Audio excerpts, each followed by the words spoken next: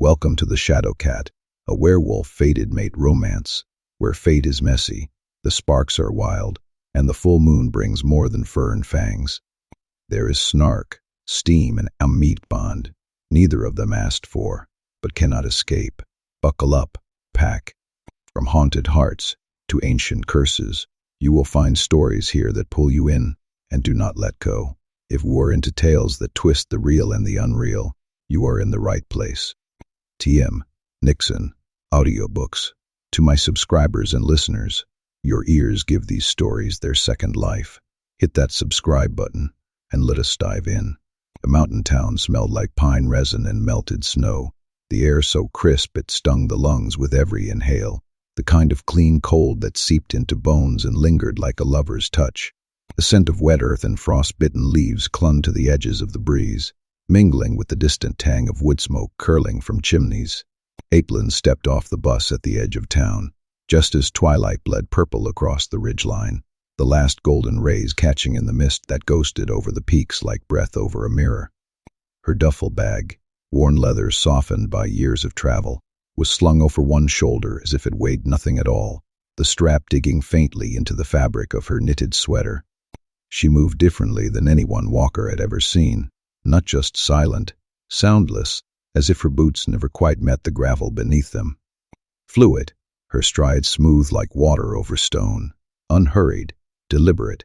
The way her hips swayed was not for show, it was the natural rhythm of something that had never known haste. Like smoke given shape, she drifted through the gathering dusk, leaving no trace but the tightening in his gut. He was standing outside the pack's trading post, the rough-hewn timber rough under his fingertips as he leaned against the doorframe when he first caught sight of her. The moment his gaze landed on her, something in his spine went tight and hot, a slow burn that spread through his ribs like wildfire. Not the pull of a mate bond, nothing that clean or predictable. This was older, rawer. His wolf stirred low in his chest, a rumble like distant thunder, hackles raising not in aggression, but in recognition. Predator. She moved down Main Street with her ebony hair gleaming like silk in the fading light, strands slipping free from her loose braid to curl at her temples. The scent of her hit him before she was even close, cedar smoke and something darker, wilder, like the musk of damp earth after rain. Around her, wolves who had been laughing, haggling, bickering over goods, stepped aside without thinking. Some halted mid-sentence, their words dying on their tongues. Others went still, their heads turning as if tugged by an invisible hand, tracking her passage with instincts older than language. Walker watched it happen. Watched hardened wolves, fighters with knuckles scarred from brawls, hunters who had tracked prey through blizzards, pack members who did not yield for anyone, part like water around her slender frame. It was not fear, it was not a submission, it was primal recognition, a whispered warning from the animal inside them. She was not tall, was not broad, was not throwing dominance or power into the air like a challenge. She did not have to. Her presence did it for her. Walker stayed exactly where he was, arms crossed over his chest, the muscles in his forearms flexing beneath rolled-up sleeves. His golden eyes tracked her every step, the slight shift of her weight, the way her fingers curled loosely at her sides, the whisper of fabric against skin as she moved. When she reached him, when she was close enough that he could feel the heat of her body, could see the flecks of gold in her cat-green eyes, she stopped, just stopped. Her gaze flicked up to meet him, pupils narrowing slightly in the low light, the color deepening to something near jade. For a long moment, neither of them moved. Walker felt heat curl through his gut, sharp and hungry, an ember fanned to flame. His wolf was awake in ways it had not been in years, not the steady grounding presence that anchored him, but something edged, fascinated, aroused in a way that had nothing to do with mate bonds, and everything to do with the way her hips curved under the drape of her sweater, the way her lips parted just slightly as if tasting the air between them, the way she looked at him like she could strip flesh from bone with a glance. "You are blocking my path," she said. Her voice hit him low in a spine, smoky, honey over gravel, a purr wrapped in words. Walker's mouth curved into a slow smile, the kind that showed just a hint of teeth. "Am I? Most wolves move when I get close. She tilted her head, studying him with unsettling focus. The movement sent a strand of hair tumbling over her collarbone, catching on the knit of her sweater. "You did not."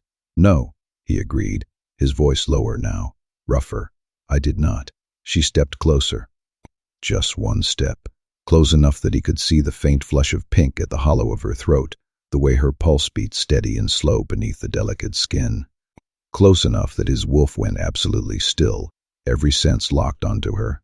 The scent of her, the warmth radiating from her, the unspoken challenge in her stance. "Why?" she asked, her voice dropping lower, softer. Walker held her gaze, his own unflinching. "Because I wanted to see what you would do." Her lips curved, not quite a smile, more like the ghost of amusement, a flicker of something knowing. "And what do you think I will do?" "I do not know yet."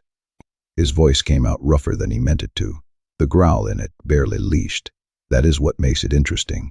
She made a sound then, soft, almost inaudible. A chuff of air that was not quite a laugh but carried the same weight. Her eyes tracked over his face, his shoulders, the way he stood, assessing, measuring, like a blade testing its edge. "You are the alpha," she said, not a question. "Walker," he corrected. "And you are passing through." His grin turned wolfish. "That is not a name, sweetheart." Her eyes narrowed slightly at the endearment, but she did not pull back. "Caitlin, Caitlin," he repeated, letting the syllables roll through his mouth like whiskey, warm and lingering. "Pretty name for someone who makes wolves nervous." "I do not make you nervous." "No," Walker said quietly, "you do not." But that was a lie, and they both knew it. She made him something else entirely.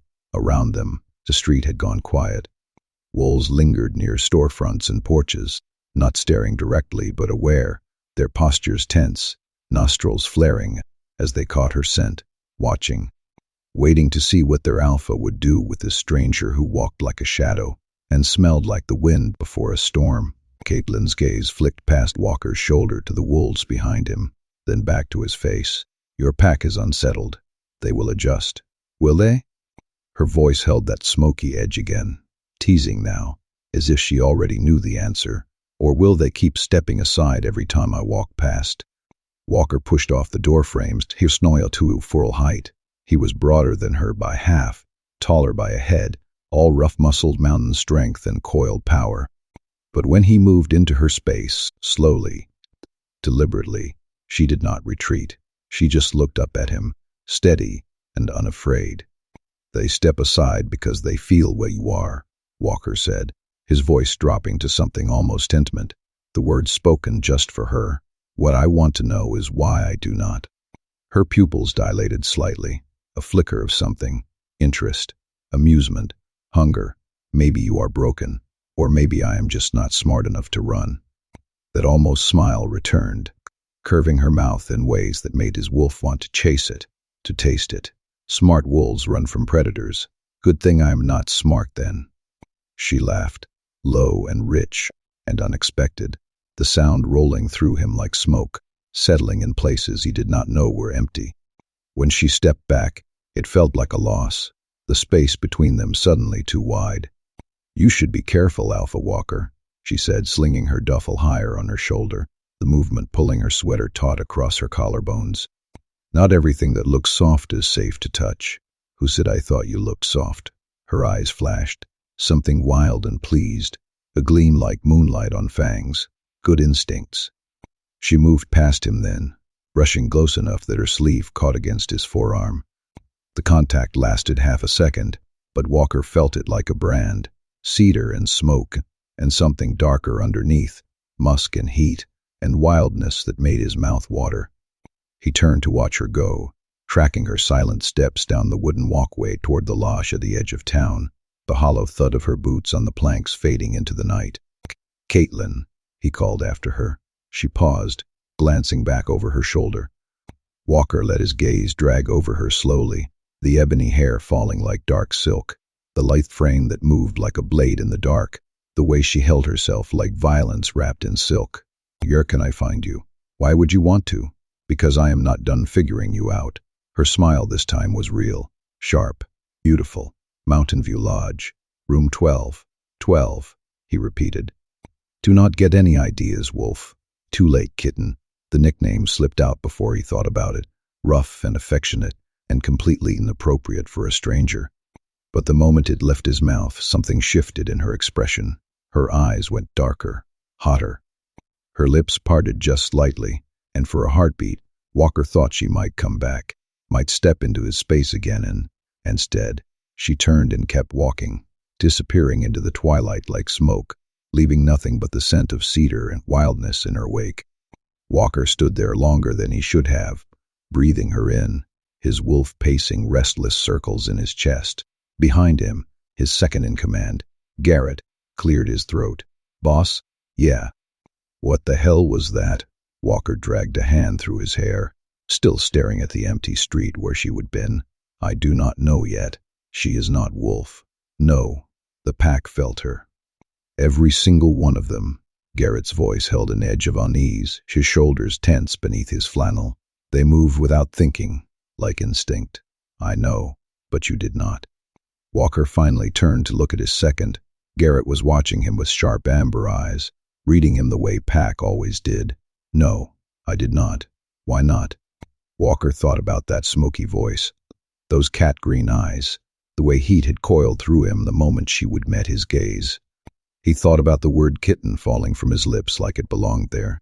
"Because," he said slowly, "I wanted to see if she would bite." Garrett made a sound somewhere between amusement and concern. "You are playing with something dangerous." "I know." "You going to follow her?" Walker's smile was slow and hungry. "Oh, I am definitely going to follow her." "When?" "Soon." Walker pushed away from the doorframe, rolling his shoulders to ease the tension still singing through his muscles. "Let her settle. Let her think she is safe. And then," Walker said quietly, "I am going to find out what makes a woman like that walk to wolf territory without an ounce of fear." Garrett shook his head, but he was grinning. "You are obsessed already." Walker did not deny it. He was. That night, Walker tried to sleep and failed. He lay in his cabin with the window cracked, letting mountain air wash over heated skin, and all he could think about was cedar smoke and honey gravel voices, and the way her pupils had narrowed when she looked at him. Kitten. He would call her Kitten like it was her name, like it meant something, and she liked it. He would seen it in her eyes, the heat, the pleasure, the way she would gone still for just a heartbeat before turning away. His wolf was awake and prowling, restless in ways it had not been in years. Not the steady protective instinct he was used to. This was sharper, hungrier, a kind of desire that had nothing to do with fate or bonds and everything to do with wanting to chase something beautiful and dangerous, just to see if it would turn around and bare its teeth. Walker stared at the ceiling, jaw tight, body thrumming with need. Tomorrow he would start figuring out exactly what Caitlin was, why every instinct he had was screaming at him to get closer. Walker waited until mid-morning, when the crisp mountain air had softened to a gentle warmth and the first chirps of unseen birds faded into a steady hum of insects, before he made his way to Mountain View Lodge. Not because he was not desperate to see her again. He was. His wolf had paced all night within him, a restless, hungry ache, deep in his gut, every fiber of his being fixated on the lingering scent of cedar smoke and the vivid, startling flash of cat-green eyes. But he knew better than to crowd a predator, especially one who moved like shadows, her presence a silent ripple in the air that made wolves instinctively step aside without her even trying. So he waited. The minutes stretched, heavy and slow. He gave her space. The quiet of the early hours pressed in on him, gave himself time to think about what he was walking into. The scent of pine and damp earth drifted through his open window, doing little to soothe his taut nerves. It did not help. By the time the sun crested the ridgeline, painting the eastern sky in fiery oranges and soft golds, and poured shafts of warm light through the towering pines, Walker was already dressed and moving. His heavy boots crunched rhythmically over the loose gravel path leading toward the lodge, the rhythmic sound echoing faintly in the morning quiet as he headed toward the edge of town. Mountain View sat tucked against the dark, whispering forest, a sprawling timber structure. Its rough-hewn logs gave off a faint, earthy scent of cured wood. Wrap-around porches with their weathered planks invited quiet contemplation, and large, clean windows sparkled, catching the morning light like scattered jewels. It was the kind of place travelers used when they craved privacy, when they did not want the burdensome weight of pack politics or probing questions. Walker took the wide, creaking wooden stairs two at a time, his boots thudding against the risers. The faint, sweet smell of stale coffee and discreet cleaning products sung in the air of the second-floor hallway. He found room 12 at the far end, its polished brass numbers gleaming softly. He knocked. 3 solid raps, the sound sharp against the heavy wood. For a long moment, nothing but the soft hum of the building and the distant whisper of the wind through the eaves. The silence was thick, pressing. Then, a soft click, and the door opened with a barely audible sigh of air, and there she was. Caitlin stood in the doorway, framed by the dim light of the room beyond. She wore dark jeans that molded to her legs and a soft, pale gray sweater that clung loosely to her slender frame, the fine knit looking invitingly soft. Her ebony hair loose around her shoulders catching the faint light from the hallway.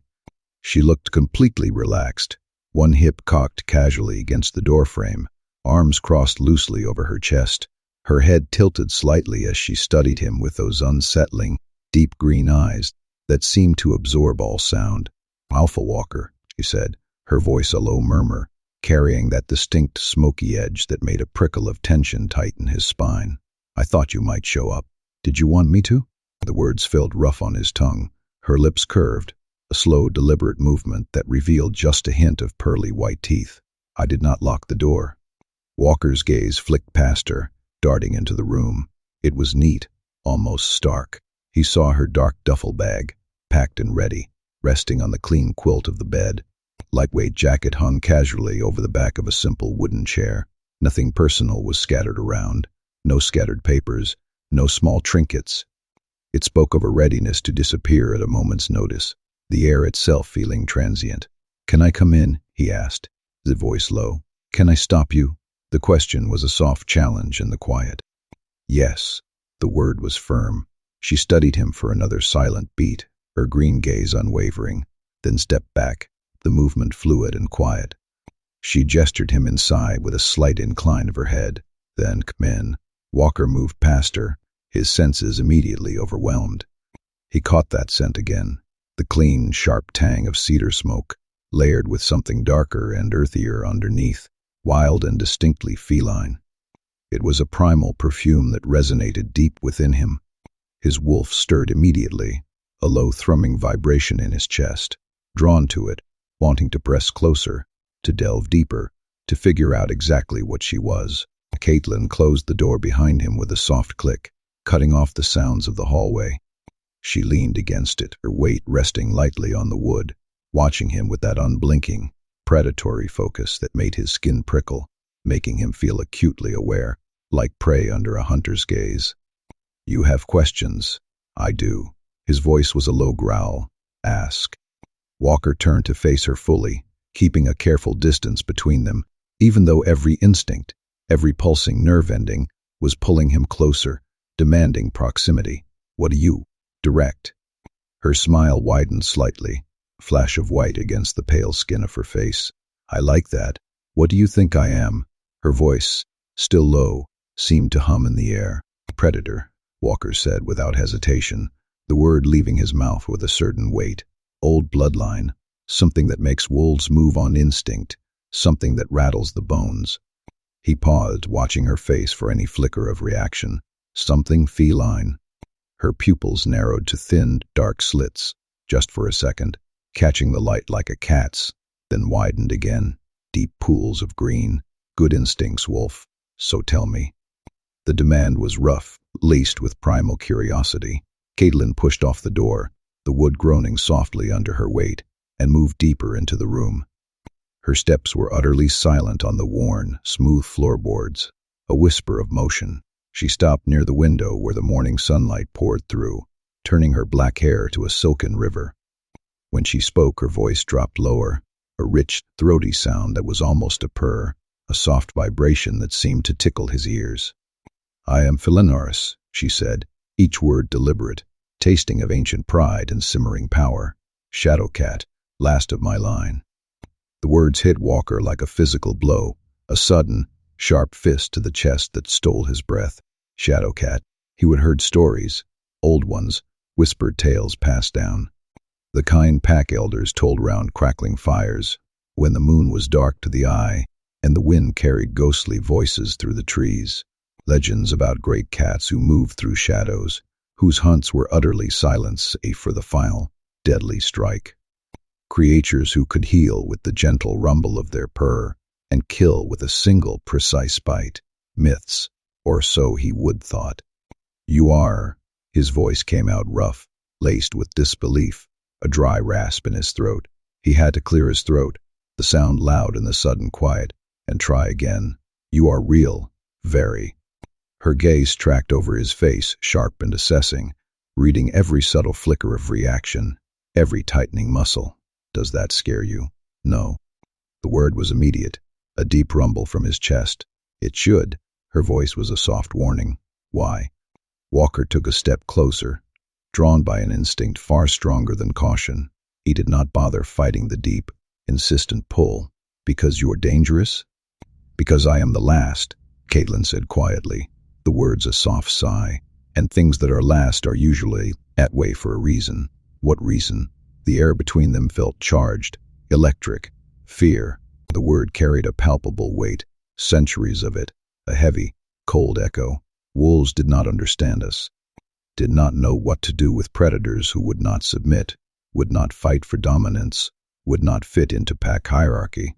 She moved closer to him then, her motions fluid and graceful, unhurried, like a stalking feline. So they hunted us, not all wolves, but enough, until shadowcats became myths instead of truth. Walker felt fury kindle hot and bright in his chest, a burning ache just beneath his ribs. That is history. She cut him off gently, the sound a soft, firm whisper. Old history. I am not angry about it, Alpha. I am just honest about what I am. Her head tilted, a subtle shift, and those green eyes caught the light, gleaming like polished emeralds. And what I am is the last Philoneris walking this world, last Shadowcat, last of an ancient line that once moved alongside wolves before fear made them enemies. The pride in her voice was unmistakable, a deep, resonant hum that vibrated in the air around them. She was not ashamed, was not hiding. She stood there in the golden sunlight, claiming her lineage like a warrior claiming a crown, and something in Walker's chest cracked open at the raw, untamed honesty of it, a sudden, unfamiliar warmth spreading through him. You are incredible, he said, words falling out, rough and unplanned. Before he could think to stop them, Caitlin went very still, her breath held, her posture rigid. Incredible. The word was a bare whisper. Yes. His voice was unwavering, not terrifying, not unnatural. Her gaze was sharp, probing. Both of those things too, Walker admitted, moving another step closer, the distance between them shrinking, but mostly incredible. Her pupils dilated wide, suddenly vast pools of deep green, and for the first time since he would met her, she looked genuinely surprised, a subtle widening of her eyes. You are serious, always. Most wolves would be calculating right now. Her voice dropped to that low, purring register again, a soft vibration that made a coil of heat tighten in his gut, figuring out if I am a threat, if I need to be dealt with. I am not most wolves. The words were a quiet declaration. No. She stepped into his space then, crossing the last few inches that separated them. She was close enough that he could feel the distinct heat coming off her skin, a warm radiation against his own. He inhaled, smelling cedar and pure wildness, and something uniquely her, a scent that now throbbed in his head. You are not. Walker held her gaze, a deep connection sparking between them. He felt his wolf rise to the surface, a powerful, quiet presence within him, not aggressive, not territorial, but intensely awake, present, responding to her in ways that had nothing to do with pack dynamics and everything to do with pure, raw, elemental desire that hummed through his veins. What does that make you feel? He asked roughly, his voice a low rasp. Having me this close? Her smile was slow and devastatingly beautiful, a soft curve of her lips that drew his eye. Curious. About what? The word was a soft exhalation of breath. Whether you will run. She lifted one hand, her fingers slender and pale, hovering just above his forearm, not touching, not yet. The air between her skin and his tingled with anticipation. Whether your instincts will finally kick in and tell you to step back. They will not. His voice was low, resolute. You sound very sure. Her gaze searched his, gleaming. I am. Walker's voice dropped lower, rougher, a guttural sound. Because every instinct I have is telling me to get closer. Her breath caught, just slightly, a faint, almost imperceptible sound that he alone caught. Her fingers lowered, barely brushing against his forearm, a feather-like touch, and Walker felt that contact like a bolt of lightning down his spine, hot and electrifying. Closer, she repeated, the word soft testing sound on her tongue. Yeah. He did not move, letting her control the space between them, the tiny gap now filled with crackling energy. That a problem, Kitten? The nickname again. Soft growl in his throat. He could not seem to stop using it. Caitlin's eyes flashed, a sudden bright flare of emerald green, heat and pleasure mixing in equal measure in their depths. Say it again. Kitten. The word was a low caress. She made a sound, soft, involuntary, almost a purr. Her hand pressed fully against his forearm now, fingers curling slightly into his skin, and Walker felt his wolf respond with a surge of want so strong it nearly knocked him sideways. This was not a mate bond. This was something else entirely. Raw attraction. Predator recognizing predator. His wolf responding to her cat nature with fascination and hunger and need that had nothing to do with fate pulling them together. He wanted her. Wanted to chase her, catch her, see if she would bare her teeth or arch into his touch. Wanted to hear that purr again, louder, closer. Wanted to know what it felt like when a Shadowcat decided you were worth keeping. You are dangerous, Caitlin said softly, her gaze locked on his. I thought you were the dangerous one. We both are. Her fingers traced up his forearm slowly, leaving fire in their wake. That is the problem, or the appeal. Her laugh was low and rich. You are not afraid of me at all, are you? Should I be? Probably. She stepped even closer, until her chest nearly brushed his, until he could feel her breath against his throat. I could hurt you, Alpha. Badly. I know. And you are still standing here. Yeah. Why? Walker's hand came up slowly, telegraphing the movement, giving her time to pull back. When she did not, he cupped her jaw gently, feeling the warmth of her skin, the way her pulse beat steady and strong beneath his palm. Because you are the most fascinating thing I have ever seen, he said quietly. Because you walk like smoke and caulk like honey, and make my wolf want things it has never wanted before. His thumb brushed over her cheekbone. Because you are Shadowcat, you are proud of it, and I want to know everything about what that means. Caitlin's eyes went dark, pupils blown wide. Everything, everything. She leaned into his touch, just slightly, her expression shifting into something almost vulnerable. Most wolves want us gone. I'm not most wolves, remember? No. Her hand slid up his arm to his shoulder, resting there with casual possession. You are really not. They stood like that for a long moment, breathing each other in, tension thick enough to drown in. Walker could feel his heartbeat in his throat, his wolf prowling circles, desperate to close the last few inches between them. But he did not. He waited, let her decide. Finally, Caitlin pulled back, not far, just enough to break the contact. Her hand slipped away from his shoulder, and Walker felt the loss like a physical ache. You should go, she said, but there was no conviction in it. Should I? Before I do something we will both regret. What if I would not regret it? Her smile was sharp and beautiful.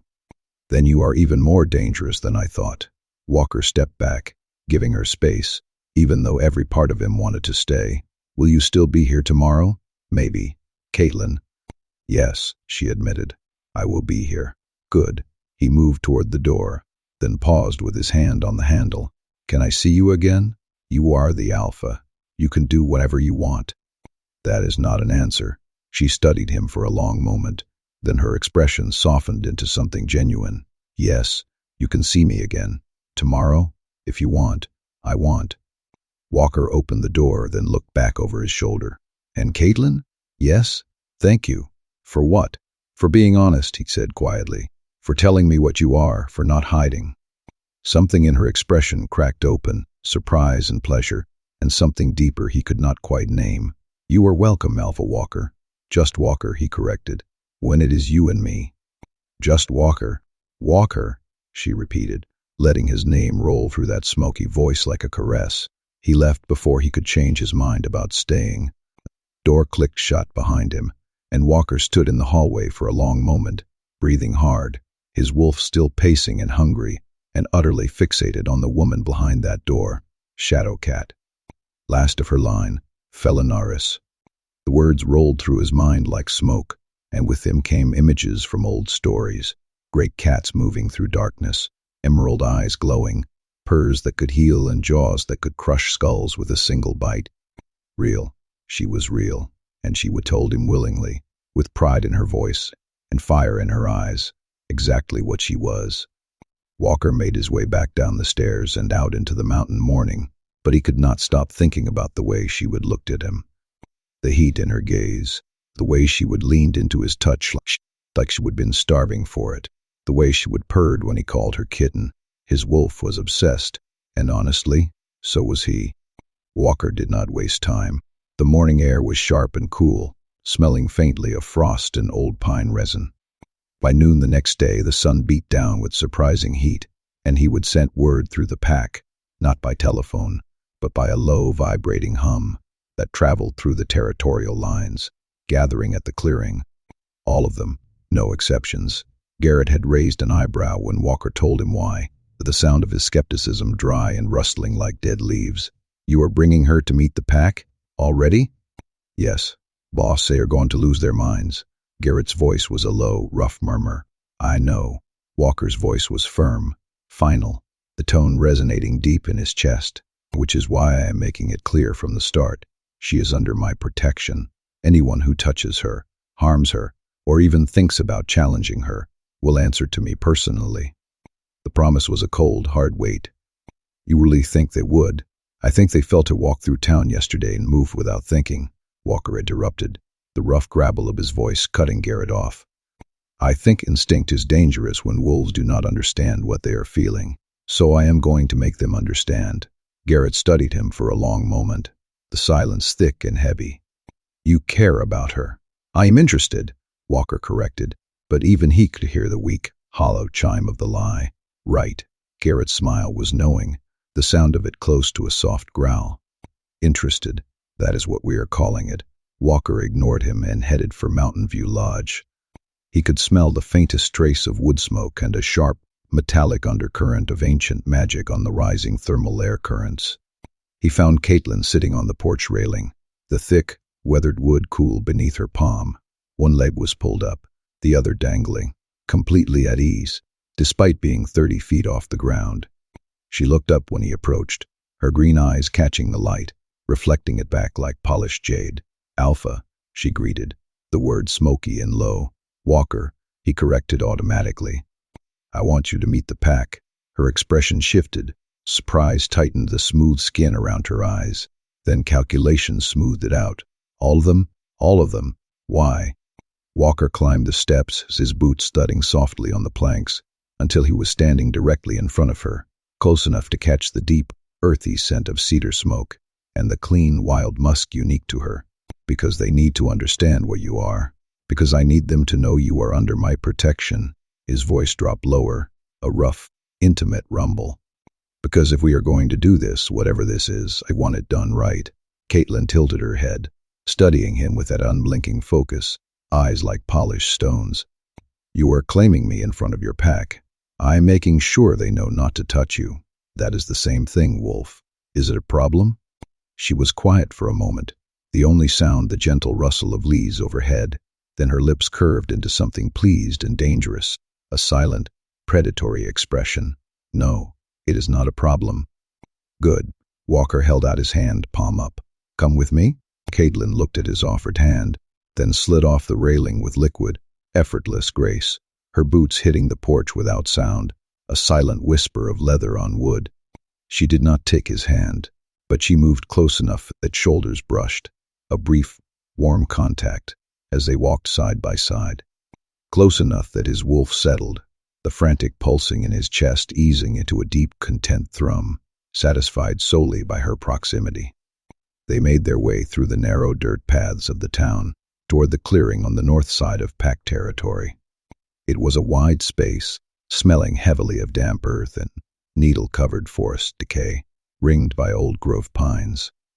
As they approached, Walker could hear the low, expectant murmurs of the assembled wolves, 30, maybe 40 of them, a heavy concentration of bodies and scent.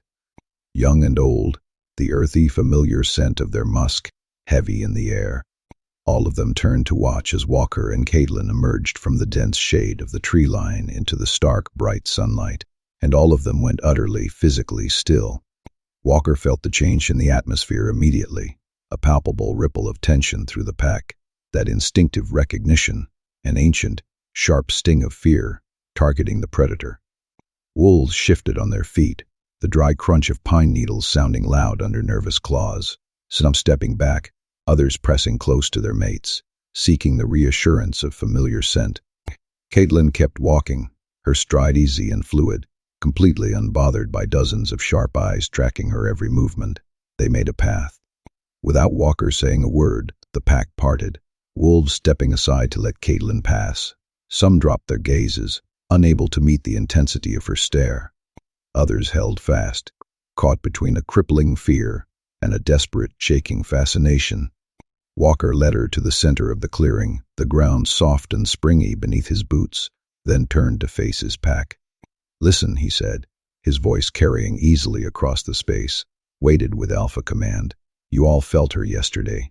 You felt something old, something that makes your wolf want to move."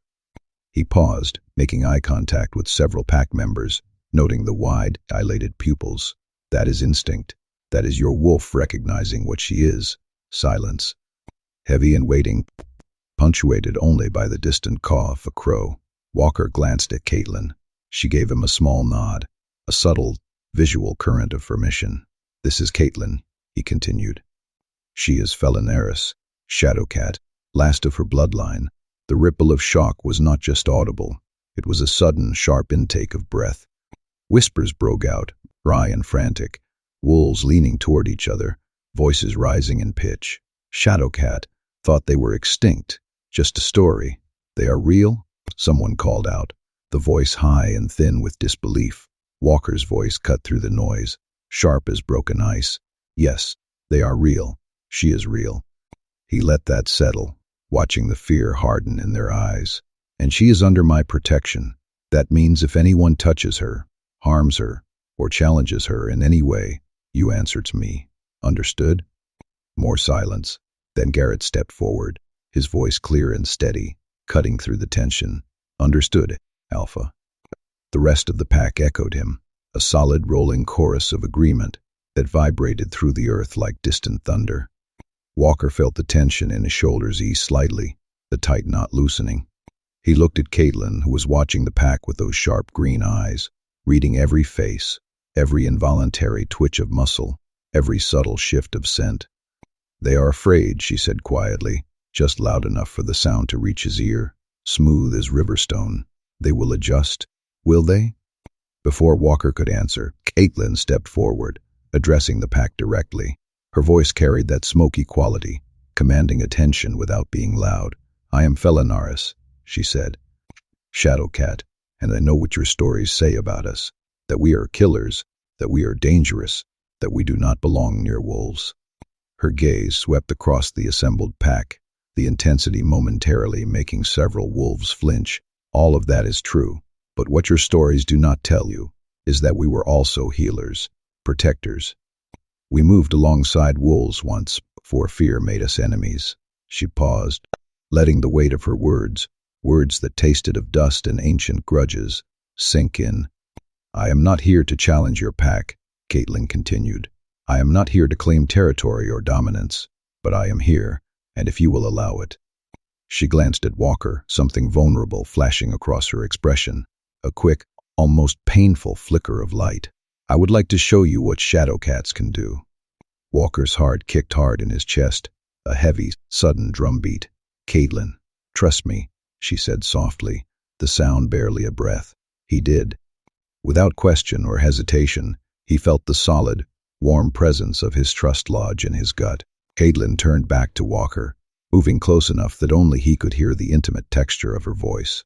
"I need something from you first." "What?" She reached into the deep pocket of her trousers and pulled out a small pendant, silver, delicate and cool to the touch, with a hollow center designed to hold something liquid. "A drop of your blood." Walker's breath caught, the air suddenly thick and warm in his throat. "Why?" "Because Felinara's healing is tied to choice, not instinct," Caitlin explained, her voice low and intimate. "If I give my healing to you, to your blood, it means I can only heal you and those you are connected to, your pack." Her green eyes locked on his, intensely focused. "It protects me, protects them. Binds us together by choice." "Choice," Walker repeated, the word tasting copper on his tongue. "Yes." She held out the pendant, the silver cool and smooth in her hand. "But only if you want it." Walker looked at the silver pendant, then at Caitlin's face, proud and vulnerable and utterly honest. "Yes," he said, the word rough and ready. "I want it." Caitlin's smile was small and genuine. She produced a small silver pin from her pocket, then took his hand, cradling it in her warm, dry palm. "This will sting. I have had worse." She pressed the pin against his fingertip, quick and efficient, and a single, slick, bright drop of blood welled up. Caitlin caught it precisely in the pendant's hollow center, then closed the silver casing with a tiny, audible click. For a moment she just held it, the silver chain dangling from her fingers, its metallic scent mixing with his blood. Then she lifted it to her lips and began to speak. The words were nothing Walker had ever heard before, liquid and rolling, almost musical but edged with something primal and deep, the ancient language of cats. Her voice dropped into that dark, purring register, the syllables vibrating through the air like smoke, tingling against Walker's skin. The pendant began to glow, a soft pulsing green light that warmed the air between them and pulsed in time with her low chanting words. Walker felt it in his chest, a profound warmth spreading outward, a connection snapping into place like puzzle pieces fitting together perfectly. Not a mate bond, nothing that invasive or consuming, but a thread between them, delicate yet undeniably strong. When Caitlin finished the spell, the glow faded, leaving the air smelling faintly of ozone and wild herbs. She slipped the pendant over her head, letting the cool silver rest against her collarbone. Then she looked at Walker, her eyes holding the depth and clarity of centuries. "It is done," she said softly. "My healing is yours now, yours and theirs." Walker could not speak. His throat was too tight. Caitlin stepped back, addressing the pack once more. "You are afraid of what I am. I understand that. But maybe," she glanced at Walker one more time, something like hope in her expression, "maybe I can show you there is nothing to fear." Then she began to shift. Walker had seen wolves shift 1,000 times, had shifted himself countless times. But this was different. Caitlin did not explode into fur and fang. She melted, like smoke condensing into solid form, like shadows given shape and substance.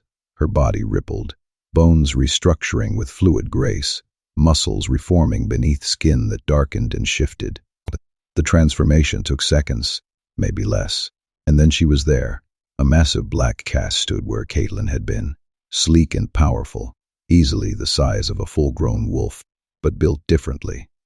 Leaner, more compact, built for ambush at precision rather than endurance.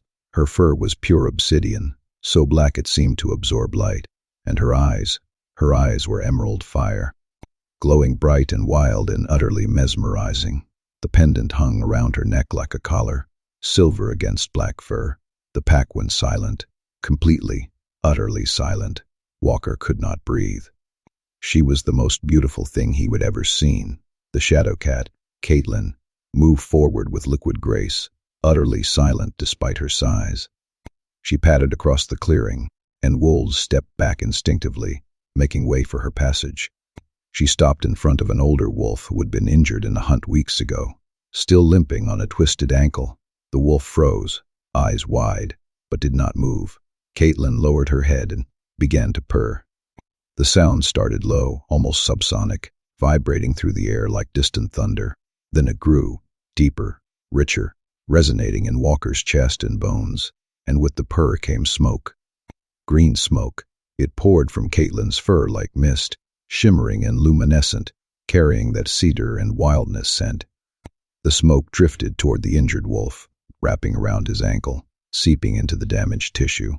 Walker watched in awe as the wolf's expression shifted from fear to wonder. The limp eased. The tension in his shoulders relaxed. When the smoke faded, the wolf carefully put weight on his ankle, then stood fully, testing it, healed, completely healed. The wolf dropped his head in a gesture of respect, then backed away slowly. Caitlin moved through the pack, her purr continuing, smoke drifting over wolves like benediction. Walker felt it himself, that warmth, that sense of calm and safety and home settling into his bones. His wolf went quiet and content, utterly at peace. Around the clearing, wolves began to relax. The fear faded, replaced by wonder, by respect, by something like awe. Children who had been held tight by their parents wiggled free, creeping closer to watch the Shadowcat move. Caitlin's tail swished once, playful, and a young girl giggled. Finally, Caitlin turned and padded back toward Walker. She was magnificent, deadly and beautiful and powerful in ways that made his wolf want to howl. Her emerald eyes locked on his, and Walker saw Caitlin looking back at him, completely present, completely aware. She moved right up to him and rubbed her massive head against his leg, a gesture so feline and affectionate that Walker's heart cracked open. Without thinking, he dropped to one knee and sank his fingers into her fur. It was softer than he expected, dense and plush, like stroking living silk, warm from her body heat. She leaned into his touch, purring louder, and Walker felt that vibration roll through him like thunder. "Oh, Kitten," he whispered, his voice rough with emotion. "You are so beautiful."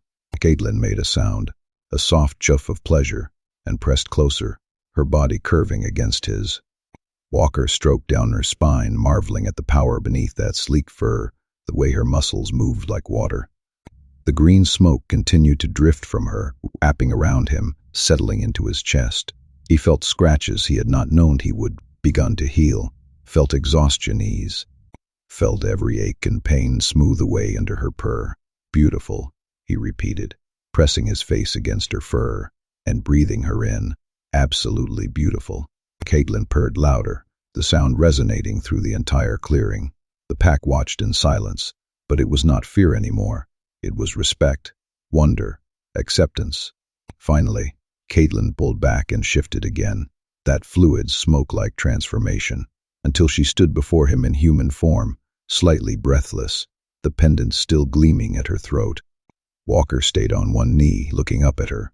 "Well?" she asked, her voice carrying that familiar smoky edge. "Still think I'm beautiful?" "Always," Walker said without hesitation. Her smile was radiant. Walker stood, then turned to face his pack. They were all watching, every single one of them. But the atmosphere had completely changed. No more fear. No more instinctive retreat. "This is Caitlin," Walker said firmly. "Philoneris, Shadowcat, healer and protector." He glanced at her, then back to his pack. "And she is under my protection. She is welcome in our territory, in our pack, for as long as she chooses to stay."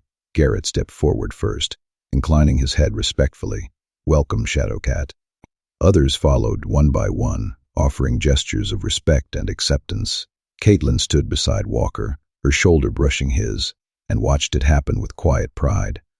When the pack finally began to disperse, talking in low, excited voices, Walker turned to her. "Thank you," he said. "For what?" "For trusting them, for showing them what you are." Caitlin's hand found his, fingers threading through his. "For trusting you," she corrected softly. Walker lifted her hand to his lips, pressing a kiss to her knuckles. "Stay. I have not decided yet." "Stay, anyway." Her laugh was low and warm. "You are very persuasive, Alpha." "Just Walker," he reminded her. "When it is you and me." "Walker," she repeated, and the way she said his name made his wolf want to claim her right there in the clearing. But he did not. He just held her hand and watched the sunset paint the mountains gold, the silver pendant gleaming at her throat, and thought about how everything had changed the moment she would walk into his territory. By choice.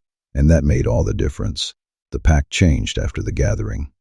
Walker saw it in the way the wolves carried themselves when Caitlin walked past.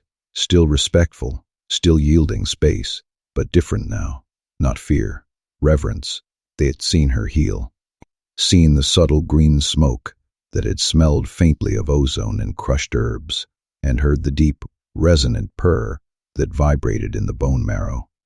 They remembered the feel of their alpha's obsidian fur under their hands as they knelt, whispering urgent, rough words meant only for her. They understood now. She was not a threat. She was something ancient and powerful, imbued with a quiet, pervasive energy, and worth protecting. Walker felt a fierce, deep satisfaction watching it unfold, watching his pack accept her, their amber eyes holding a soft focus when she was near. Watching Caitlin move through pack territory with that easy, liquid grace, her movements silent against the forest floor, comfortable in ways she had not been before. 3 days after the gathering, the crisp morning air held the sharp scent of wood smoke and wet dew. Walker found her sitting on the lodge porch again, this time with a thick ceramic mug cradled in her hands. The dark, oily aroma of fresh coffee steam curled lazily into the chilled air. She looked up when he approached, her green eyes catching the pale, golden morning light. "Morning, Kitten." Her lips curved, a slow, elegant motion. "Walker, want to see the territory?" he asked. "Really see it? The whole thing?" "The whole thing." He gestured toward the rugged mountains rising behind them, their peaks still frosted with last night's chill. "Ackland goes all the way to that northern ridge. I thought you might want to know where you are staying. Assuming I stay, you are still here, are not you?" Caitlin's smile widened, revealing the brief flash of white teeth. "I suppose I am." She set down her mug with a soft, echoing clink on the wooden railing, and followed him into the forest. Walker's heavy boots compressed the wet mulch with a soft thudding sound, but Caitlin moved so silently beside him that he had to keep glancing over to make sure she was actually there. Every time he looked, she would catch his eye and smirk, clearly enjoying the way her utter stillness and absence of sound unsettled him. Not unsettled, fascinated. He was completely fascinated by the clean, faintly moss and ozone scent that clung to her. They walked for over an hour, the forest floor damp underfoot, the air thick with the resinous smell of pine sap. Walker pointed out landmarks, the winding, silvery ribbon of the creek that marked the eastern boundary, the immense scarred oak where pack challenges used to be held, the hidden den sites used during harsh, biting winters. Caitlin listened intently, her questions sharp and economical, cutting straight to the core of pack hierarchy and territorial maintenance. "You run a tight pack," she observed as they climbed higher into the foothills, the rocks shifting slightly under their weight. Not too rigid, but clear lines. Everyone knows their place. It keeps things stable. "And you?" She glanced at him sideways, her profile sharp and elegant against the dense green backdrop. "Where is your place?" "Alpha." Walker shrugged, the rough fabric of his shirt scraping against his jacket. "That is my place." "No." Caitlin stopped walking, turning to face him fully. "I mean you, Walker. Where do you fit when you are not being Alpha?" The question caught him off guard, hitting him with the unexpected clarity of cold water. He studied her face, trying to discern the deeper meaning. "I do not know. I have been Alpha for so long. I am not sure there is a difference anymore. There should be." "Is there a difference for you?" he asked. "Between Caitlin and Shadowcat?" "Yes." She said it without hesitation, her voice low and crisp. "Shadowcat is what I am. Caitlin is who I choose to be." Her head tilted, the dark strands of her hair catching a sliver of sun. They are connected, but they are not the same thing. Walker thought about that as they continued walking, thought about the way she would shifted so easily, so fluidly, like breathing.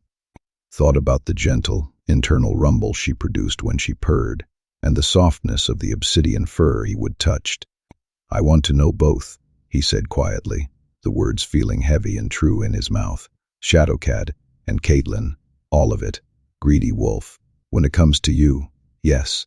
Caitlin laughed, that low, rich sound that made his wolf perk up and pay attention, a velvet sound against the whistle of the wind. "You are honest. I like that." They reached a high overlook where the entire valley spread out below them, packed territory visible for miles.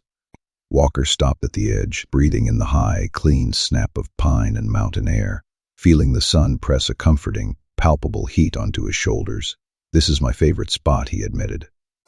"When things get complicated, when pack politics feel heavy and stifling, come here.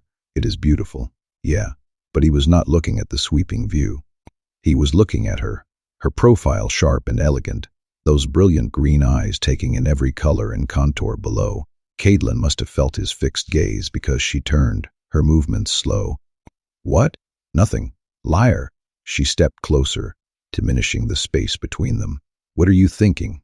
"That you fit here," Walker said honestly. "In my territory, with my pack." He paused. "With me." Her pupils dilated slightly, turning the emerald intensity darker. "Walker, I know." He held up a hand.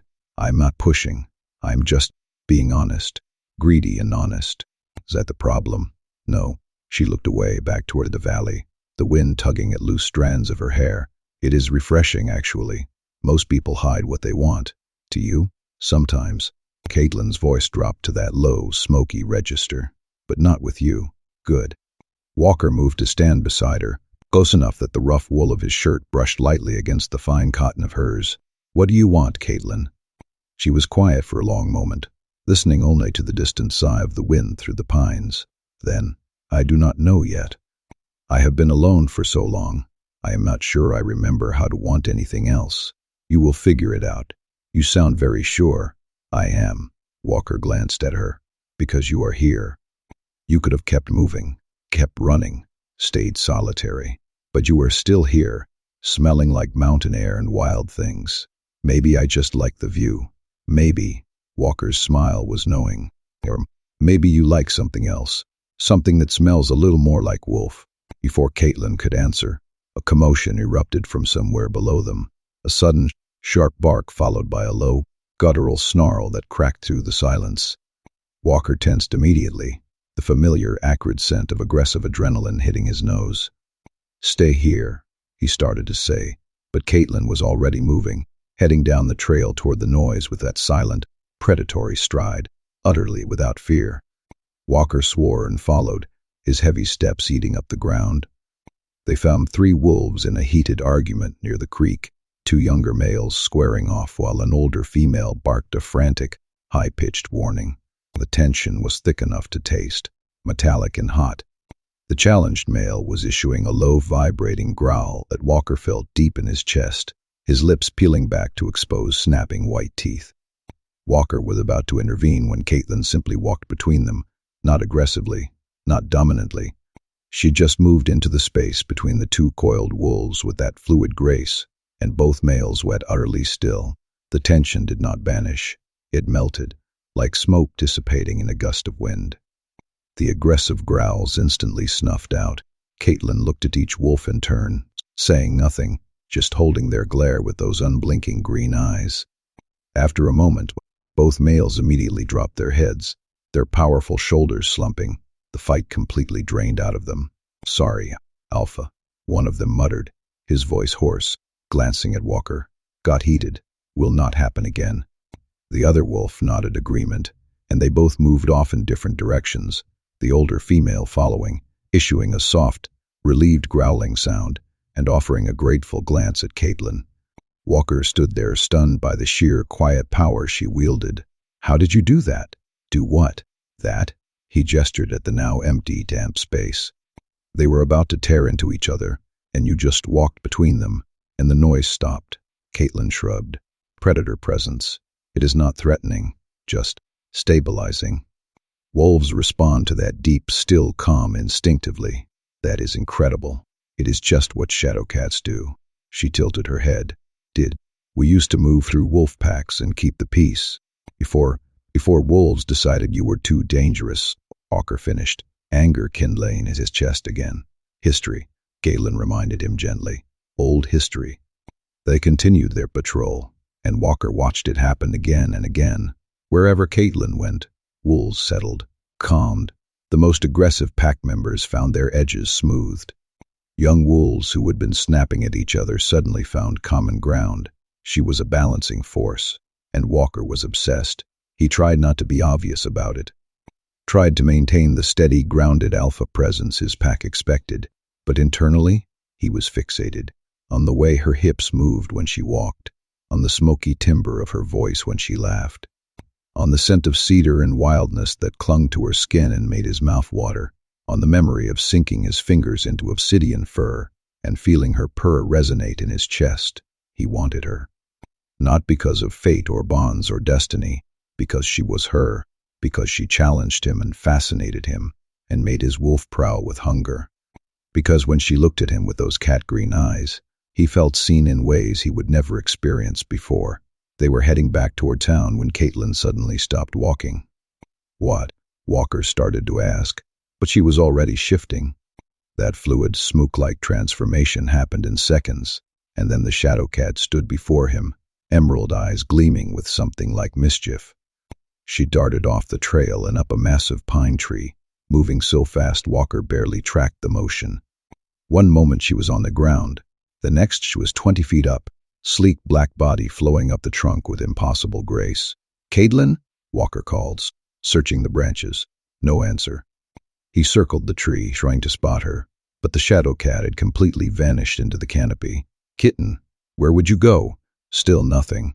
Walker moved closer to the trunk, craning his neck to peer up through the branches. "Come on, I know you are up there." Something soft and warm tickled the back of his neck. Walker froze, then slowly turned his head to find a long black tail dangling right beside his face, the tip flicking playfully against his skin. He looked up. Caitlin was perched on a branch directly above him, her massive body draped across the wood with feline ease, one paw dangling lazily. Her emerald eyes were bright with amusement, and if a cat could grin, she was definitely grinning. Walker burst out laughing. The sound surprised him. Genuine, full-bodied laughter that rolled through his chest and echoed through the trees. He could not remember the last time something had caught him so off guard, made him feel so light. You are trouble," he called up to her, still grinning. Caitlin made a sound, a soft, pleased chuff, and her tail flicked against his neck again, deliberately this time. "Oh, you think you are funny." Another chuff, definitely laughter. Walker reached up and caught her tail gently, giving it a playful tug. "Come down here." Caitlin's eyes narrowed in challenge. Then she simply dropped. Walker's heart stopped, but she twisted midair like liquid, landing on all four paws directly in front of him without making a sound. She sat back on her haunches, looking up at him with those glowing eyes, clearly pleased with herself. "Show off," Walker muttered, but he was smiling. She shifted back to human form in one fluid motion, ending up crouched in front of him, grinning. "You should see your face right now. I thought you were going to break something. Please." Caitlin stood, brushing pine needles off her jeans. "I am a cat. We always land on our feet." That was a 20-foot drop, and I am Philinaris. Her eyes sparkled with amusement. "Did you really think I would hurt myself?" "No." Walker stepped closer. Drawn by instinct, he did not bother fighting. "But you gave me a heart attack anyway." "Poor wolf." Her voice dropped to that purring register. "Should I make it better?" "How would you do that?" Caitlin's smile was dangerous. "Use your imagination." Heat coiled through Walker's gut, sharp and hungry. His wolf surged forward, wanting to close the distance between them, wanting to chase and claim, and see if she would let him catch her. But before he could move, thunder rumbled in the distance. Both of them looked up. Dark clouds were rolling in fast, swallowing the blue sky. The temperature dropped noticeably, and wind gusted through the trees. "Storm's coming," Walker observed. "We should head back." They made it halfway to town before the rain started. Cold, heavy drops that turned into a downpour within seconds. Walker pulled Caitlin under a thick pine canopy, but it was useless. They were both soaked within minutes. "My lodge is closer," Caitlin shouted over the sound of rain. "Come on." They ran through the storm, boots splashing through rapidly forming puddles, rain plastering their hair to their heads. By the time they reached Mountain View Lodge and stumbled into Caitlin's room, they were both drenched and shivering. Caitlin immediately moved to the small fireplace, kneeling to build a fire with practiced efficiency. Walker watched her work, trying not to notice how her wet clothes clung to her frame, how her hair dripped water down the back of her neck, trying, failing. A fire caught quickly, flames licking up dry wood, and warmth began to spread through the room. Caitlin grabbed towels from the bathroom and tossed one to Walker. "You are soaked," she said, rubbing her own hair dry. "So are you." "I do not mind rain." She wrung water from her sweater.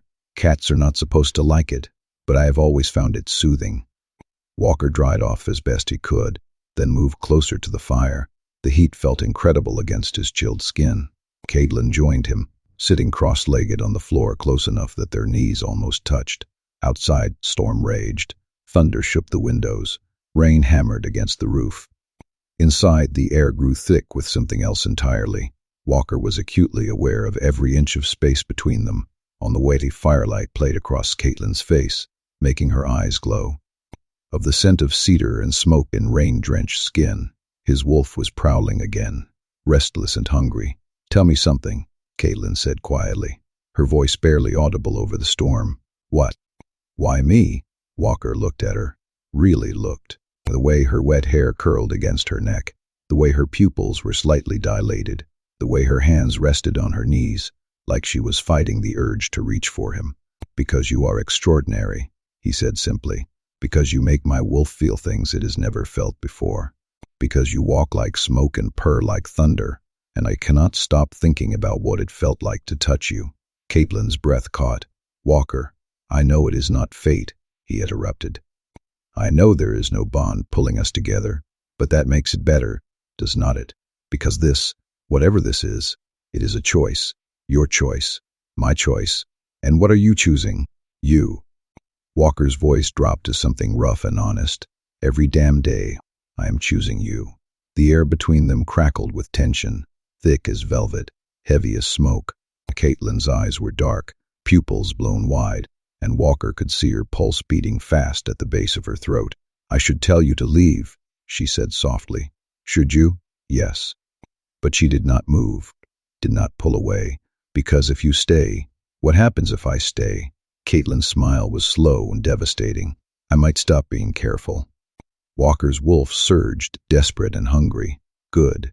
They sat there in the firelight, rain pounding outside, the space between them charged with barely restrained desire. Walker could feel it building, that inevitable pull, that need to close the distance, finally taste her. But he did not yet. He wanted her to choose it. Wanted her to be the one who crossed that final line. So he stayed where he was, breathing hard, watching firelight dance across her face, and let the tension build until it was almost unbearable. "Stay," Caitlin whispered. "Are you sure?" "No." Her hand found his fingers threading through. "But I want you to anyway." Walker squeezed her hand gently. "Then I will stay."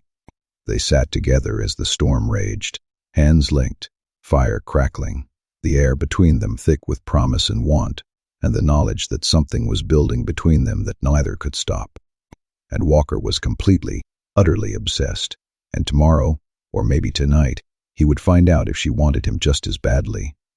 Outside, the storm's furious howl showed no signs of abating, each gust of wind a raw shriek against the sturdy log walls.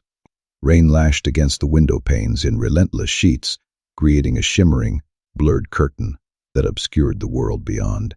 The air within the lodge held the distinct, clean scent of wet earth and ancient cedar, intermingled with the faint, comforting aroma of wood smoke.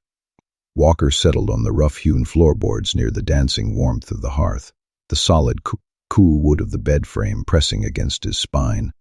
The familiar weight of his phone felt heavy in his calloused hand, its cool metal casing a small anchor as he delved into the steady hum of pack business.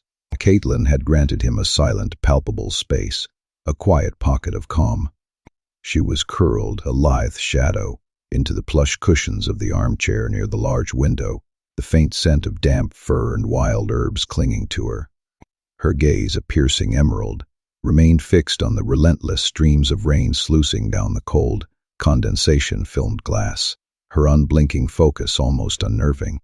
But Walker was acutely aware of every soft exhalation of her breath, every subtle shift of her body that rustled the fabric of her worn jeans. He felt the insistent pull of her presence, a silent thrum beneath his skin, every time her gaze flicked toward him, a warm weight, and lingered. His phone vibrated with a sharp, insistent buzz. "Garrett." Yeah, Walker answered, his voice a low rumble. Just checking in. The storm's hitting us pretty hard. Got a few trees down on the east boundary. Nothing serious. Miller's crew is handling it.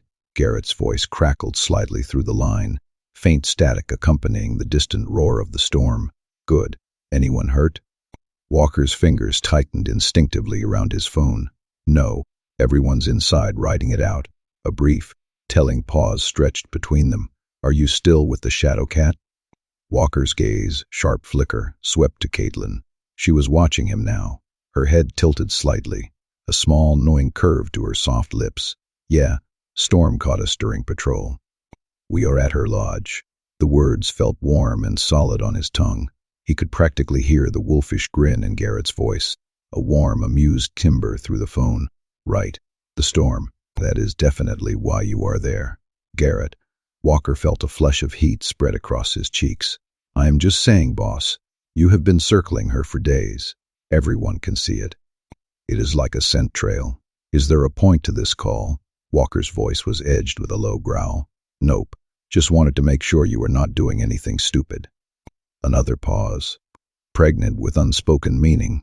Or maybe that you were doing something stupid, depending on your perspective. Goodbye, Garrett. The word was clipped. A sharp exhalation. Have fun with your... Walker hung up with a decisive snap, cutting off his seconds teasing words. He set the phone aside on the cool floorboards and scrubbed a hand over his face, feeling the tension coiled tight in his shoulders, a dull ache. When he looked up, Caitlin was smiling, a slow, warm curve that crinkled the corners of her eyes.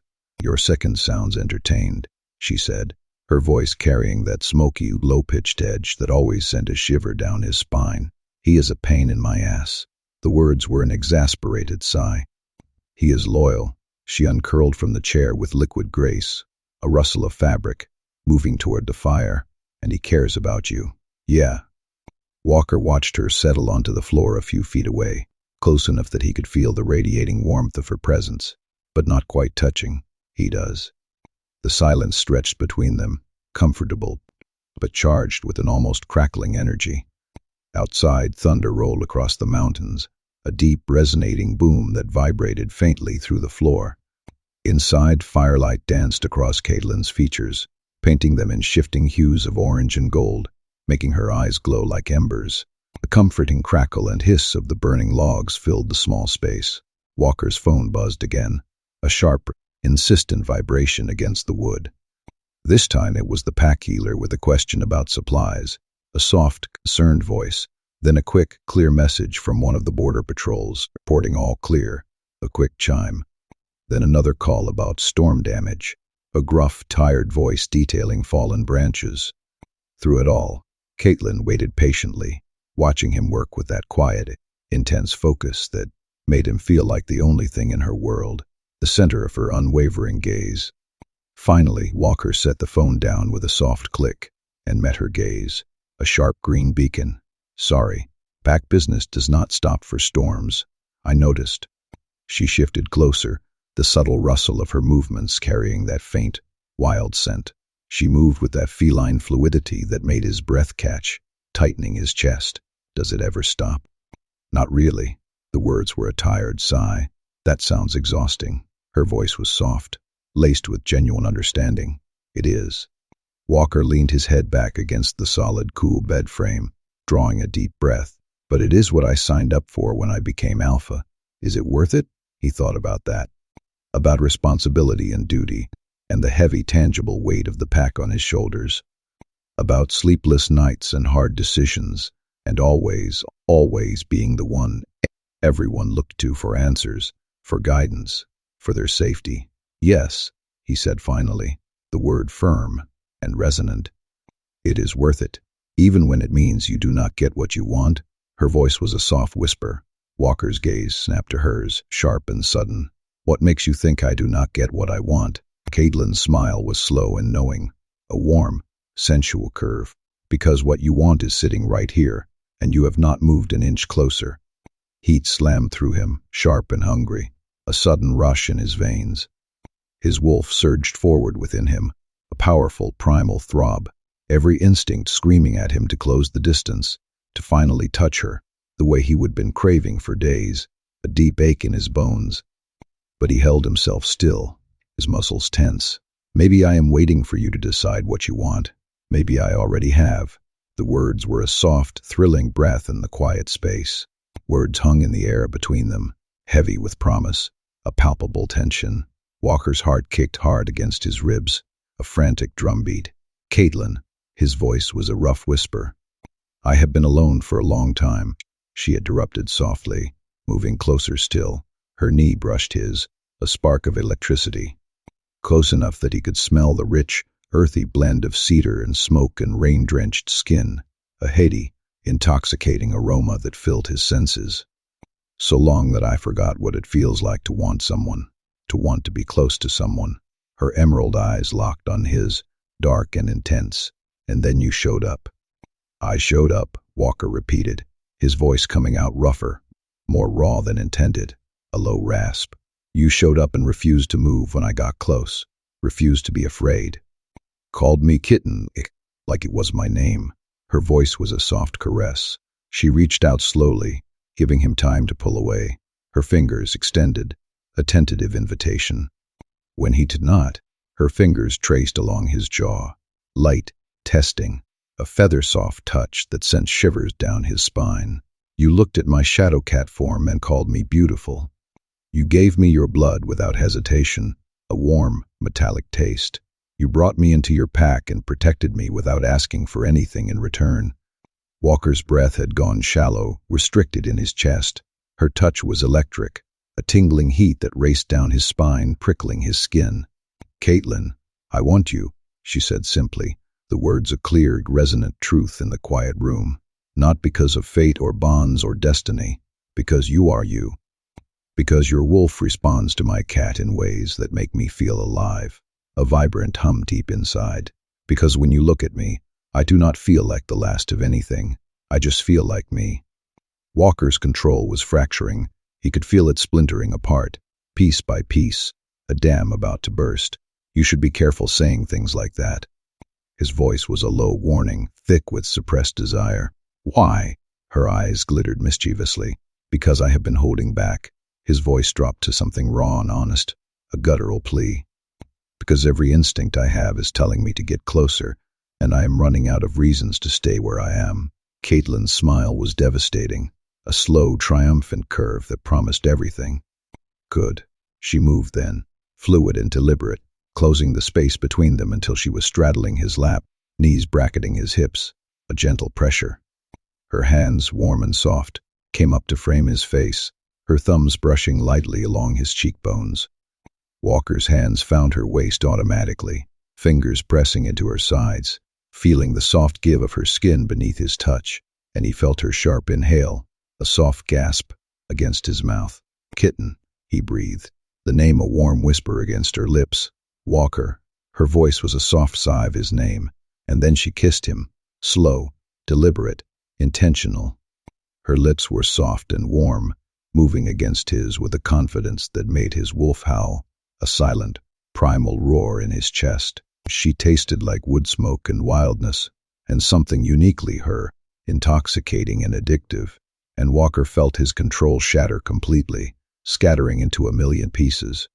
He kissed her back hard, a fierce demand, one hand sliding up to tangle in her damp hair, feeling the silken strands against his fingers, the other pulling her closer until there was no space between them, only the desperate press of their bodies. Caitlin made a sound, low and pleased, a soft hum, and deepened the kiss, her tongue sliding against his in ways that sent a searing heat straight to his core, a molten rush. This was not gentle, was not careful. This was predators finally giving in to hunger, a desperate, fierce consumption. Walker nipped at her bottom lip, a playful, possessive bite, and Caitlin purred, an actual purr that vibrated through her chest, a deep thrumming into his. The sound made him crazy, a primal urge, made him want to hear it again, louder, closer, echoing in his ears. He kissed down her jaw, feeling the soft skin to her throat, tasting the salt and warmth, feeling her pulse racing, a frantic flutter, beneath his lips. Caitlin's head fell back, a graceful arc, giving him access, her fingers digging into his shoulders, a sharp, exhilarating pressure. When he found the sensitive spot where her neck met her shoulder, she made that sound again, half purr, half moan, and rolled her hips against him, a soft, sensual grind. Walker groaned, control completely gone now, dissolved into raw need. His wolf was in control, wild and hungry and desperate to get closer, to mark her, to make her his in every way that mattered, a deep, aching imperative. Caitlin kissed him again, slower this time but no less intense, a lingering kiss that promised more. Her hands slid down his chest, fingers finding the hem of his still damp shirt, and tugging upward, a soft rasp of fabric. Walker helped her, pulling the shirt over his head, feeling the cool air against his heated skin, and tossing it aside onto the floorboards, with a soft thud. Her eyes darkened at the sight of bare skin, pupils dilating until only a thin ring of luminous green remained, wide and hungry. She traced her fingers over his shoulders, down his chest, mapping muscle and scars with cat-like curiosity, each touch a fiery brand. "Beautiful," she murmured against his mouth, her breath warm and sweet. "That is my line." His voice was a husky rumble. "We can share." She kissed him again, and this time when she moved against him, a soft, deliberate shift. Walker felt his last thread of restraint snap, irrevocably gone. He stood in one fluid motion, lifting her with him, feeling the delicious weight of her in his arms, and Caitlin wrapped her legs around his waist with a sound that was pure satisfaction, a contented sigh. Walker carried her the 3 steps to the bed, the soft creak of the floorboards beneath his feet, laying her down on the faded quilt with more care than his wolf wanted to show. But even desperate, even hungry, he wanted to do this right, every movement, deliberate. He wanted her to know this was a choice, that she could stop him at any moment, a silent understanding. Caitlin looked up at him, her hair spread across the pillow like wildfire, catching the flickering light, her chest rising and falling with quick, shallow breaths. Her eyes were wild and dark, and completely focused on him, a bright, unwavering intensity. "Do not stop," she said, reading his hesitation, her voice a soft, urgent plea. "Are you sure?" Walker's voice was a low rumble, laced with a raw edge of doubt, his gaze dark and intense, searching hers in the dim, shadowed room. "Walker." Her fingers, warm and strong, reached up, her touch firm as she cupped his jaw and pulled him down to her, the brief, electric contact sending a jolt through him. "I have never been more sure of anything." Her voice was a soft whisper, yet utterly steady, her green eyes shining with an unwavering certainty that seemed to cut through the stormy darkness outside. That was all the permission he needed. Walker kissed her again, losing himself utterly.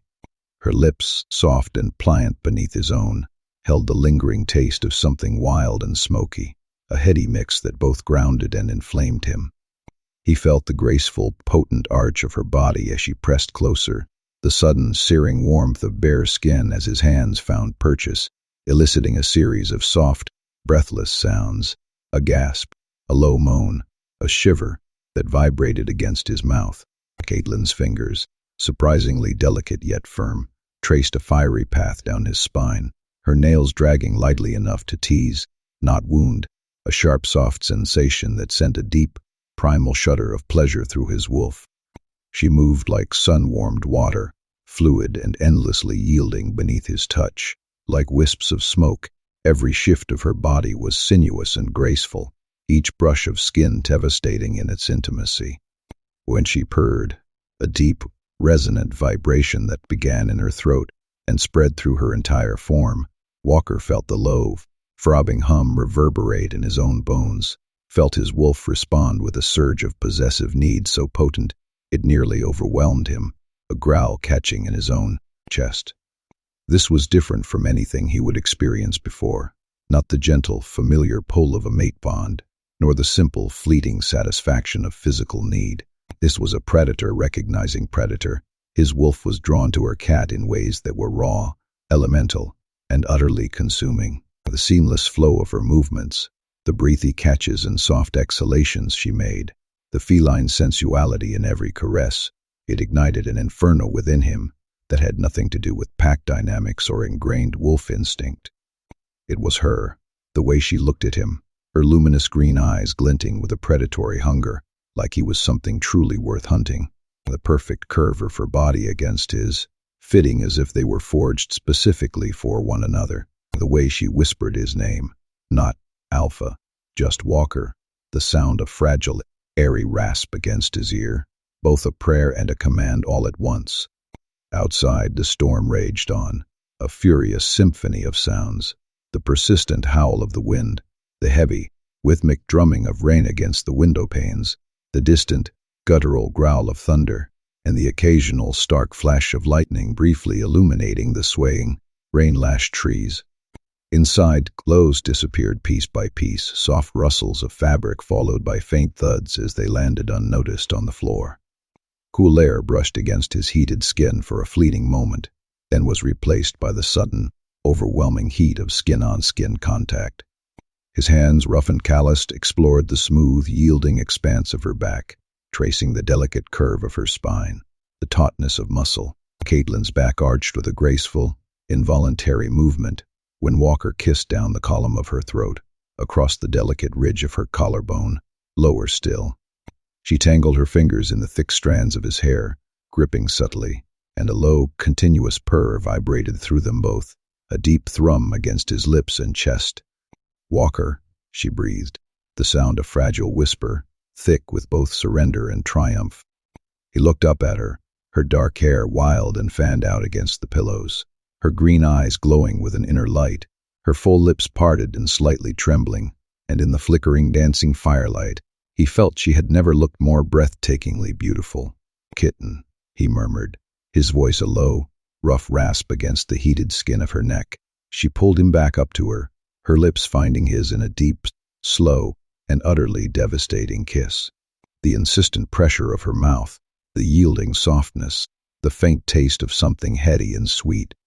Her strong, warm legs wrapped around his waist, pulling him closer, the tautness of her thighs pressing against his, and Walker felt his wolf finally, truly settle, sated and deeply content, every fiber of his being focused entirely on the woman beneath him. "Now," Caitlin whispered against his mouth, her voice raw with urgency, barely audible above the storm's fading roar, and Walker gave her everything. A cascade of shared gasps, ragged breaths, and low moans filled the air, the world narrowing to the insistent press and pull, the intoxicating heat building, and the overwhelming, exquisite rush of release. Later, much later, they lay tangled together, limbs intertwined in the soft, flickering firelight, their skins slowly cooling, their hearts gradually slowing their frantic beat. Rain still drummed against the windows, a persistent, rhythmic patter, but the storm's initial fury had gentled into something softer, a soothing lullaby. Walker had one arm wrapped securely around Caitlin, her soft back pressed warmly against his chest, the fine strands of her hair tickling his jaw, smelling faintly of smoke and her unique, intoxicating scent. She was purring, a low, continuous, impossibly soothing rumble that vibrated through his chest, settling his wolf into a deep contentment he would never experience before. "You are still purring," he murmured, his voice husky with sleep, his lips brushing softly against her temple. Caitlin shifted slightly, pressing closer, her body a comforting weight against his. "Cannot help it. I like it." His voice held a soft, rumbling chuckle. "Good." She caught his hand, her cooler fingers threading expertly through his, a comfortable warmth spreading between their joined palms. "Because I am not stopping." Walker tightened his arm around her, breathing in the earthy scent of cedar, the sharp tang of wood smoke, and the unique, musky sweetness of their mingled scents. His wolf was finally, blissfully quiet, satiated, peaceful, and utterly content in ways it had never been. This was not a mate bond settling into place. There was no mystical internal click, no overwhelming sense of completion or destiny fulfilled. This was better. This was a choice. Her choosing him choosing her. Both of them decided that this, whatever this was, this fiercely potent connection, was worth exploring. "Stay," Walker said quietly, the word muffled against her soft hair, his lips pressing a gentle kiss into her scalp. "I am right here." Her voice was a low, contented hum. "No, I mean," he paused, a slight gravel in his voice as he searched for the right words, a sudden earnestness taking hold. "Stay, in the territory, with the pack, with me." Caitlin was silent for a long moment, the steady, grounding thrum of her purr continuing unbroken. Finally, she shifted in his arms, turning until she could look at him, her luminous green eyes serious and direct, the soft light of the fire reflected in their depths. "I am still figuring out what I want," she said softly, a hint of vulnerability in her low tone. "I have been alone for so long. I am not sure I know how to be anything else. I know." His deep voice was warm with understanding, but her warm, soft hand came up to cup his jaw, her thumb brushing a feather-light stroke across his cheekbone, sending a shiver through him. "I am not ready to leave yet either." "That is enough," Walker said, and the sincerity in his deep voice resonated with absolute truth. Caitlin's smile was small, genuine, and touched with a soft warmth that melted him. The corners of her eyes crinkled subtly. "You are too patient. Only with you." His response was a low, tender murmur. She kissed him, a soft, slow, and exquisitely sweet press of lips, leaving a lingering warmth and a delicate taste of her on his mouth. As she pulled back, her eyes were warm and shining. "Thank you." "For what?" he queried softly. "For not pushing. For letting me choose." She settled back against his chest, the familiar comfort of her body fitting perfectly against his, her purr resuming its steady, deep vibration. "For making me feel like I could stay, even when I am not sure how." Walker pressed a kiss to the top of her head, inhaling the clean, faint scent of her hair, feeling something shift and settle deep in his chest, not the dramatic click of a bond. Just a quiet, profound certainty. Whatever happened next, whatever she decided, he would already made his choice. Outside, the storm finally began to break, the heavy rain softening to a gentle, rhythmic patter against the roof. Inside, we were wrapped intimately around each other in the soft, dying glow of the firelight. Walker and Caitlin drifted toward sleep, content and safe, their breaths slowly evening out, exactly where they were meant to be. And for now it was enough. 3 days of peace. The air smelled sharp and clean, pine needles crunching crisply underfoot with every step. The light filtering through the dense canopy was soft, cool green. 3 days where Walker and Caitlin moved through packed territory like they would always belong together, where she would shift into her sleek Shadowcat form and disappear into the trees, a blur of silent obsidian fur, only to reappear at his side with that pleased chuff, a low, deep vibrating rumble felt in the center of his chest that meant she would successfully stalk him, where he would pull her close in the flickering copper warmth of the firelight and listen to her purr, a deep, resonant thrum that settled the nervous, high tension coiled in his own muscles, filling his senses with the rich, musky scent of her fur mixed with sweet wood smoke, until his wolf settled into a contentment he would never known existed. 3 perfect days, and then the robes came. Walker was in his office, the scent of stale paper and lukewarm coffee thick in the air, when Garrett burst through the door. The sound of the frame slamming against the wall was a jarring, painful crack. Garrett's face was grim, etched with sweat and dirt. "We have got a problem." Walker was on his feet immediately, his chair scraping harshly on the polished floor. Adrenaline spiked like a sudden icy shot in his veins, making the coarse wool of his jacket feel suddenly constricting. "What kind?" "Robes. 10, maybe 12 of them. Crossed the eastern boundary about an hour ago." Garrett's jaw was tight, his breath coming in shallow rasps. "They are not just passing through, boss. They are hunting something."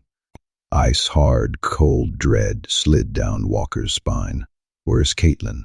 "Lodge. I sent Miller to."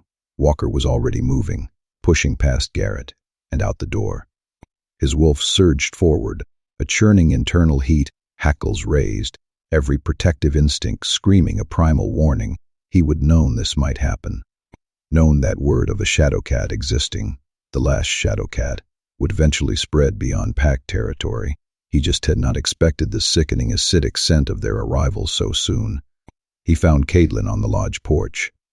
The cool morning air now held a sickly, sour smell, not just sweat and unwashed wolf, but the metallic, cutting odor of desperate hunger bleeding in from the east.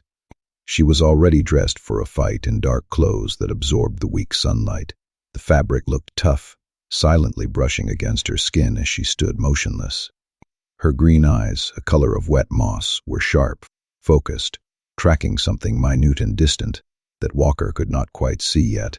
"You heard," he said, his voice rough. "I smelled them." Her voice was calm, almost eerily so, lacking all tremor.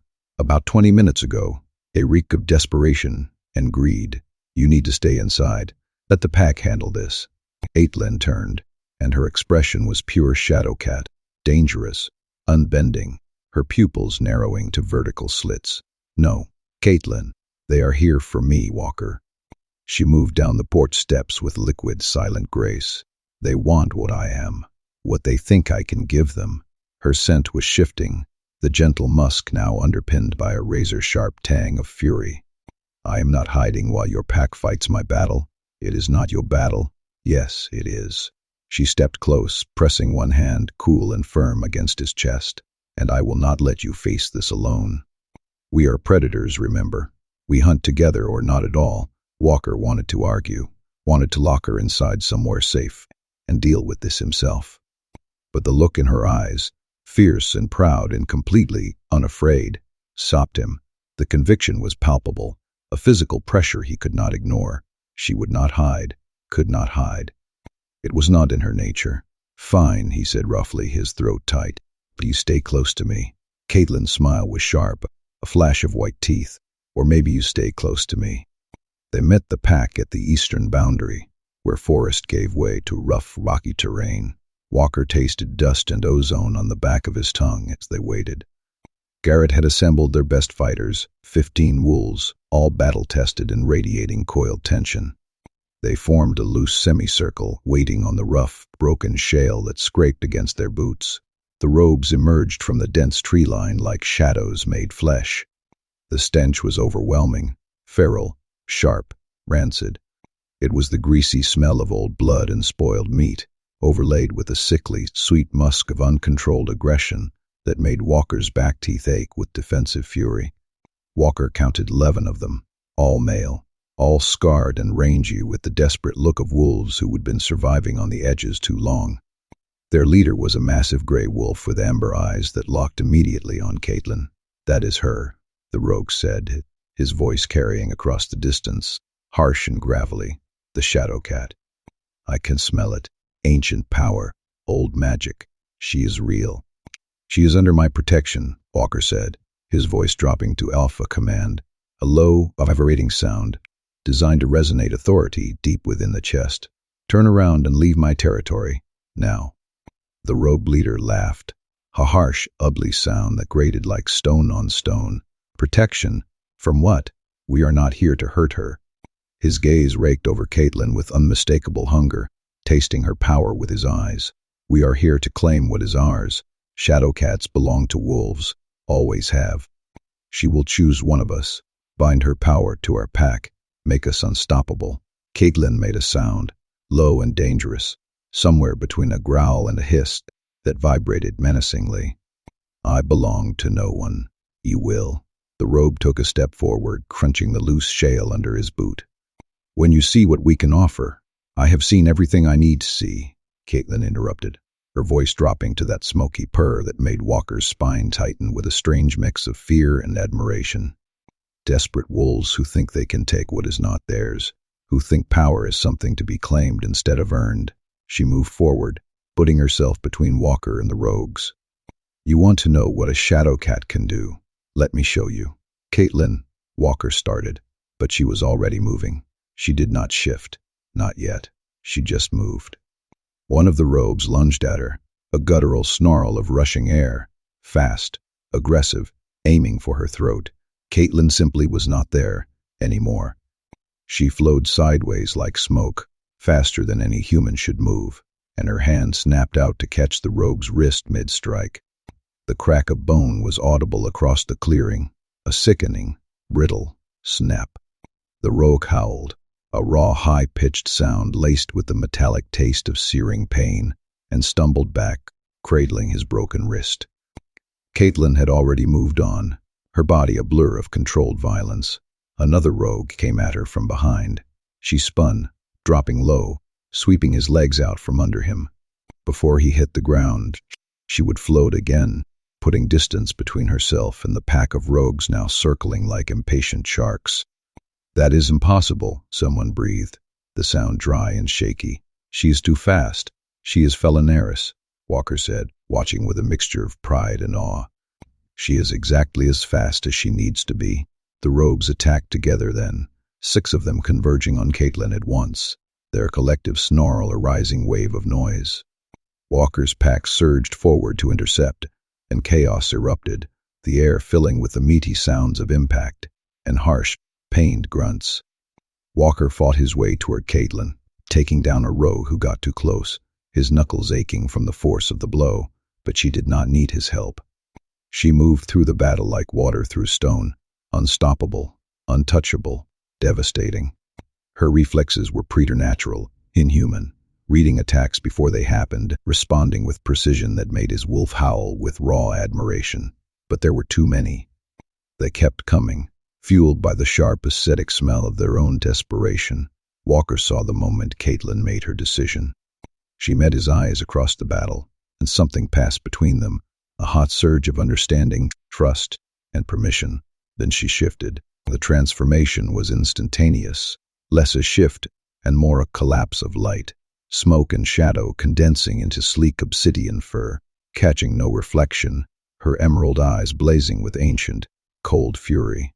The Shadowcat stood where Caitlin had been, vastly muscled and silent, easily the size of a full-grown wolf, but built for precision, built for ambush, for death. She moved, not toward the rogues, up. She launched herself at the nearest tree and flowed up the trunk like liquid shadow, disappearing into the dense, dark canopy so fast, Walker barely tracked the motion. The rogues froze, searching the branches, their collective odor of aggression laced now with a bitter scent of panic. Where would she, the Shadowcat, dropped from the dark, leaf-clotted canopy? Silent, devastating, beautiful. She landed on the closest rogue's back, a crushing force of weight, jaws clamping around the back of his neck, right between the ears where the skull met the spine. Walker heard the wet, precise crunch of bone, saw the rogue go instantly limp. The Shadowcat released him and was already moving, flowing back up another tree before the body hit the ground with a sickening, heavy thud. "Find her." The rogue leader screamed, his voice strained and cracking. "She cannot." Another rogue went down. This one did not even scream, just collapsed as the Shadowcat's jaws found their mark with surgical precision. She was hunting them like prey, like she had been born for this, using the rustling, shadowed trees as her territory, and the rogue's mounting panic as her weapon. Walker fought his way through 2 rogues trying to flank him, taking them both down with brutal efficiency. When he looked up, he saw her, a shadow gliding through branches 50 feet up, completely silent, emerald eyes tracking her next target in the gloom. She was magnificent, terrifying and beautiful and utterly deadly. A rogue spotted her and shifted, his wolf form launching up the tree trunk to chase her, a desperate, clawing scramble against the rough bark. The Shadowcat simply dropped to a lower branch, twisted midair, and caught the wolf by the throat as he passed in a blur of gray fur. They fell together, 20 feet, 30, the sickening rush of wind, deafening, hitting the ground with a bone-jarring impact that vibrated through the earth beneath Walker's feet, leaving the harsh, coppery smell of freshly spilled blood hanging in the still air. The wolf did not get up. The Shadowcat did, shaking herself once before flowing back into the trees. "Boss," Garrett's voice cut through the chaos. "Left flank." Walker turned to see 3 rogues converging on his beta. Garrett was holding his own, but he was injured, blood streaming from a gash on his shoulder, movements slower than they should be. The rogues sensed weakness and pressed harder. Walker tried to reach him, but 2 more rogues blocked his path. High above, the Shadowcat saw. She moved, flowing through branches like wind, faster than thought, positioning herself directly above where Garrett was fighting for his life. One of the rogues had him pinned, jaws going for his throat. The Shadowcat dropped, 40 feet straight down, body a black missile of fur and fury and precise violence. She hit the rogue at full speed, driving him off Garrett with devastating force. Her jaws clamped around the back of his neck, that signature killing bite, and the rogue went still. The other two rogues attacking Garrett scrambled back, suddenly realizing what they were facing. Too late. The Shadowcat was already moving. She pounced on the second rogue, her claws raking across his face before her jaws found his throat. He fell, choking on his own blood. The third rogue tried to run, got maybe 3 steps before the Shadowcat brought him down from behind, weight and momentum and at brutal efficiency. Garrett stared up at her, breathing hard, eyes wide with shock and awe. The Shadowcat made a soft chuffing sound. "You are safe," then turned to face the remaining rogues. There were only 4 left standing. The rest lay scattered across the clearing, victims of wolf-pack fury and Shadowcat precision. The rogue leader looked at his decimated pack, then at the massive black cat standing over Garrett, with emerald eyes glowing like hellfire. Whatever courage or greed had driven him here evaporated. "Retreat," he snarled. Now, the surviving rogues did not need to be told twice. They turned and ran, disappearing into the forest with their tails between their legs. Walker let them go. His pack was injured, exhausted, and they would made their point. Besides, he doubted those rogues would ever be stupid enough to come back. The Shadowcat watched them flee, emerald eyes tracking until the last rogue disappeared into the trees. Then she turned back to the clearing, taking in the scene with predator focus. Wolves lay scattered across the ground, some sitting up, some still down, all bleeding and battered. Garrett was trying to stand, favoring his injured shoulder. Miller had a gash across his ribs. Young Thomas was cradling a twisted ankle. Others bore claw marks, bite wounds, and bruises that would turn spectacular colors by morning. Her pack, injured, hurting. The Shadowcat moved to the center of the clearing and sat back on her haunches. The silver pendant gleamed at her throat, catching moonlight. She looked at Walker, and he saw the question in those emerald eyes. "Yes," he said, understanding immediately. "Please." The Shadowcat began to purr. It started low, subsonic, barely audible. Then it grew, deepening and resonating until the sound vibrated through the air itself, through the ground, through bone and blood and tissue. The purr was not just a sound, it was a presence, ancient and powerful and utterly mesmerizing. Green smoke began to pour from her fur. It flowed like water, like silk, shimmering in the moonlight as it drifted across the clearing. The smoke moved with purpose, seeking out injuries, wrapping around wounds, seeping into damaged flesh. Walker watched in awe as it reached Garrett first. The smoke coiled around his injured shoulder, luminescent and beautiful, and Garrett's expression shifted from pain to wonder. The bleeding stopped. The torn muscle knitted back together. Within seconds, Garrett rolled his shoulder experimentally. Whole, healed, perfect, holy, Garrett breathed, staring at the Shadowcat. "That is incredible." The green smoke continued spreading, touching every injured wolf. Miller's gash sealed itself closed. Thomas's ankle straightened with an audible pop. Claw marks faded to pink skin, then to nothing. Bruises dissolved like mist. The Shadowcat purred louder, the vibration rolling through the clearing like thunder. More smoke poured from her obsidian fur, endless, inexhaustible, reaching every pack member who'd fought to protect her. Walker felt it himself. Scratches he would barely noticed began to heal. The ache in his ribs from a rogue's kick faded to nothing. Exhaustion lifted, replaced by warmth and energy, and a bone-deep sense of rightness. Around the clearing, wolves were sitting up, testing limbs that had been broken minutes ago, touching faces that had been bleeding, standing on legs that should have been too injured to bear weight. All of them stared at the Shadowcat with something like worship. The healing smoke finally began to thin, dissipating into the night air like morning fog. The Shadowcat's purr softened, gradually fading to silence. She looked around the clearing one more time, those emerald eyes checking each pack member, making sure they were whole. Then she stood and padded directly to Garrett. The beta froze as the massive black cat approached. She stopped in front of him, sitting back on her haunches, and looked up at him with those glowing eyes. Then she leaned forward and rubbed her head against his leg, a gesture of affection, of claiming, of acceptance. Garrett's hand came up slowly, trembling slightly, and sank into her fur. "Thank you," he whispered, voice rough with emotion. "Thank you, Caitlin." The Shadowcat chuffed softly. "You are welcome," then moved to the next wolf, and the next. One by one, she approached each pack member who would fought, rubbing against their legs or touching her nose to their hands, marking them, claiming them as hers.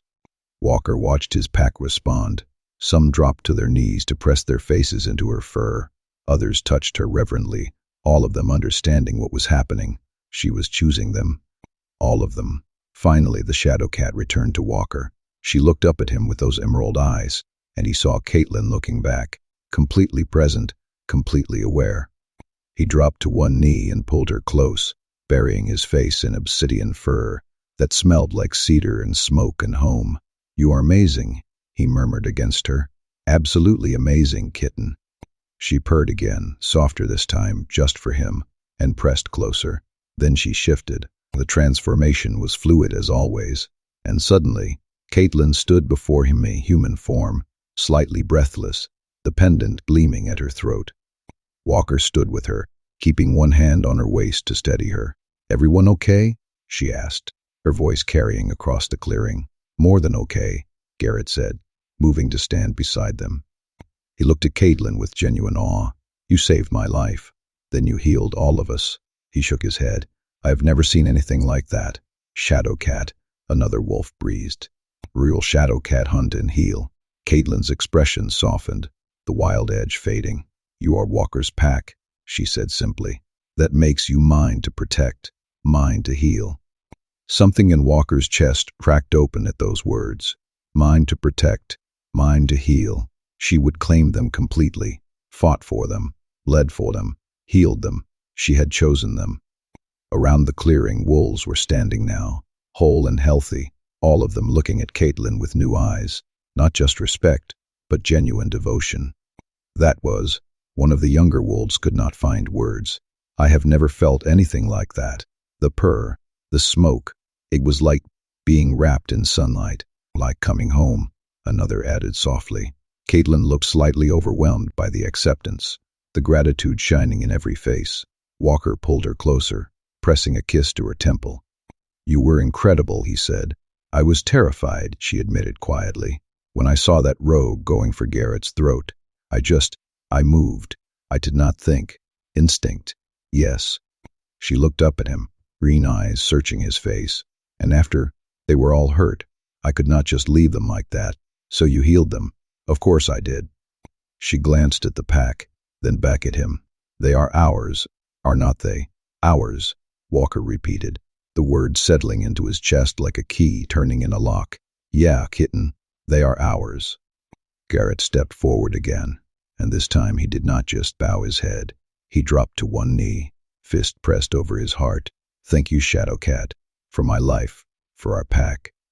One by one, the other wolves followed, all of them kneeling, showing respect and gratitude and acceptance. Kitten stood there, taking it in, tears gathering in her eyes. "You do not have to."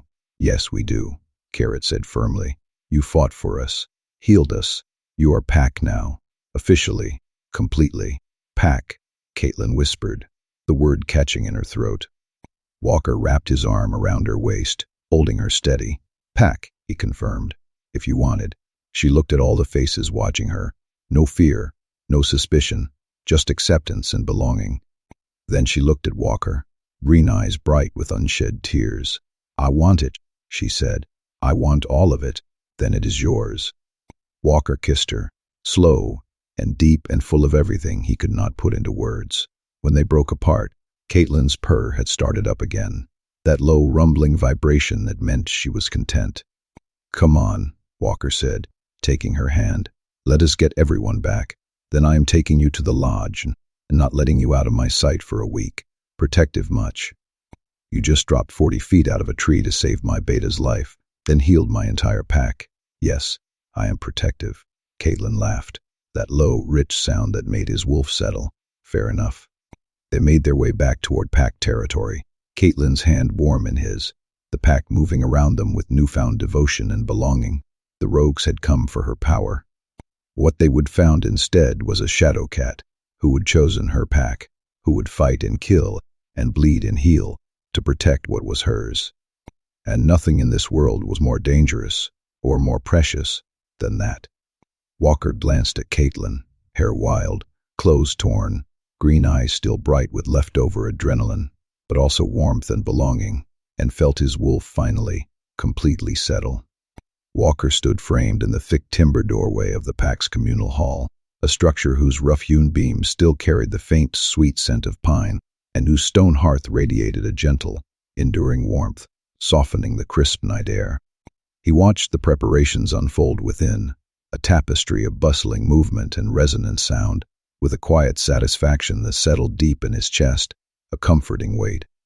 After the brutal, scarring rogue attack, after Caitlin had fought with raw, furious grace, leading and healing, and then claiming his pack as hers with silent strength, Garrett had suggested this gathering. "She needs to feel what pack really means," his beta had said, his voice still roughened by recent pain, but infused with earnest conviction. Not just the fighting, the living, the laughter, the quiet hum of belonging. So they would plan this, a proper pack dinner. Every wolf invited, from the youngest pup, their small hands sticky with anticipation, to the most grizzled elder, their eyes crinkling with warmth. No hierarchy, no stiff formality. Just family sharing a meal, the way it had always been, the way it should always be.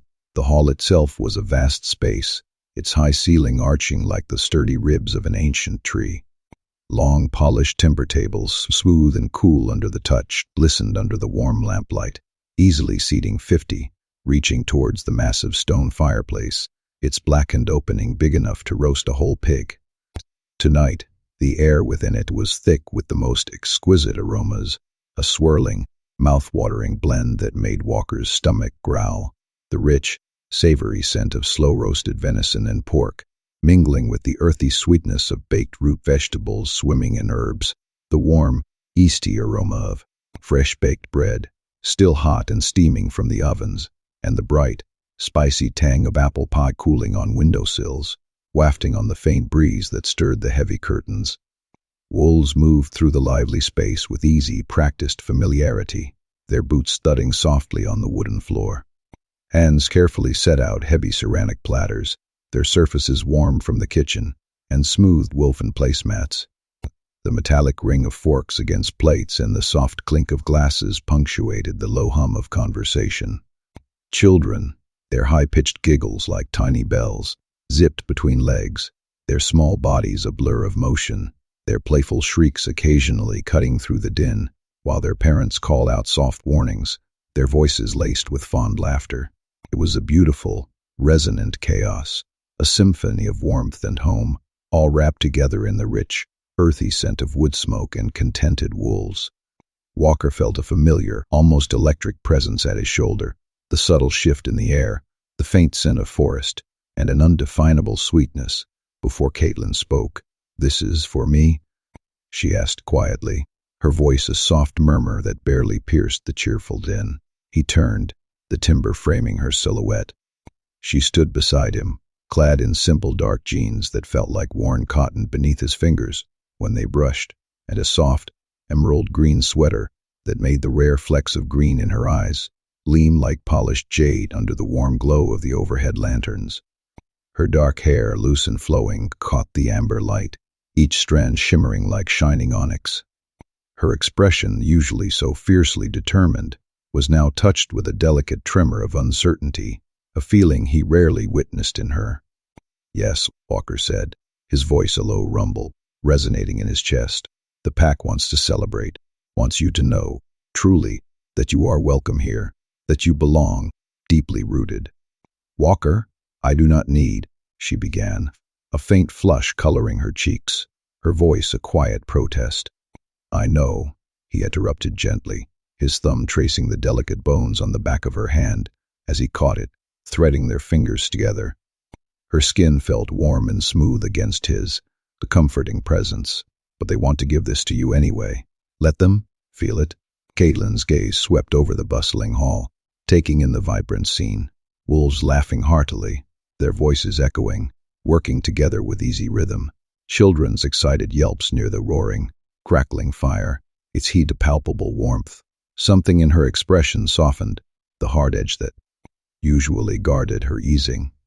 "Okay," she breathed, her grip on his hand tightening almost imperceptibly, a silent acceptance. "Good."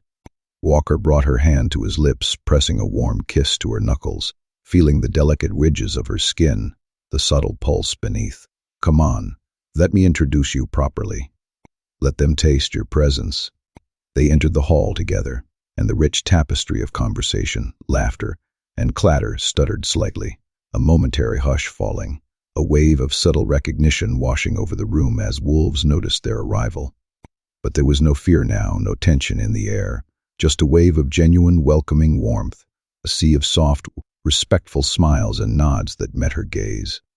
Garrett was the first to approach, a faint, telltale stiffness in his gait, a slight limp that pulled at his right leg, despite Caitlin's powerful healing. Some injuries, Walker knew, carved deeper than others, taking longer to mend. Yet, Zebeda was moving with far more ease than he had any right to, forever nearly dying, his scent still carrying a faint tang of healing herbs. "Caitlin," Garrett greeted, his voice raw with genuine warmth, a sincerity that vibrated with deep gratitude. "Welcome, officially, this time, without robes trying to rip us apart." Caitlin's laugh was a soft, melodious sound, real and unrestrained, a rare pleasure to his ears, like wind chimes. "I much prefer it this way," she agreed, a small smile gracing her lips. "So do I." Garrett gestured to the woman beside him, petite, with dark, curling hair that framed a kind, open face. A faint dusting of flour clung to her hands, a testament to her hours in the kitchen, and her scent was a comforting blend of yeast and cinnamon. "This is my mate, Sarah. She has been cooking since dawn, her hands needing magic. All of us have been cooking all day," Sarah corrected, her voice light and cheerful, but her eyes twinkled with a fond smile. She looked at Caitlin with open curiosity, her gaze warm and inviting. "It is good to finally meet you properly. Garrett has not stopped talking about what you did," his voice full of wonder and gratitude. Caitlin started, a faint blush creeping up her neck, a hint of discomfort. "You saved his life," Sarah interrupted gently, her voice firm but kind, a soft but undeniable force, "and healed him, tracing away the edge of death. That is not just anything." She reached out, her flour-dusted hand soft and warm as she squeezed Caitlin's. "Thank you, really." Caitlin looked momentarily overwhelmed, her eyes wide with a mixture of surprise and a touch of vulnerability. Then she squeezed back, her grip firm, a silent acknowledgement of the heartfelt gratitude. "You are welcome," she murmured, her voice a little softer than before. More pack members approached, a steady stream of faces. Their voices, a chorus of welcomes, filled the air, a comforting blend of tones. Wolves introduced themselves, their eyes shining with respect and curiosity, their hands often reaching out in a gesture of thanks or welcome, their touches warm and brief. Walker watched Caitlin handle each interaction with that natural grace she possessed, her posture relaxed, her eyes attentive and keen. She listened intently, her head cocked slightly, asking questions in her quiet voice, her low tones carrying a soothing resonance, treating everyone with equal respect, regardless of their standing or strength. Miller, one of their senior enforcers, a man whose presence usually commanded a stern silence, approached with his teenage daughter, Emma, clinging to his side, her scent a mix of youthful energy and a faint sweet berry. "This is Emma," he said, his voice softening slightly when he looked at his daughter. "She wanted to meet the Shadowcat, badly." Emma's eyes, wide and sparkling with unbridled admiration, fixed on Caitlin. "Is it true?" she asked, her voice a breathless whisper, barely audible above the hum. "You can climb trees faster than wolves can run." Caitlin smiled, a genuine, radiant curve of her lips that transformed her face, making her eyes crinkle at the corners. She crouched down, her knee joints flexing smoothly, bringing her down to the girl's eye level, her movements fluid and silent. "Faster than most things can run, actually," she said, her voice dropping to an intimate, conspiratorial tone, rich and low. "It is one of my favorite parts about being Felinaris. The wind in your fur, the world rushing past in a green blur, the rough bark under your claws. Can you show me sometime?" Emma pleaded, her small fingers nervously twisting the hem of her shirt, her voice a hopeful squeak. Miller started, his voice a low rumble of caution. But Caitlin held up a hand, a gentle curve of pale skin. Pausing him, "I would be happy to," she said, her eyes twinkling. "If your father says it is okay, and if you are not afraid of heights," the dizzying rush of it. Emma looked up at Miller, her eyes wide and pleading, a silent plea that seemed to melt the stern lines of the enforcer's face. His gruff expression cracked into a full smile. "We will see," he conceded, a soft chuckle rumbling in his chest. "Thank you." Emma bounced on the balls of her feet, a burst of pure joy. Then, with an unexpected surge of youthful energy, she suddenly stepped forward and wrapped her arms tightly around Caitlin's waist, burying her face in the soft green sweater. Walker saw surprise flash across Caitlin's face, a momentary widening of her eyes, then something profoundly softer, a tender expression he rarely witnessed. She hugged the girl back, careful and gentle, her arms a warm, comforting embrace. When Emma finally pulled away, her face alight, Caitlin's eyes were bright, almost glistening. Sadiba want radiated from her. "Dinner," someone called out, a booming voice that cut through the joyful din, vibrating through the hall, and the pack began to ripple, a hungry tide moving toward the long, laden tables. Walker guided Caitlin to a seat near the middle of one of the longest tables, not at the head, where an alpha traditionally sat, a seat of power, but deliberately among the pack, immersed in their warmth, the press of bodies close. Garrett sat across from them, his presence solid, his scent of forest and leather comforting. Sarah sat beside him, her soft scent of honey and flower a comforting anchor, and other wolves filled in around them with easy familiarity, their shoulders brushing, their laughter weaving together, a soft chorus. The food came out in a glorious, fragrant wave, great platters piled high with glistening roasted venison, still steaming, its rich aroma filling the air, and succulent pork, its skin crisp under the carving knife. The bowls overflowed with roasted root vegetables, swimming in melted butter and fragrant herbs, their earthy sweetness a perfect counterpoint. Fresh bread, still warm and yeasty, its crust golden and faintly crackling, was passed hand to hand. Salads burst with the vibrant colors of late-season greens, tossed with a light vinaigrette. Someone had made a tart, sweet cranberry sauce, its ruby-red sheen catching the light, its taste bright on the tongue. Another had brought golden honey from their own hives, thick and shimmering, tasting of wild clover. It was abundance, a feast for the senses, and warmth and community, all spread across the rough-hewn wooden tables, a testament to shared effort and love. Walker filled Caitlin's plate first, the warm ceramic heavy in his hands, then his own, his eyes on her. He watched her take her first bite of venison, perfectly roasted, the rich juices clinging. Her eyes closed in pure pleasure, the rich flavors blooming on her tongue, the savory warmth enveloping her, and she made a soft, subtle sound, a deep, contented hum that made his own wolf perk up with keen interest, a thrilling echo in his blood. "Good?" he asked, his voice low, his gaze fixed on her, savoring her reaction. "Incredible," she breathed, her eyes still closed for a moment longer, savoring the taste, the texture, the lingering warmth. She looked around the table, her gaze lingering on each wolf, a question in her eyes. "Did you all make this?" "Pack effort," Sarah confirmed, her voice soft, a gentle affirmation. "Everyone contributes. That is how we do things here.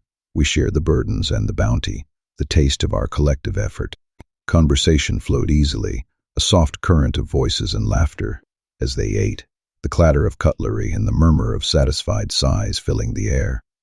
Garrett, his eyes alight with memory, told stories about pack history, his voice a warm, resonant baritone, making Caitlin laugh with tales of Walker's early, stumbling days as alpha, painting a vivid picture of a younger, less burdened leader. Sarah, her voice gentle, asked Caitlin about Shadowcat's abilities with genuine curiosity, her questions thoughtful and intrigued. Others chimed in with their own questions, comments, and good-natured jokes, the sound of easy camaraderie washing over the table, a comforting wave. And through it all, Caitlin moved through the gathering like she had been born to it, a natural, flowing presence, her quiet confidence radiating, her scent mingling subtly with the comforting pack aromas. After dinner, the wolves began clearing plates, their hands scraping away remnants and bringing out desserts, warm berry crumbles, their sweet, tart scent mingling with the lingering savory aromas, and more apple pies, their cinnamony perfume a delightful cloud. Caitlin stood and began to gently move through the hall. Walker watched, his gaze tracking her every movement, a possessive warmth in his chest. He saw her stop at different tables, her head bent in conversation, her voice a soft murmur, crouching down to talk with children, their small hands reaching for hers, listening intently to elders tell long winding stories, her eyes reflecting their ancient wisdom. She offered quiet, sincere thanks to those who would cooked, her voice a warm balm. She found the Pax Omega, Marcus, a gentle wolf with kind, tired eyes, who kept their archives and settled small disputes with a quiet, thoughtful patience. She spent 10 minutes in quiet conversation with him, her voice low and empathetic, asking about pack records and history, genuinely interested in the delicate tracing of their past. Marcus looked utterly delighted, his face softening with pleasure, to have someone genuinely, deeply interested in his meticulous work, his voice gaining a rare vibrancy. She stopped by the enforcer's table. Miller and his crew were arm wrestling, their muscles straining and bulging under their shirts, their grunts of effort interspersed with boisterous shouts and good-natured insults that echoed through the hall, a roar of friendly competition. They invited her to try, their voices a playful challenge, and Caitlin, with a mischievous glint in her eye, surprised them all by nearly winning, her slender arm holding steady against their strongest fighter, her grip surprisingly iron-strong. The table erupted in good-natured laughter and demands for a rematch, the sound vibrant and joyful. She knelt beside a young mother, her voice a soft coo, listening to the gentle gurgle of the infant nursing at her breast, its tiny cries a delicate sound. She asked gentle questions and complimented the baby, her voice filled with such honest warmth that the mother's eyes grew misty with gratitude, a silent tear tracing a path down her cheek. Every interaction was the same, genuine, interested, her touch subtle but impactful, treating everyone as equals, regardless of their rank or their specific role within the intricate web of the pack. And every time she passed Walker, she did the same thing, a subtle, deliberate dance just for him, a private language of touch and sound. Her hand would brush his arm, light, deliberate, a mere whisper of contact, the soft warmth of her skin ghosting across his, sending a shiver through him. And she would make that sound, a soft purr, barely audible, a deep, throaty rumble that vibrated just for him, meant only for his ears, for his wolf, the sound of pure, unadulterated contentment. It was driving him insane, a slow, exhilarating burn under his skin, a delicious torment. The first time it happened, Walker had been talking with some of the younger, eager wolves about border patrol schedules, their voices earnest, their energy palpable. Caitlin drifted past him, her fingers trailing across his forearm for maybe 2 seconds, a fleeting, tender caress, her touch like static electricity. That low purr, a raw, sensual rumble, rumbled just loud enough for his wolf to hear, a primal sound that coiled in his gut, tightening his muscles. Every nerve in his body lit up a sudden electric jolt, and his senses sharpened, honed on her. Second time, he was helping clear dishes, the warm ceramic plates stacked high, their surfaces still slick with the remnants of the meal. Her hand found the small of his back, pressing gently, a soft, deliberate warmth against his spine as she moved past him. And the purr was there again, intimate and private, and absolutely devastating, a sound that promised so much, a whisper of heat in his ear. His wolf wanted to chase her, its instincts roaring to life, wanted to pull her close, feel that purr vibrate through his chest, deep in his bones, hear it up close against his ear, taste her. Wanted to take her somewhere private, somewhere quiet, where the scent of her would be overwhelming and wonderful. And, "You okay, boss?" Garrett asked, his voice laced with amusement, a knowing smirk tugging at the corner of his lips. "You look a little tense, a little flushed." "I am fine," Walker said, his voice perhaps a little too gruff, his gaze fixed on Caitlin, who was now laughing. her head thrown back, a bright, unrestrained sound, with a group of children near the crackling fireplace, the flames dancing in her eyes, throwing shifting shadows on her face. Right, Garrett's grin was wide, stretching from ear to ear, his eyes sparkling with knowing amusement. You are definitely fine. The third time Caitlin touched him, her palm sliding across his shoulder as she passed behind his chair, Walker nearly lost it. The purr was longer this time, deliberate, and when he turned to look at her, she was already moving away with a slight smile playing at her lips. She knew exactly what she was doing to him. Garrett leaned in, voice low. You know she is doing that on purpose, right? I know. And you are just going to sit here? Yes, Walker said firmly, because this is her night, her pack. I am not going to drag her away just because she is driving you crazy. Yes. Garrett's laugh was warm. You have got it bad, boss. Tell me something I do not know. As the evening wore on, someone brought out instruments, a fiddle, a guitar, a drum. Music filled the hall, and wolves began to dance. Nothing formal, just joyful movement and laughter. Walker watched Caitlin get pulled into a circle of dancing children.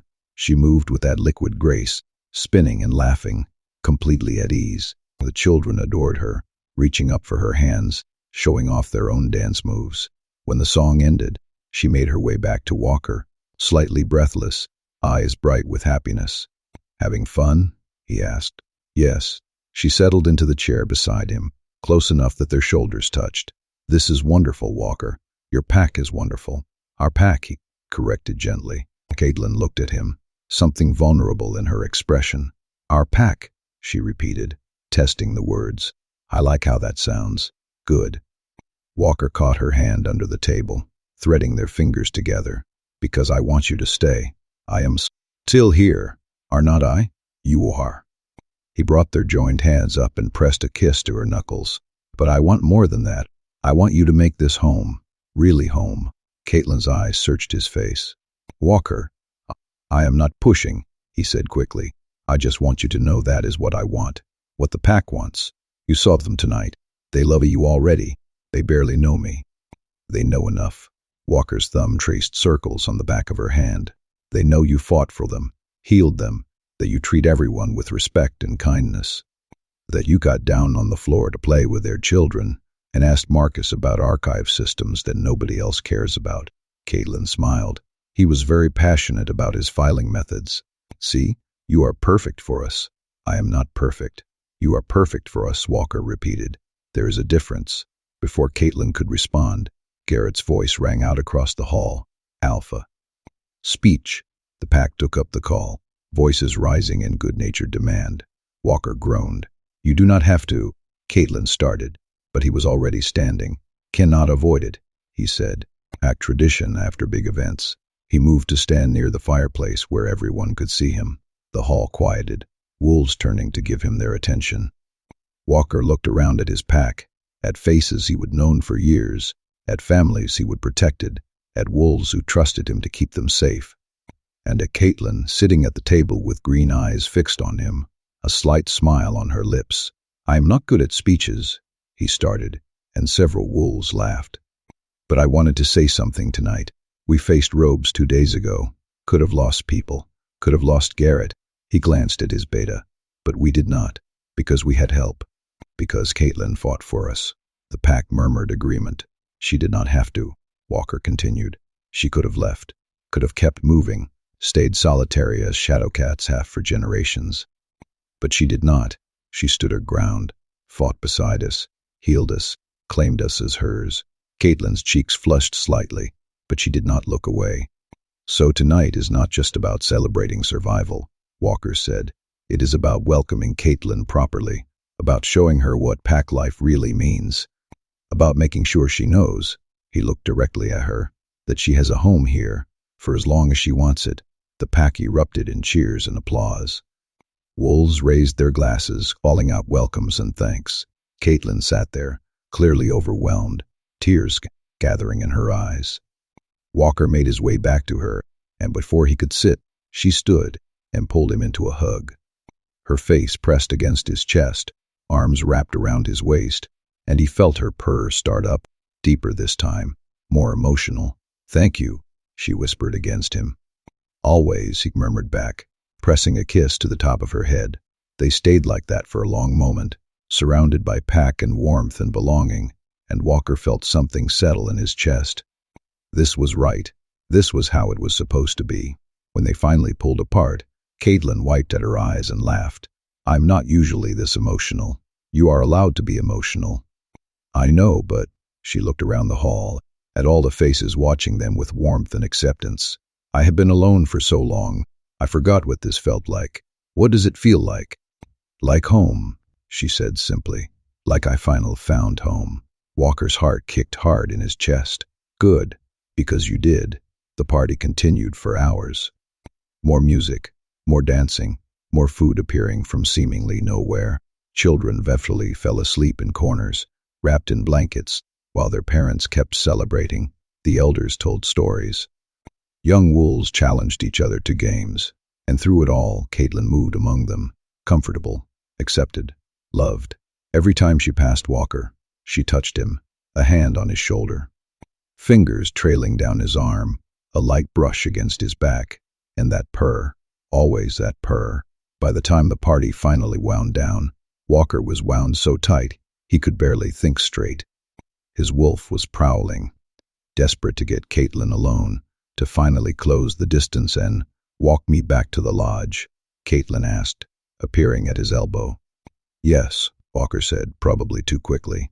They said their good nights to the pack, receiving hugs and well wishes and invitations to tomorrow's activities.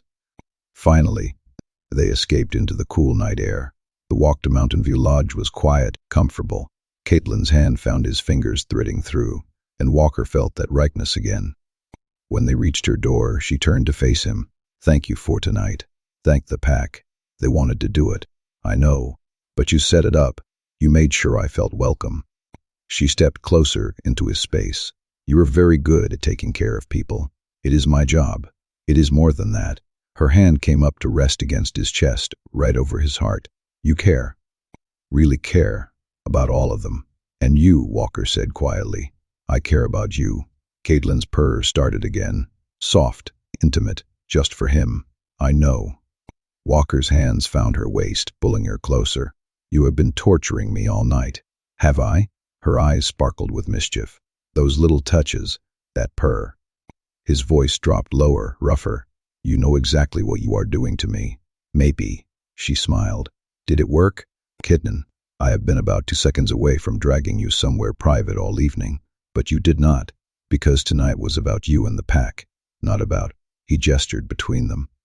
This, she repeated, stepping even closer until their bodies were pressed together.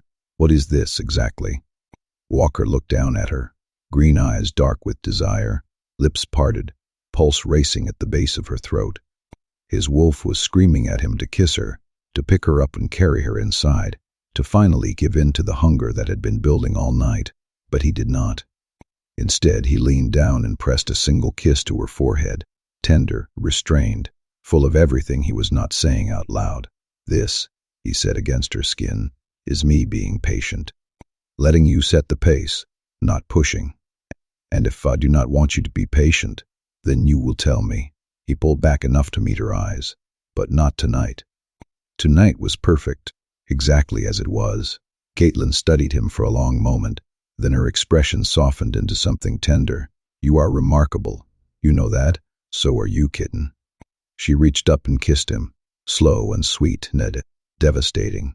When she pulled back, her purr was loud enough that he felt it vibrate through his entire body.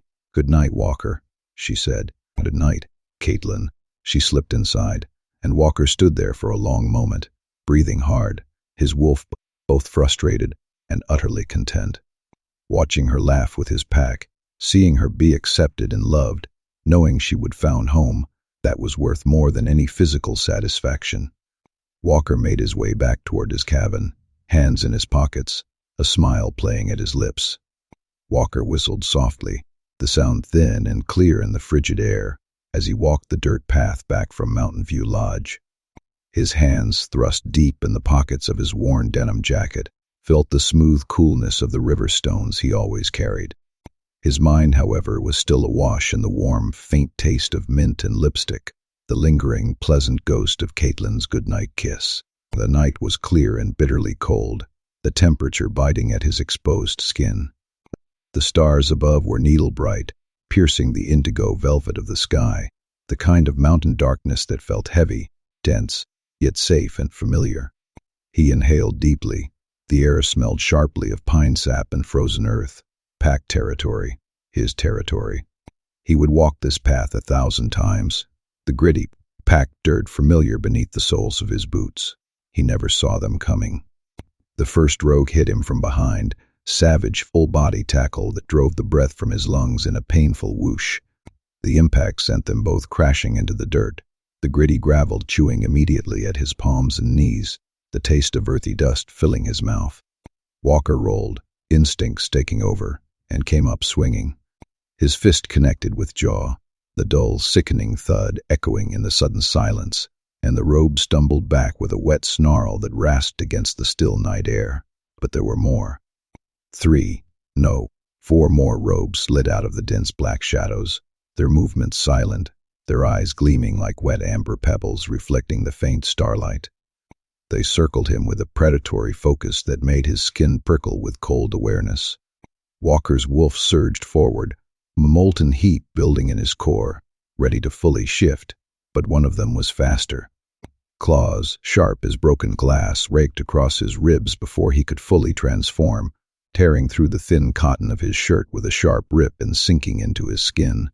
Walker roared, the sound raw and desperate. The pain was scorching, white-hot, blinding, smelling instantly of hot copper. He grabbed the attacker by the throat, the rough texture of fur against his palm.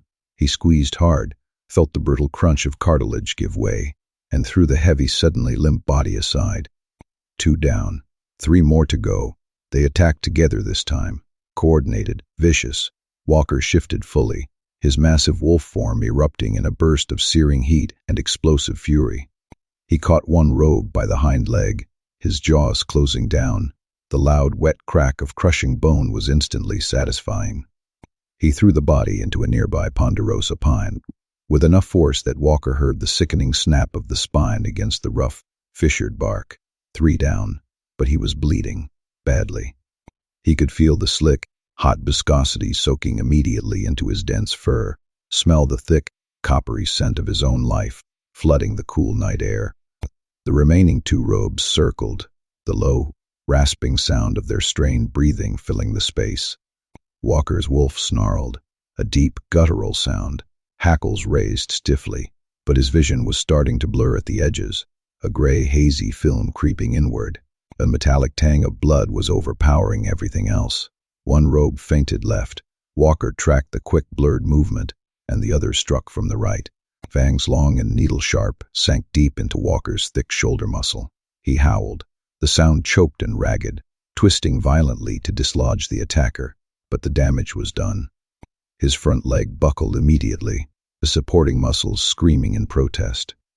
He went down hard, the impact jarring his injured ribs, trying to scramble back up, but his limbs were heavy, unresponsive. The rogues sensed victory. They moved in for the kill, their breath hot and fetid in his face. Walker fought anyway, snapping jaws, paring claws, refusing to go down easy. He caught one rogue across the cheek, felt cold satisfaction when the wolf yelped, a high-pitched cry of pain, and retreated. But there were still 2 of them, and Walker was fading fast. His pack bond was there, distant, muted, a faint warmth quickly cooling. He tried to send out a distress call, a desperate mental shout, but the connection felt fuzzy, unclear. Like shouting underwater in a heavy, muffled silence. One rogue lunged for his throat. Walker barely deflected, taking the bite on his neck instead of his jugular, but the sharp, deep pain still rushed like an electric current through his body.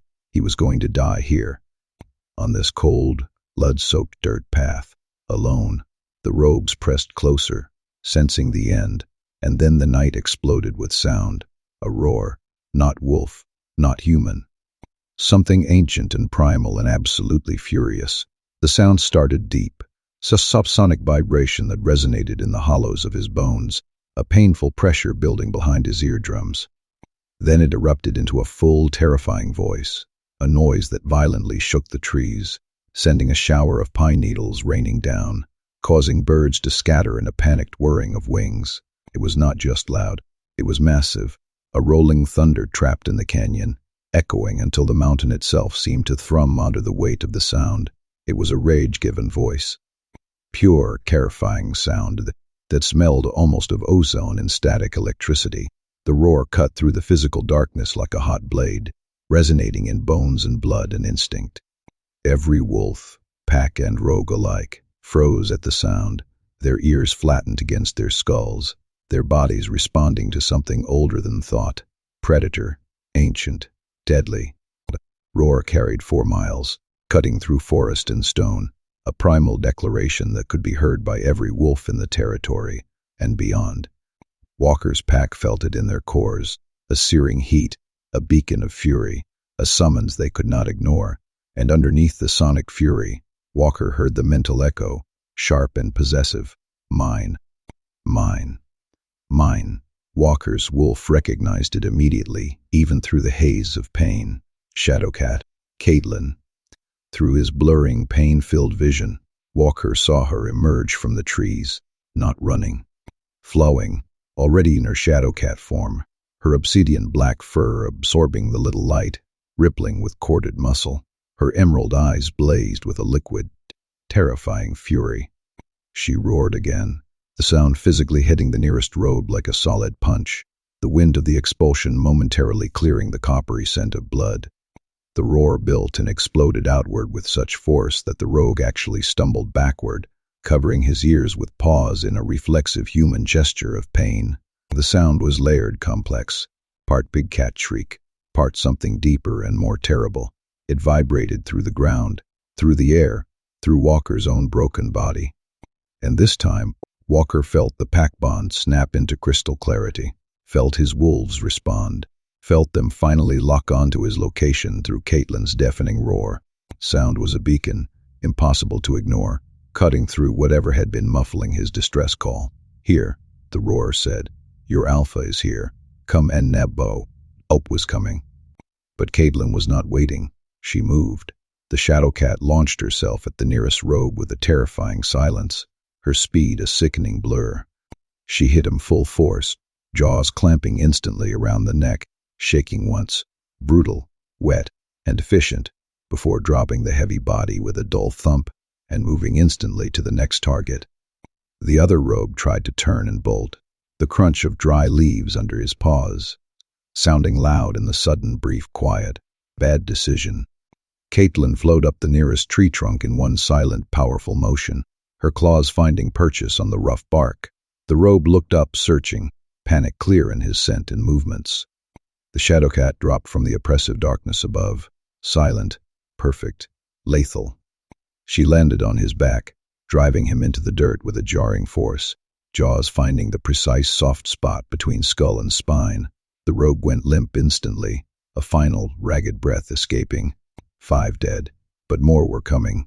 Walker heard them before he saw them, more robes merging into the bloody clearing. 6, 7, 8 more drifted from the tree line. The cool air immediately thickened with the smell of musk, adrenaline, and impending violence.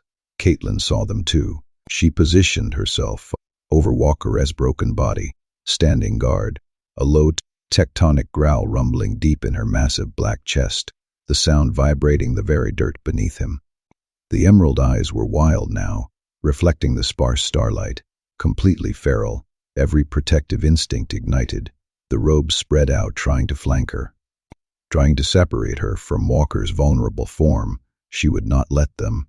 The Shadowcat moved with fury now, not calculated precision, but raw protective violence. When a rogue got too close, she pounced, claws raking across his face before her jaws found his throat. Another tried to attack from behind. She spun faster than thought, catching him mid-leap and slamming him into the ground with a bone-jarring impact. But there were too many. Even with her blinding speed, her devastating power, they were overwhelming her through sheer numbers. And then the pack arrived. Garrett burst through the tree line in wolf form, followed by Miller, Sarah, and a dozen other wolves. They would heard Caitlin's roar and come running, following the deafening sound to find their alpha bleeding out on the dirt path. The battle erupted in full force, a cacophony of snapping jaws, wet, tearing sounds, guttural snarls, and the continuous thud-thud of bodies hitting dirt. Pack wolves threw themselves at the robes. Caitlin continued her silent, deadly work, a streak of liquid obsidian flowing between enemies with terrifying grace. One robe managed to push through the melee toward Walker. Caitlin intercepted with a flying leap that took them both tumbling, the rough dirt scraping their hides. She came up on top. The wet, crunching sound of the skull-crushing bite ended the fight instantly. It was brutal, wet, and fast. Within minutes, the overwhelming scent of death settled over the path, heavy and final. The path was damp earth, smelling heavily of sharp pine needles and the thick, metallic tang of spilled blood and ozone. Bodies cold and hardening littered the ground, their gray-brown fur matted with dark, tacky crimson. A thin, cold mist clung close to the soil, touching Caitlin's skin like wet silk. Caitlin shifted back to human form immediately. The cool evening air bit at her suddenly bare skin, causing goosebumps to prickle across her arms. The rough, gritty soil scraped against her feet as she stumbled toward Walker's side. He was a massive, warm weight beside her, his golden fur soaked and sticky where dark blood ran freely. He shifted slightly, causing the faint, coppery tang of the largest wound, a deep gash across his flank, to pierce the air close to her nose. His golden eyes tracked her face, trying hard to hold focus. "No," Caitlin breathed, her hands hovering, feeling the heat radiating off his body, not sure where to start. "No, oh no. Walker, stay with me. We need to move him," Garrett said, his voice a low, steady rumble, already shifting back to human. "Now, get him to the pack house." The strain of their muscles was audible in low grunts as Miller and two other wolves carefully hoisted Walker's heavy wolf form. He whimpered. Sudden, sharp, vibrating sound, and Caitlin felt a physical punch of agony in her chest. They ran.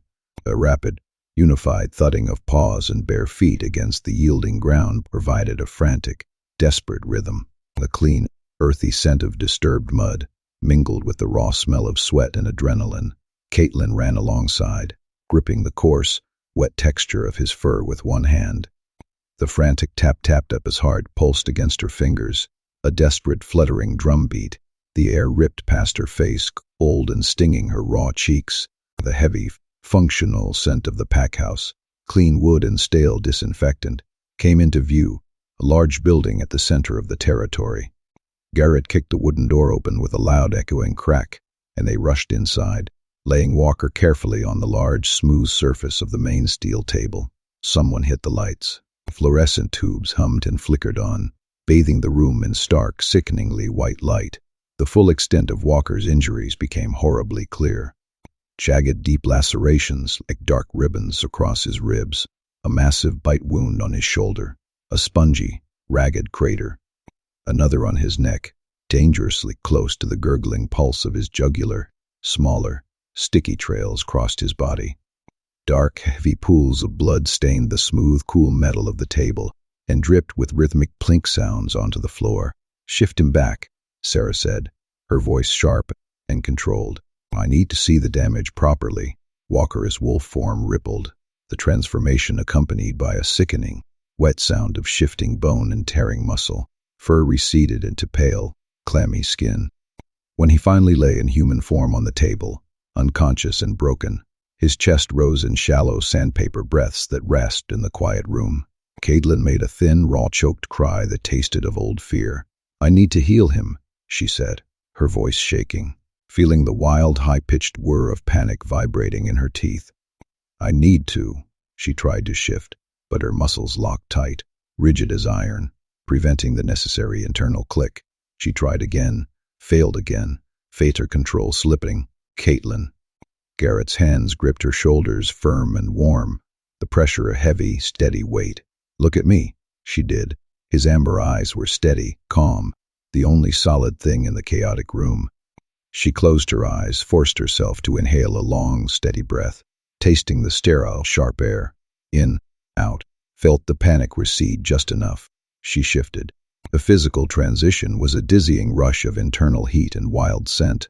The Shadowcat stood beside the table, her massive paws landing silently. Her purr began immediately, a deep, resonating vibration that shook the air and pulsed beneath her own thick, sleek, blue-black fur. The sound was immense. Green smoke, cool, faintly sweet, and iridescent, boiled off her coat, smelling faintly of clean rain, swirling toward the raw, metallic scent of the wounds. But nothing happened. The wounds did not close. The thick, warm blood continued to well up and spread, failing to absorb the healing vapor. The purr turned ragged, catching like a broken mechanism. The Shadowcat made a low, guttural whine, thick with frustrated power. Kitten, Garrett's fingers combed through the surprisingly fine, soft texture of her fur, a repetitive, soothing scrape. You are panicking. The healing responds to your emotional state. You need to calm down. The Shadowcat looked at him with wild emerald eyes. She closed her eyes again, focusing on the low, steady hush of her own forced inhalation. Garrett kept stroking, anchoring her.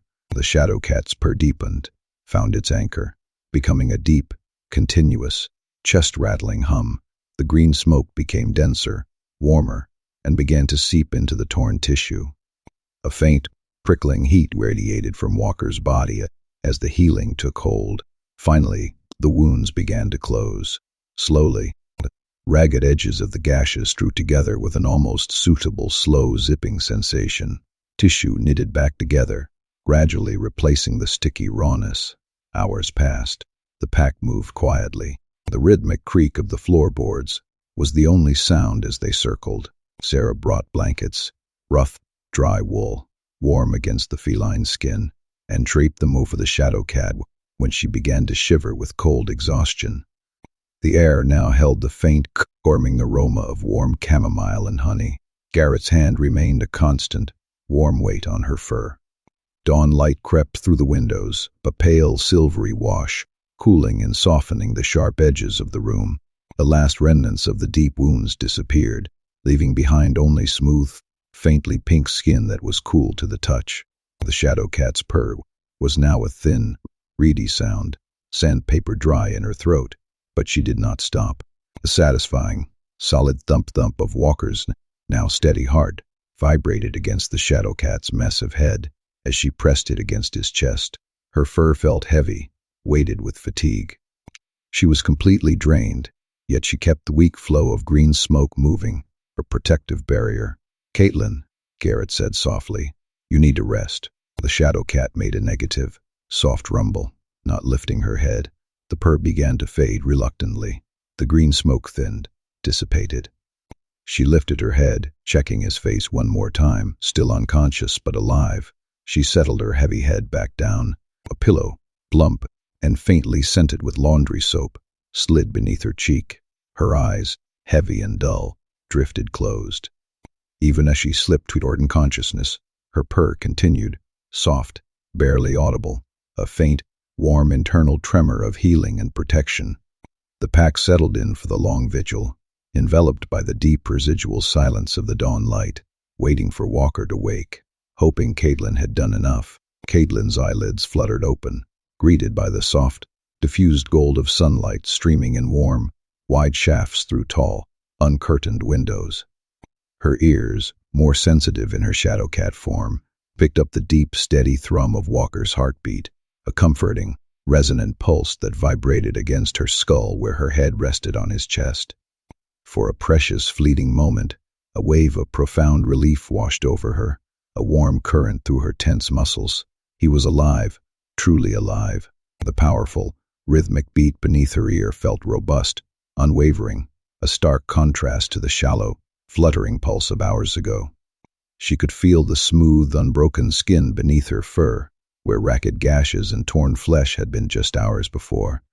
The coppery scent of fresh blood, once heavy and cloying in the air, had dissipated, leaving only the faint, clean scent of his skin and the underlying musk of their shared space. Yes, she had healed him, poured every ounce of her essence into knitting his torn tissues back together, but his eyes remained stubbornly closed, dark lashes still against pale skin. The gentle rising and falling of his chest, constant, lacked any shift, any sudden intake of breath, any tremor of returning consciousness. The Shadowcat slowly, ponderously lifted her massive head, the muscles in her neck aching with residual strain. Her vivid emerald eyes, sharp and keen, narrowed slightly as they fixed on the quiet repose of Walker's face. His features, pale and still, held no tension, no flicker of thought behind the closed lids. He was utterly unconscious, a heavy weight beneath her, unmoving save for the shallow rhythmic swell and recession of his chest that stirred the fur on her brow with each breath. Sudden cold claw of panic, sharp and unexpected, scraped deep in the hollow of her throat, constricting her airway, stealing the breath from her lungs. She had worked over him for what felt like an eternity, for countless hours, where the world outside had blurred into a meaningless hum. The metallic tang of his blood had coated her tongue. The viscous warmth of it had soaked her paws as she would pressed and kneaded, weaving her healing essence into his flesh. She had poured every shimmering, vital drop of her own being into closing the gaping wounds, staunching the hot, gushing flow of his lifeblood, meticulously knitting together severed muscle and shattered bone. The scent of ozone and raw magic had hung heavy around them both. It should have been enough, a potent, undeniable force. It should have worked, should have stirred him awake with a jolt of renewed life. Why was not the light returning to those golden eyes? Why was not she feeling the shift, the subtle tremor of his body steeling itself for consciousness? A low, guttural rumble of distress, rough-edged and mournful, vibrated deep in the Shadowcat's chest, escaping her parted jaws. She pressed the cool, sensitive tip of her nose against the stubbled warmth of Walker's jaw, inhaling deeply the familiar, comforting scent of him.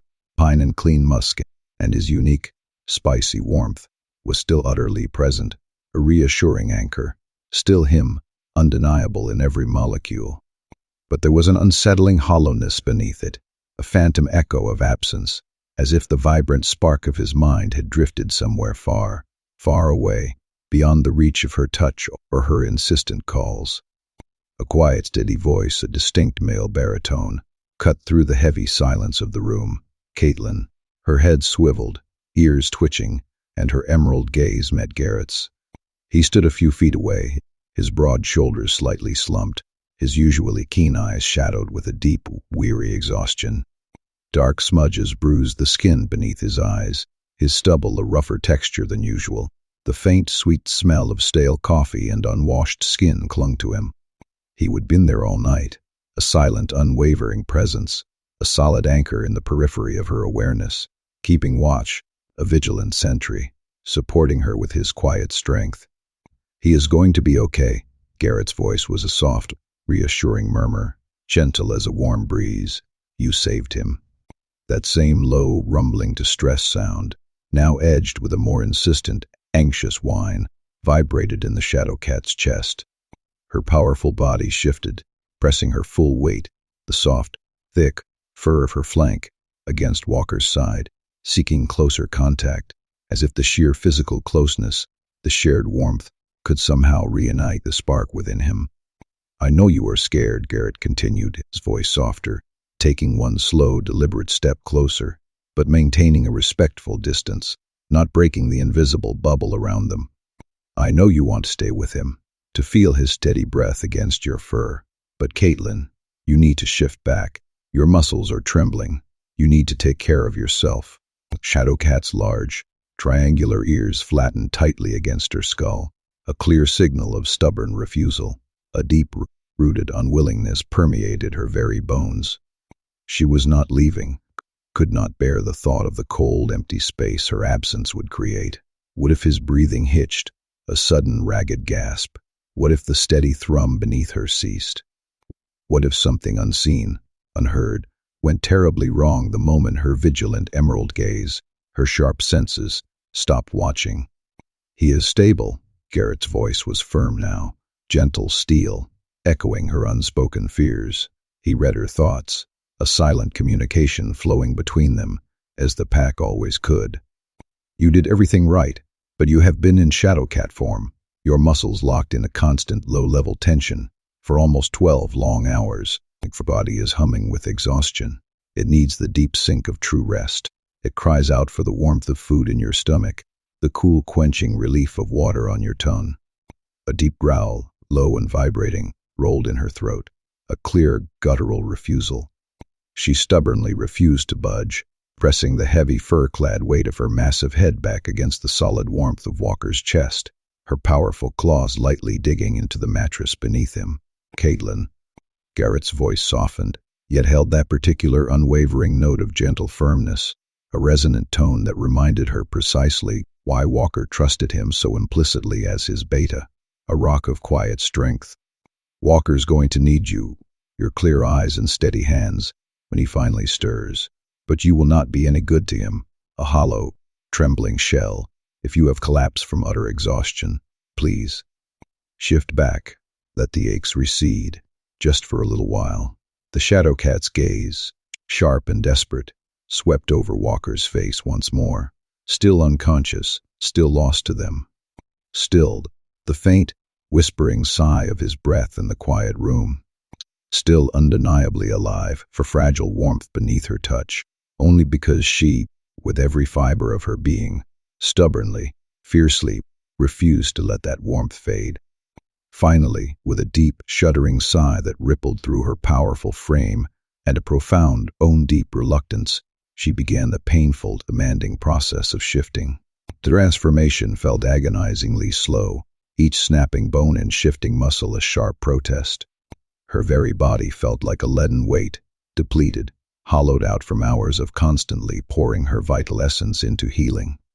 A heavy, dizzying wave of nausea rolled through her when she finally stood on two shaky human legs. The solid floor seemed to tilt abruptly sideways beneath her bare feet, the room's edges blurring into indistinct smears of color. Garrett was there in an instant, his strong arm a steady, unyielding band around her waist, catching her before she plummeted. "Easy," he murmured, his voice a low, comforting rumble against her ear, as his grip tightened, a solid, reassuring pressure. "I have got you." Caitlin's gaze dropped to Walker, his still form so vulnerable on the bed. A hot, stinging prickle gathered behind her eyes, her vision abruptly blurring, dissolving his face into an indistinct watercolor. In human form, the gnawing fear was a cold, sharp blade twisting in her gut, worse somehow, less filtered by the primal focus of the Shadowcat. It was a raw, exposed nerve, vibrating with acute, unshielded terror. Why is not he waking up? Her voice, when it finally emerged, was a ragged, hoarse whisper, raw and scratching at the back of her throat, wrecked from disuse and emotional strain, barely a sound. "His body went through trauma," Garrett said, his voice a gentle balm, a soft counterpoint to her raw nerves. "Severe, brutal trauma. You healed the visible physical wounds, those deep gashes and broken bones, but he needs time for the unseen damage to mend, time to truly rest, to reclaim his inner strength. How much time?" The words were a fragile murmur, barely audible. "I do not know." Garrett's honest admission was a bitter pill, a cold, hard stone of uncertainty, yet his steady gaze, his unwavering tone, offered a strange, contradictory comfort. "But he is strong, Caitlin, stronger than any wolf I have ever felt the presence of. He will come back to us. I know it in my bones. What if he does not?" The words were broken fragments, laced with the sharp, metallic taste of fear, her voice impossibly small, a fragile whisper she hated for its weakness. What if I was not fast enough, my paws were not quick enough? What if the healing I poured into him was not deep enough, did not sink into every cell? What if— "Stop." Garrett's voice, though still gentle, held an undeniable edge of command. He gently but firmly turned her to face him, his warm palms settling, a grounding weight, on her trembling shoulders. "You saved his life. Do you understand that, Caitlin? Feel the truth of it. If you had not been there, a flash of emerald and silver, if you had not fought off those snarling, reeking rogues, if you had not poured your fiery essence into healing him, he would be cold, still. You gave him a chance, a precious, fragile gift. Now we have to trust that the strength you know he possesses will help him take it." Caitlin yearned to believe him, every aching muscle in her body crying out for that certainty. She wanted desperately to trust that Walker would slowly, surely, flutter open those vivid golden eyes, their warmth returning, and a soft, familiar smile would touch his lips, and everything, the sharp edges of fear, The cold grip of uncertainty would melt away, leaving only peace and the gentle first hum of his presence. But 30 long, silent years of solitary survival had etched a deep, painful lesson into her very being. Hope, though sweet and tempting, was a dangerous, brittle thing, often shattering, leaving only sharp shards of disappointment. "Come on," Garrett said, his voice a soft urging, a gentle tug. "Sarah's waiting just outside the door. She is going to help you clean up the lingering grime and get some warmth and substance, some good solid food, into your empty stomach." "I need to stay with him." Her voice was a desperate, thin thread, unwilling to break the physical connection. "He will be right here, exactly where you left him when you get back." "I promise it, on my honor, Caitlin." Garrett's voice was a steady, unshakable anchor, certain as the rising sun. 20 minutes, that is all. A quick breath. Then you can come back, his presence a constant comfort, and watch over him for as long as your heart demands. Caitlin's eyes, heavy-lidded and brimming, swept over Walker one final, lingering time, trying to etch every detail into her memory. The strong, quiet lines of his face, the faint shadows under his eyes, the dark strands of his hair, soft against his brow, the slow, rhythmic lift and fall of his chest, a comforting, visual pulse. Then, with a heavy sigh that felt like a wrench in her chest, she finally let Garrett's gentle pressure on her arm, a reassuring warmth, guide her toward the solid wooden door. Sarah stood waiting in the hallway, a soft, warm presence, her kind face, etched with gentle lines, deeply creased with worry. The sweet, clean scent of lavender and warmth drifted from her. She took one swift, comprehensive look at Caitlin's pale, drawn features, the trembling of her hands, the raw fear in her eyes, and her expression softened, melting into something profoundly maternal, a comforting wave of empathy. "Oh, sweetheart," she whispered, her voice a low, comforting murmur. "Let us get you taken care of. You look like you are about to fall over." She led Caitlin gently by the elbow, a light, supportive touch, up a creaking wooden staircase, towards a soft glow emanating from an open door, to a bathroom already thick and warm with the swirling, humid embrace of steam from a running shower. The air hummed with the soft rush of water. On the cool, smooth countertop, clean clothes were neatly laid out, soft, worn cotton, their fabric promising a gentle, yielding caress against exhausted, sensitive skin. "Take your time, sweetheart," Sarah said, her voice a quiet, warm instruction. "I will be right outside the door, within earshot. If you need anything at all, just call." Caitlin nodded mutely, a small jerky motion, her vocal cords too tight, too raw to produce sound. With a deep inhale, she stepped over the low lip of the tub, onto the slick, cool tile, and into the powerful, drumming spray of the shower. The hot water, a sudden forceful cascade, hit her bare skin like a physical blow, a delightful shock that made her gasp. She had not realized how profoundly cold she would become, the deep chill that had settled into her core, or how much her muscles had been subtly, continuously trembling under the fur, until the intense, enveloping warmth began to slowly, luxuriously, seep into her very bones, thawing the deep ache. She stood there, head thrown back under the drumming spray, watching with hollow eyes, as rivulets of pink-tinged water swirled down the white porcelain, forming crimson eddies before vanishing down the drain. Walker's blood, the faint, metallic tang still clung stubbornly to her skin, a sticky memory, and stained the ends of her hair, a visible testament to the trauma.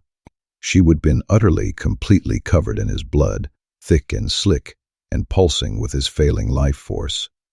The visceral knowledge, cold and stark, of just how close she had come to losing him, broke something vital and fragile deep inside her. A raw, guttural sob, ugly and caring, ripped from her throat, a sound of utter helplessness she had not known she possessed. She pressed a trembling hand against her mouth, the taste of salt and iron on her tongue, trying to muffle the ragged, piercing sound, but it kept coming, an unstoppable tide. Great, shuddering, heaving sobs that convulsed and shook her entire, exhausted body, making the shower tiles vibrate beneath her. She would almost lost the vibrant warmth of him, the steady beat of his heart. Almost watched the light fade from his eyes, his breathing cease. On that cold, hard dirt path, the sharp scent of fear and spilled blood thick in the air, while she was too far, too slow, too helpless to reach him in time. Almost had to endure the crushing, echoing silence of a world where Walker's laughter, his voice, his very presence, did not exist anymore, leaving only a vast, empty ache. The thought was a searing, unbearable agony, a sharp blade twisting in her gut. Caitlin slid slowly, bonelessly, down the slick, tiled shower wall, the rough texture of the ground scraping faintly against her back, until she was huddled on the cool, unforgiving tile floor, hot, drumming water still pouring over her bowed head. There, amidst the steam and the roar of the water, she let herself simply cry. For the first time in 30 long, solitary years of stark survival, she let the rigid walls she had built around her heart completely crumble, letting herself fall apart into a heap of shivering, aching grief. Eventually, the raw, burning tears began to slow, their hot tracks cooling on her cheeks. The drumming water itself softened its force, gradually losing its comforting heat, becoming tepid. Caitlin, with a tremendous shuddering effort that strained every muscle, forced herself to push up, to stand on shaky legs, to reach for the soap, its scent clean and floral, and actually wash, scrubbing at the lingering grime and faint, metallic scent of blood. She went through the mechanical motions of self-care, a hollow, empty ritual, even though every instinct, every nerve ending, every desperate beat of her heart was screaming at her with a piercing urgency to race back to Walker, back to the quiet room and his still form. When she finally emerged from the steamy warmth of the bathroom, wrapped in the soft, dry comfort of clean clothes, Sarah was waiting, a quiet, reassuring presence. In her hands she held a steaming mug, its warmth radiating gently, and a plate piled high with food, its subtle, savory aroma beginning to stir a faint, unwelcome pang in Caitlin's empty stomach. "Drink," Sarah said, her voice soft but firm, pressing the warm, ceramic mug into Caitlin's trembling hands, the gentle weight a grounding sensation. "Then eat," doctor's orders. Caitlin's throat felt tight. A bitter protest lodged there. She yearned to refuse, to drop the mug, to race back downstairs, her steps echoing, back to the silent room and Walker's side. But Sarah's kind, alien face held an expression both gentle and utterly implacable, a soft yet unwavering resolve. It was the look of someone who had spent long years patiently caring for fierce, independent wolves who, in their raw vulnerability, often forgot how to care for themselves, how to recognize their own deep needs. The tea, she discovered with the first tentative sip, was chamomile and honey, a delicate sweetness on her tongue, warm and impossibly soothing as it slid down her raw throat. Caitlin drank it slowly, deliberately, feeling the liquid warmth spread, a gentle bloom in the hollow, empty cavern of her stomach. Sarah, with another soft, guiding touch, led her to a small, sunlit sitting room and gently set the plate of food on a low, polished wooden table. Fluffy scrambled eggs, their yellow bright, golden toast, providing a comforting aroma of baked bread, and a vibrant medley of fresh, jewel-toned fruit. "Glistening with moisture," Sarah repeated, her voice a quiet, firm command, her eyes holding Caitlin's. All of it, every bite. Caitlin picked up the cool, smooth metal fork, her fingers still faintly trembling. First bite, soft scrambled egg, tasted like absolutely nothing, a bland, tasteless mass on her tongue. The second, however, carried the sharp, bitter tang of guilt, thick in her throat. But she kept eating, mechanically lifting the fork, chewing, swallowing, because Sarah's steady, knowing gaze was a warm, firm presence on her, because her body was indeed vibrating with a deep, pervasive tremor of exhaustion, a persistent ache in her bones, because somewhere deep down, in the core of her being, she knew Garrett was right. She needed every bit this physical sustenance, every calorie, every nutrient, to build strength for when Walker finally woke up. A cold, tiny voice, sharp as ice, whispered, if he woke up, no.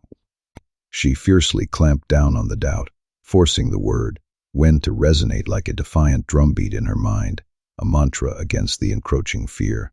She had to believe when, Sarah settled gently onto the cushion beside her, radiating a quiet warmth, not speaking, just offering the solid, comforting weight of her presence. When Caitlin finally, with a soft clink of metal on ceramic, set down her fork, having scraped every last morsel from the plate, Sarah reached over, her hand soft and unexpectedly warm, and gently squeezed Caitlin's cold, trembling fingers, a silent offering of solace. "Better?" she asked, her voice a soft, low question. Caitlin nodded, a small, barely perceptible movement, her throat still feeling tight, unwilling to risk the fragile, broken sound of her voice. "Good," Sarah murmured, a soft sigh of satisfaction. She pushed gently from the cushion, a quiet rustle of fabric.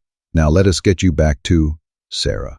Caitlin's voice, when it came, was a raw, painful crack, thin and reedy. Can I just?" The words caught, thick with unspoken need, lodged painfully in her throat. She did not know how to finish the sentence, the unspoken request a swirling, inchoate mass of aching need, did not know what impossible solace she was desperately, silently asking for. Sarah, with the intuitive grace of a true caregiver, seemed to understand anyway. Without a word, she lowered herself back onto the cushion, a soft, yielding rustle, and opened her arms wide, a silent, warm invitation. Caitlin collapsed into the waiting embrace, a rush of motion, the last vestiges of her control crumbling. The soft, comforting fabric of Sarah's sweater felt gentle against her cheek, the subtle scent of lavender and home a soothing balm. It was the first time in 30 long, solitary years, punctuated only by the rough caress of wind and the cold bite of hunger, that someone had held her like this. Not with the heavy, insistent pressure of desire, or the fleeting spark of attraction, or the sharp edge of ulterior motive, just pure, unadulterated comfort, an enveloping cocoon of safety. Just the profound, encompassing warmth of human kindness and tender, selfless care, seeping into her frozen core. Sarah's arms wrapped around her firmly, a strong, secure hold, one hand gently, rhythmically stroking the damp hair at the back of Caitlin's neck, a tender, feathery touch. And with that simple, profound contact, Caitlin felt something deep and old inside her, a long-held dam of emotion, crack wide open, spilling forth with a silent, overwhelming flood. "It is okay," Sarah murmured, her voice a soft, soothing hum close to Caitlin's ear, her own body a warm, steady anchor. "Let it all out, sweetheart. It is okay." "I cannot lose him," Caitlin whispered against Sarah's shoulder. "I cannot. I just found him. I just found all of you. I cannot." "I know." Sarah held her tighter. "I know. Walker's body needs time," Sarah said gently, still holding her. "He went through something terrible. You healed the wounds, but the trauma, physical, mental, everything, takes time to process. His body shut down to protect itself, to heal from the inside. That is normal, Caitlin. That is what bodies do." "How long?" Caitlin pulled back enough to look at Sarah's face. "How long until he wakes up?" "I do not know," Sarah admitted. "Could be hours. It could be a day. But he will wake up. You saved him. Now you have to trust that he is strong enough to come back to us." Caitlin wanted to believe her. Wanted to trust that Walker would open his eyes and everything would be okay. But hope felt dangerous when you had spent 3 decades learning that nothing lasted. "I have been alone for over 30 years, Caitlin said quietly, the words falling out before she could stop them. 30 years of moving from place to place, never staying, never connecting, always watching my back. I told myself it was better that way, safer, that needing people was a weakness." Sarah listened, her expression soft with understanding.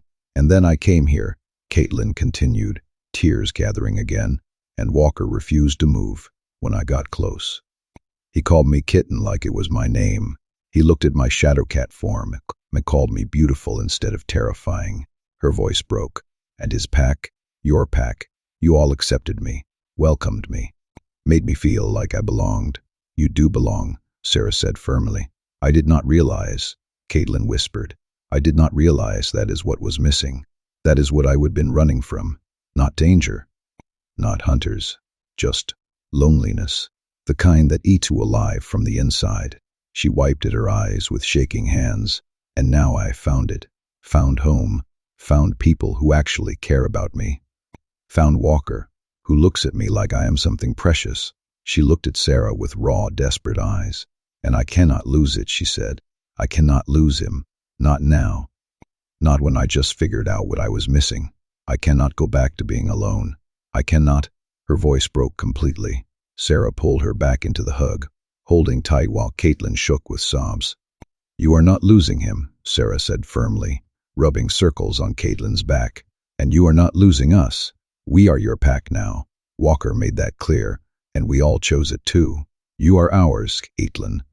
No matter what happens, you are ours. But Walker is going to wake up, Sarah interrupted, because he is stubborn and strong, and he has something to come back to. She pulled back, cupping Caitlin's face gently. He has you, and trust me, that is more than enough reason for any wolf to fight their way back. Caitlin's breath hitched. You really think so? I know so. Sarah's smile was warm and certain. Now, do you want to go back to him? Caitlin nodded, wiping at her eyes. They made their way back downstairs. The pack house was quiet, respectful. A few wolves lingered in corners, keeping watch, but they gave Caitlin space as Sarah led her back to the main room. Walker lay exactly as she would left him, unconscious, reading, alive but absent. Garrett was still there, sitting in a chair near the table, looking exhausted but alert. He stood when they entered. Any change? Caitlin asked, even though she could see the answer on his face. No. But he is stable, strong heartbeat, good color, breathing normally. Garrett's voice was gentle. He just needs time. Caitlin moved to Walker's side, taking his hand in hers. His skin was warm. His fingers did not curl around hers, but they were warm and alive and real. I need to. She looked at Garrett, at Sarah. I need to shift back. I need to keep healing him. Are you sure you are strong enough? Sarah asked, concern clear in her voice. No, Caitlin admitted, but I have to try. I cannot just stand here doing nothing. Garrett and Sarah exchanged a look. Then Garrett nodded. Okay, but if you start to fade, you shift back and rest. Understood? Understood. Caitlin closed her eyes and reached for the shift. It came easier this time, her body responding despite exhaustion. The transformation flowed through her, and then the Shadowcat stood beside the table once more. She hopped up carefully, mindful of Walker's injuries, and settled herself alongside his body. Her massive form curved around him protectively, her head resting on his chest where she could hear his heartbeat, and then she began to purr. The sound filled the room, deep, resonant, soothing. Green smoke began to drift from her fur, wrapping around Walker like a blanket, seeping into his skin, continuing the healing from the inside. Sarah brought more blankets, tucking them around the Shadowcat's back. Someone brought water, holding the bowl where she could lap at it without moving. Garrett settled back into his chair, resuming his vigil. The pack rotated through quietly. Miller came to check on his alpha, touching Walker's hand briefly before nodding respect to the Shadowcat. Emma brought more stuffed animals, arranging them around the table like protective guardians. Young wolves came to offer silent support, their presence steadying and warm. She could not stop. Would not stop. Not until he opened those golden eyes. Not until she knew for certain that he was coming home. Garrett moved his chair closer, reaching out to stroke the Shadowcat's fur. He is lucky to have you, he said quietly. You know that? Most wolves never find someone willing to fight this hard for them. The Shadowcat made a soft sound, not quite agreement, not quite denial. He loves you, Garrett continued. He has not said it yet, but I know my alpha. I have seen how he looks at you, how he moves around you, how you have become the center of his world in just a few weeks. He smiled slightly. He is going to be furious that he missed all of this, furious that you wore yourself out taking care of him. The Shadowcat's purr hitched slightly, something that might have been a laugh if she had been in human form. But he is also going to be grateful, Garrett said. So grateful, because you saved him. You fought for him. You refused to let him go. His hand continued stroking her fur, rounded and steady. And when he wakes up, he is going to tell you that. He is going to hold you and thank you and probably never let you out of his side again. The Shadowcat's eyes closed briefly, exhaustion pulling at her. But she forced them open again, forced herself to keep watching Walker's face. Wake up, she thought desperately. Please wake up. Come back to me. Come back to us. But Walker remained still. Because hope was all she had left. Hope and love, and the determination to never, ever give up on the man who had taught her what home felt like. Outside, night fell completely. Stars emerged overhead. The pack settled in for another long vigil, surrounding their alpha and his Shadowcat with warmth and love and unwavering support. And through it all, the purr continued, constant as a heartbeat, steadfast as devotion, infinite as the love that had bloomed between a lonely Shadowcat and the only wolf who would ever refuse to step aside.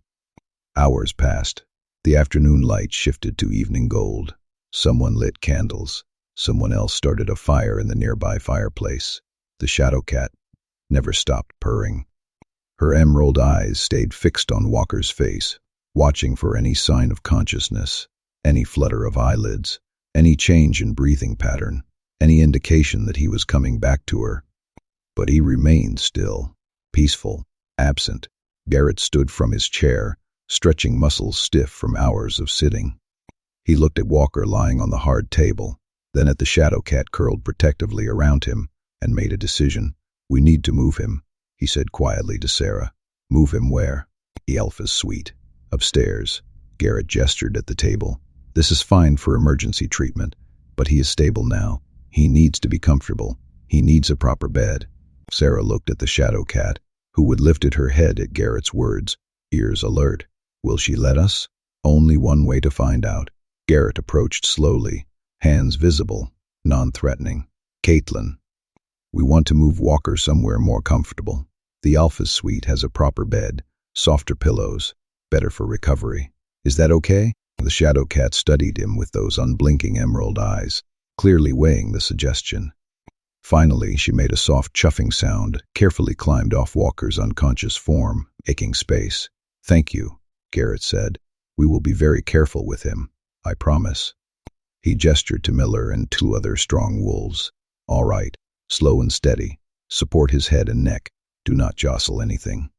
They positioned themselves around the table, Garrett at Walker's head, Miller and Thomas at his sides, Marcus at his feet. On Garrett's count, they lifted together, careful and coordinated, supporting Walker's weight evenly. The Shadowcat immediately moved to pace alongside them, her massive body pressing close, never more than a foot away from Walker. Her tail lashed anxiously, and a low rumble, not quite a growl, just concern, vibrated through her chest. "It is okay," Sarah murmured, walking beside her. "We have got him. He is safe."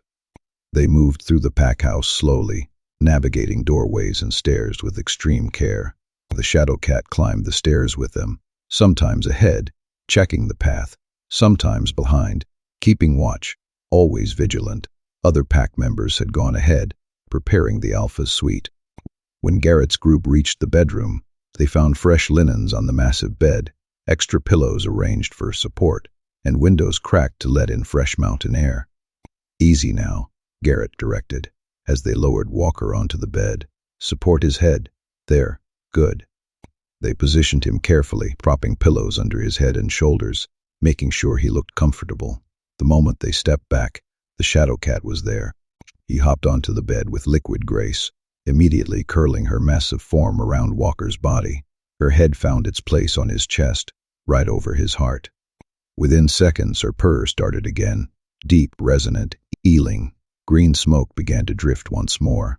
"Someone get blankets," Sarah said softly, "and bring up those armchairs from downstairs." "We are keeping watch." Pack members moved efficiently. Within minutes, comfortable armchairs had been arranged around the bed, close enough to keep vigil, far enough to give space. Blankets appeared, draped over the Shadowcat's back. Water bowls were positioned nearby. Candles were lit on surfaces throughout the room. Garrett settled into the chair closest to the bed, resuming his watch. Sarah took another chair, pulling out knitting to keep her hands busy. Others filtered in and out, Miller checking in, Marcus bringing tea, young wolves peeking in to see their alpha before being shooed away by their parents. But a core group remained, keeping vigil, keeping watch. The Shadowcat purred constantly, the sound filling the bedroom with vibration and warmth. Her emerald eyes never left Walker's face, Yet her body stayed curved protectively around him. "Better?" Garrett asked softly. The Shadowcat made a small sound. Acknowledgement, gratitude. Her tail curled more tightly around Walker's legs. "Good," Garrett said. "Rest if you can, Caitlin. We will watch over both of you." But the Shadowcat did not rest, could not rest. She just kept purring, kept healing, kept pouring everything she had into bringing Walker back. Outside, night fell completely. Stars emerged overhead.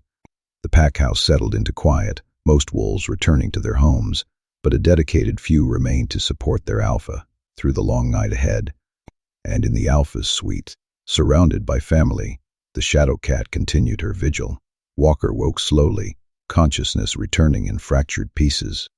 Pain came first, dull and muted, throbbing like the distant echo of a fading storm. It pulsed through his ribs, his shoulder, a phantom memory of what must have been agony. Beneath it lay a bone-deep exhaustion, his muscles leaden as if weighted down by invisible chains. Then came warmth, solid and reassuring, pressed against his side. The heat of another living body radiated into him, seeping through the thick blankets, grounding him in the present. The scent of obsidian, fir, and wild juniper filled his nostrils, familiar and comforting. Then sound, the soft rhythmic inhale-exhale of steady breathing, multiple sources scattered around him. Someone near the door shifted in their sleep, fabric rustling against fabric. A quiet snore came from the armchair closest to the bed, the occasional creak of wood as someone adjusted in their seat. His eyelids fluttered open, golden morning light filtered through heavy, velvet-lined curtains, casting everything in soft amber hues. Dust motes drifted lazily in the shafts of sunlight, like tiny embers suspended in the air. The lingering scent of pine sap and medicinal herbs clung to the bedsheets. Sarah's work, no doubt. The room was not his cabin. Larger, more luxurious. Polished oak paneling stretched up to a vaulted ceiling, and the plush feather mattress beneath him bore the faint scent of aged leather and sandalwood, the alpha's suite. He had not slept here in years, and his pack was there. They would brought in deep cushioned armchairs arranged like silent sentinels around the bed. Garrett slumped closest, his head tipped back against the chair, mouth slightly agape in deep, exhausted sleep. His muscled arms were crossed, the sleeves of his flannel shirt rolled up to expose forearms dusted with golden brown hair. Sarah curled in another chair, wrapped in a thick woolen blanket, her braided hair mussed from restless dozing. Near the door, Miller sat with his legs sprawled, his boots scuffed and mud-stained from recent travel. Others were scattered throughout the room. 7, maybe 8 pack members who had kept vigil. Lyot, the young tracker, hunched in a corner chair, his dark curls tousled from sleep. Marlowe, the gruff enforcer, sat stiff-backed even in rest, fingers twitching against the armrests as if ready to spring awake at the slightest sound. His chest tightened, but it was the weight against his side that made his breath catch. The Shadowcat, Caitlin, lay curled around him like a living fortress, her massive velvet black form pressed flush against him. Her head rested on his chest, right above his heart, her breath warm even through his thin shirt. The gentle vibration of her purr thrummed steadily, a deep, resonant hum that seemed to sink into his bones. One huge paw draped over his stomach, claws carefully sheathed, the thick pads rough yet gentle against his skin. Her tail looped around his legs, the tip twitching occasionally in some dream. Even in unconsciousness, she had arranged herself like a shield, as if daring the world to try and harm him again. Walker's throat tightened. He lifted his hands slowly, muscles protesting with residual soreness. No sharp pain, no tearing sensations, just the dull, fading ache of a body recently mended. His fingers sank into Caitlin's fur, soft yet dense, like the finest midnight silk. The moment he touched her, her purr hitched, deepened, but she did not wake. Instead, she exhaled a slow, warm breath against his collarbone, utterly spent. What had happened? Fragments rushed back, a dirt path, a sudden ambush. The coppery tang of blood in the air as claws raked his ribs. The chill of the ground beneath him as he went down. Pain, searing, unrelenting. Then, just as darkness crept in, her roar. Caitlin's voice, raw with fury, before everything went black. Movement flickered at the edge of his vision. Garrett stirred, his stubbled jaw twitching as he slowly surfaced from sleep. His hazel eyes blinked open, unfocused at first, before landing on Walker's face, on his open eyes. For a heartbeat, he went utterly still. "Boss?" His voice was barely more than a breath, rough with sleep and disbelief. "Hey," Walker managed, his own voice a dry rasp scraping against his throat like gravel. Garrett was out of the chair in an instant, crossing the distance in 3 strides, his heavy boots muffled by the plush rug underfoot. His hands hovered as if afraid to touch, before finally settling on the edge of the bed. "You are awake. You are actually," his rough voice cracked. "How do you feel?" "Like I got hit by a truck," Walker admitted, wincing as he shifted. "But alive. Everyone else, okay? Anyone hurt in the fight?" "Just you," Garrett said, something wavering in his expression, half pride, half exasperation. "Of course, that is your first question. You nearly died, and you are asking about everyone else. That is my job. Your job is also not getting ambushed by 8 robes on a dirt path," Garrett fired back, but the words held no heat, just a tremor of relief so deep his fingers curled into the blanket. Walker's gaze swept over the room again. "They stayed? All night, rotating shifts. But someone's been in here every damn moment." Garrett's voice dropped lower, rougher. "We almost lost you, Walker. When we found you on that path," he swallowed hard, the muscle in his jaw tensing. "You were torn apart, bleeding out. We thought, how bad was it?" Garrett assailed sharply. "Bad." He dragged the chair closer, the wooden legs scraping softly against the floor, deep lacerations across your ribs, massive bite wounds on your shoulder and neck. "Blood, Walker. You would lost so much blood. By the time we got you back here," he hesitated, fingers flexing. "Sarah said you had minutes, maybe less." Walker's hand tightened slightly in Caitlin's fur. "But I'm here. Because of her." Garrett's eyes flicked to the sleeping Shadowcat, his expression shifting into something like reverence. "Walker, you need to understand what she did, what she gave. Tell me." Garrett rubbed a hand over his face, the shadows under his eyes darker than usual. "When we brought you in, you were barely breathing, unconscious, bleeding everywhere. Caitlin tried to heal you immediately, but she was panicking. She could not get the shift to work properly at first." His voice softened. "I have never seen anyone so terrified. She was shaking, crying, her hands, claws, just trying desperately to shift so she could save you." Something splintered in Walker's chest. "I had to calm her down," Garrett continued, his gaze distant, remembering. "I had to get her to breathe, to focus. And when she finally shifted and started purring," he shook his head, awe threading his words. "It was incredible. The green smoke, the way the wounds closed. But you were so far gone it took hours. Hours, Walker." She purred constantly, never stopping, pouring everything into healing you. "How long?" "First session, 6, maybe 7 hours straight." Garrett's calloused fingers tapped restlessly against his thigh. She was completely spent, shaking, barely able to hold her form. "We got her to shift back, made her eat and shower." "And you know what she did the second she had food in her?" Walker knew. "Shifted right back and started healing you again," Garrett said quietly. "She would not leave your side, would not rest. Every time we tried to get her to stop, she would refuse. Just kept burring, kept holding on, like if she let go for even a second you would." He trailed off. Walker's throat ached too much to speak. "She healed through the night," Garrett pushed on, his voice roughening with emotion. "We moved you in here to make you comfortable, brought in chairs so people could keep watch. And she just stayed, curled around you exactly like that, purring like her life depended on it." Walker could feel the truth of it, the tremors of exhaustion still present in Caitlin's body, the faint hoarseness beneath her purr, as if even now, spent beyond measure, she refused to stop. "Garrett. No, listen."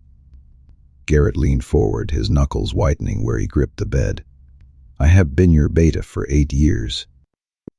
I have seen you fight robes, face down challengers, and walk through hell, but I have never seen devotion like what she showed. She gave everything, Walker, everything she had and then some. Multiple times we thought she would collapse, But she kept going, kept healing, kept refusing to let you go. Walker looked down at Caitlin, at the way her fur caught the golden light, at the soft flutter of her breathing. His kitten, she would saved him, completely, utterly, beyond reason. This is the first time she has actually slept, Garrett murmured. In over 30 hours, the moment you stabilized, her body just gave out. She has been like this for maybe 3 hours. His mouth twitched, something unbearably fond in his gaze. But even now, still purring, still healing you. She is incredible, Walker whispered. She loves you, Garrett said simply. Anyone who saw her fight for you could see it. The way she looked at you, the way she refused to leave your side, like the world would end as she did. He paused, giving Walker a look that was half warning, half plea. I do not know what you did to deserve her, but whatever it was, do not you dare screw it up. Walker huffed a quiet laugh, ribs protesting. I will not. Around the room others were waking. Sarah's sharp inhale as she jolted upright, her hand flying to her mouth. Elliot's boots thudded softly as he scrambled out of his chair. Miller pressed his fist to his chest in silent respect, the leather of his gloves creaking. Oh, thank God, Sarah breathed, already moving to check his pulse, her fingers cool against his wrist. You are awake. Thank God. The relief in the room was palpable, spreading like sunlight as the others roused. Murmurs of Alpha, and he is awake, filling the space. And then, the Shadowcat stirred. Caitlin's massive head lifted slowly, her emerald eyes blinking open with sluggish confusion. For a moment, she just stared at him, dazed, disoriented. Then her gaze focused on Walker's face, on his open eyes, on the fact that he was awake and looking back at her. The Shadowcat went completely still. Then she made a sound, somewhere between a whimper and a cry, and pressed her nose against Walker's jaw. Her rough tongue rasped across his cheek, his forehead, his chin, frantic feline kisses that made him laugh despite the lingering soreness. "Hey, kitten," he murmured, bringing his hand up to stroke her massive head. "I am okay. I am here." She nudged him hard with her head, checking, confirming, needing physical proof that he was real and alive and awake. Her purr exploded into full volume, so loud it vibrated through the bed, through Walker's bones. She licked his face again, then pressed her forehead against his temple and just held there, breathing him in. Relief and joy and overwhelming emotion poured off her in waves. Around them the pack watched with soft smiles. This was private, intimate, but they were family. They would earn the right to witness this moment. "I think we should give them some space," Garrett said quietly, "and maybe start making breakfast. Our Alpha's going to be hungry."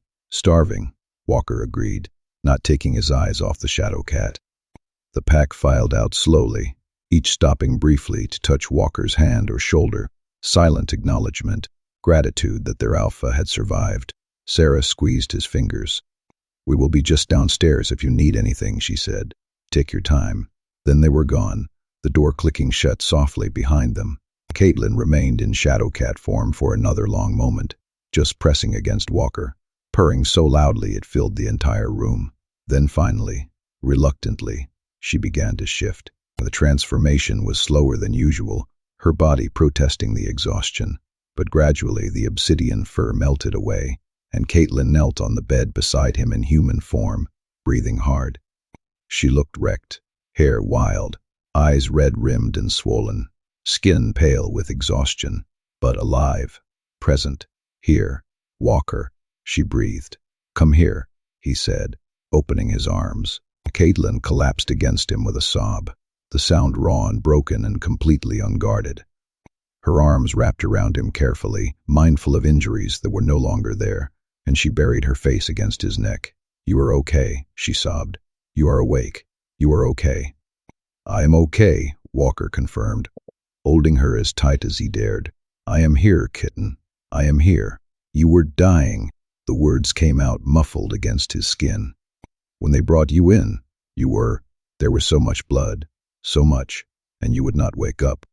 You were there, but you were not there, and I could not." She broke off, body shaking with sobs.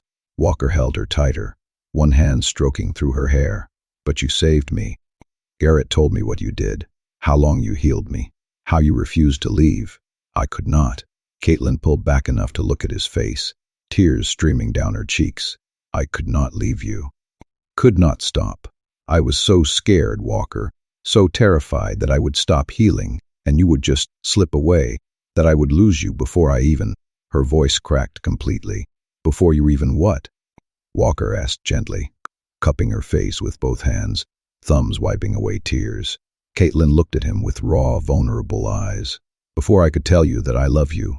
The words hung in the air between them, honest, terrifying, perfect. Walker's breath caught. His wolf surged forward, every instinct singing with recognition and joy and absolute certainty. Say it again, he whispered. I love you. Fresh tears spilled over. I love you, and you scared me so badly. When I felt you through that pack bond, when I realized we're hurt, I have never been so terrified in my life. And then seeing you on that path, bleeding out, barely alive, she was sobbing again, the words tumbling out between gasps. I could not lose you. Not you. Not when I just found you. Found home. Found what I would been missing for 30 years. I could not. I cannot. Hey. Walker pulled her back down against his chest, holding her while she shook. I am here. I am not going anywhere. You saved me, Caitlin. You fought for me. You refused to let me go. I will always fight for you, she said fiercely against his chest. Always. You are mine. You are Pack. You are— Her voice dropped to something whisper-soft. You are everything to me, Walker. Everything. Walker felt his own eyes burning. I love you too. Caitlin went very still. Then she lifted her head, green eyes searching his face. You do? So much it terrifies me, Walker admitted. I have loved you since you walked into my territory and refused to be anything other than exactly who you are. Since you stood in that clearing and revealed yourself with pride. Since you dropped 40 feet out of a tree to save Garrett without hesitation. His thumb traced her cheekbone. You are extraordinary, Caitlin. And I love every part of you. Woman and Shadowcat, solitary and Pack, fierce and vulnerable. Caitlin made a sound that was half laugh, half sob. I thought I would lost you. Thought you were going to die before I could tell you. I am here, Walker repeated. Because of you. Because you are stubborn and powerful and refuse to accept anything else. I am exhausted, she admitted, sagging against him, and terrified, and so relieved I can barely think straight. Then do not think. Walker pressed a kiss to her forehead.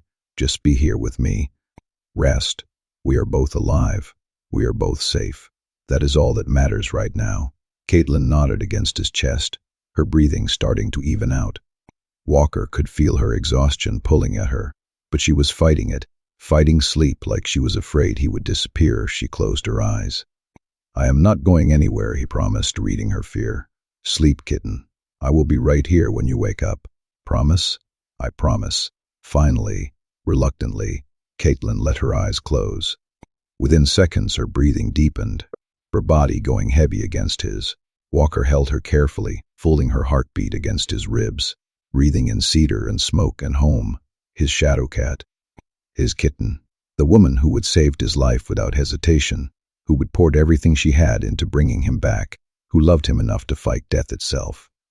Walker pressed his face into her hair and let himself feel the full weight of what had happened, how close he would come to dying, how Caitlin had refused to accept it, how his pack had surrounded them both with love and support, how incredibly, impossibly lucky he was. A soft knock at the door made him look up. Garrett poked his head in, saw Caitlin sleep on Walker's chest, and smiled. Breakfast is ready when you want it, he said quietly, but take your time. Pack can't wait. Thank you, Walker said. For everything. For getting Caitlin through this. For keeping watch. She is Pack now, Garrett said simply, and so are you. That is what family does. He closed the door softly. Walker lay there holding Caitlin, listening to her breathe, feeling her exhaustion slowly easing in sleep. Outside the window, morning was brightening into a full day. Somewhere below, his pack was cooking breakfast and celebrating survival, and probably trading stories about the ambush. But here, at this moment, it was just them, Walker and Caitlin, Alpha and Shadowcat, two souls who had found each other against all odds and refused to let go. Walker closed his eyes and let himself rest, knowing that when they woke, they would face whatever came next, together. Walker woke to the rich, greasy aroma of bacon curling through the air, mingling with the buttery scent of fresh bread. Beneath it lay the darker notes of strong coffee, sharp and invigorating. Caitlin's soft breathing whispered against his chest, warm, even puffs of air stirring the fabric of his shirt.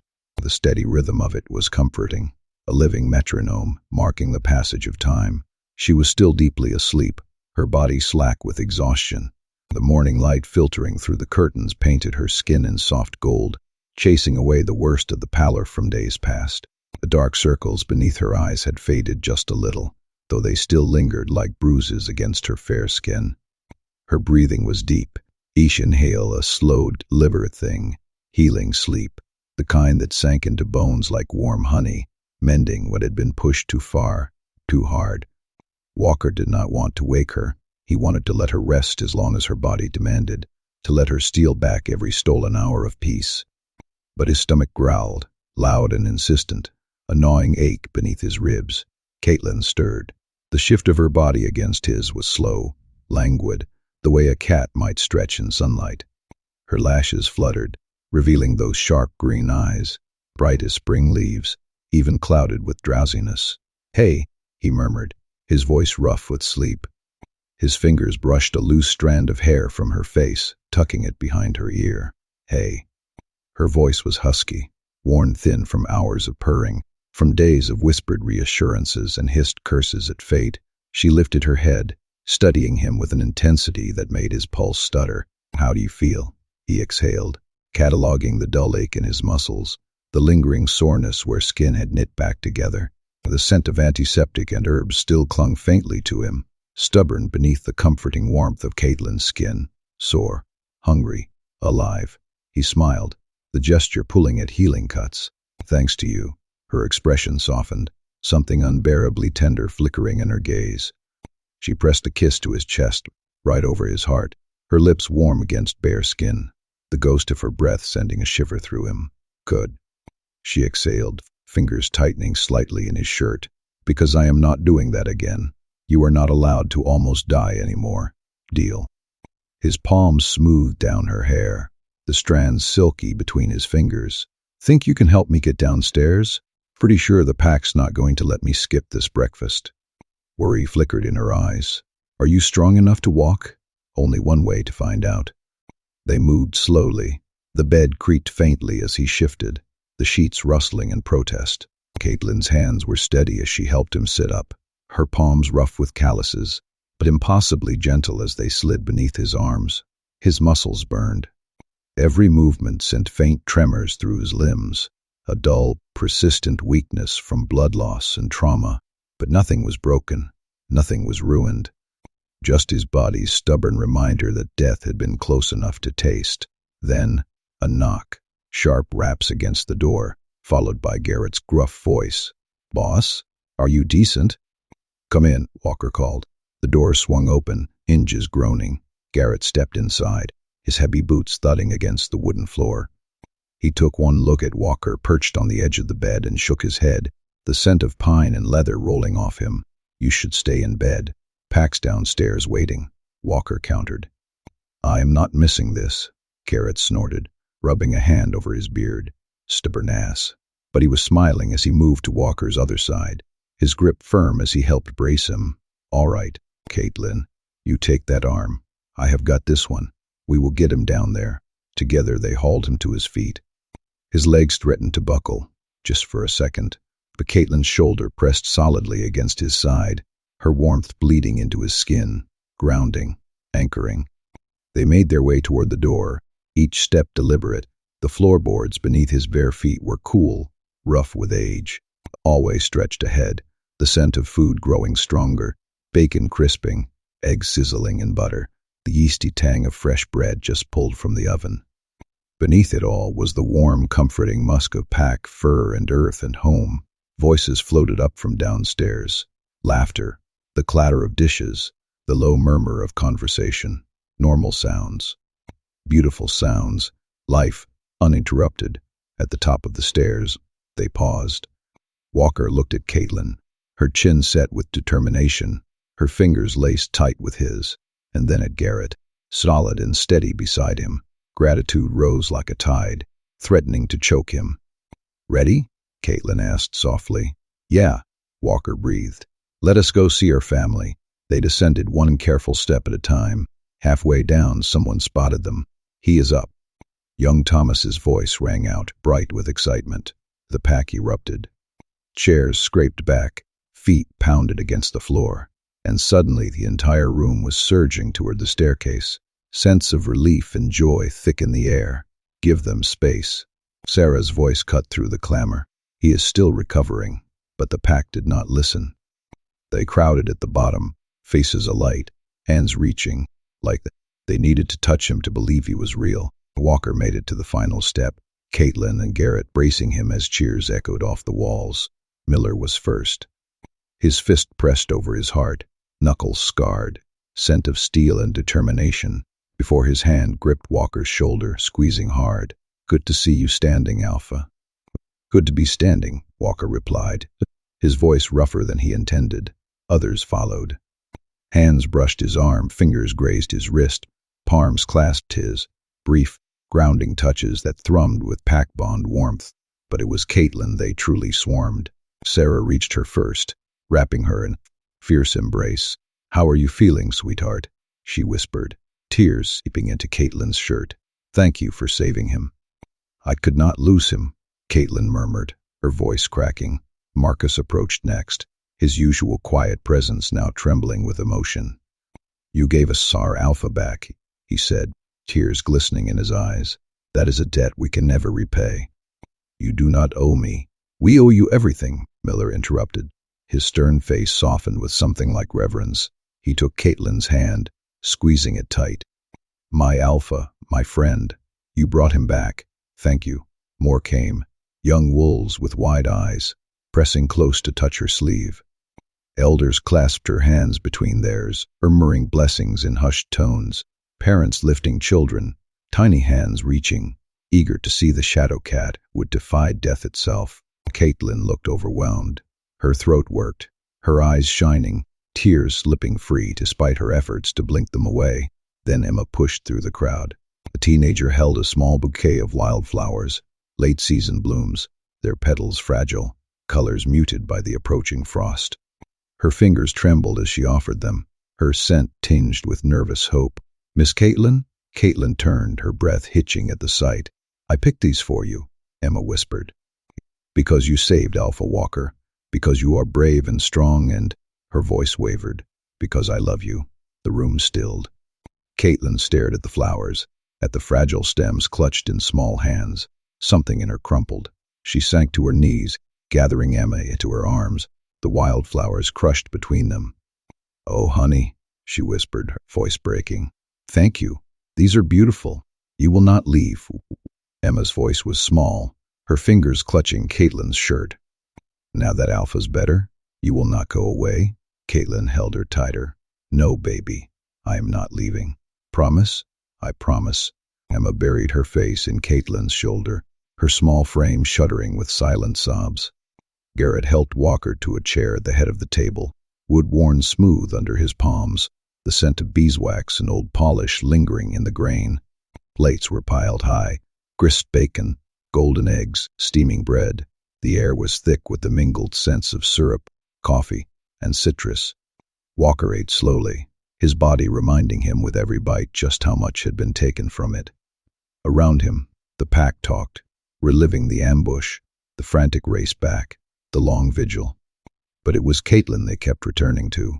"She never left your side," Sarah said, passing him another piece of bacon, the crunch loud in his ears.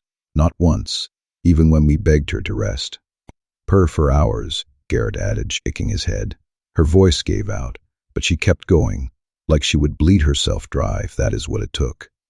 "I have never seen devotion like that," Marcus murmured, staring into his coffee.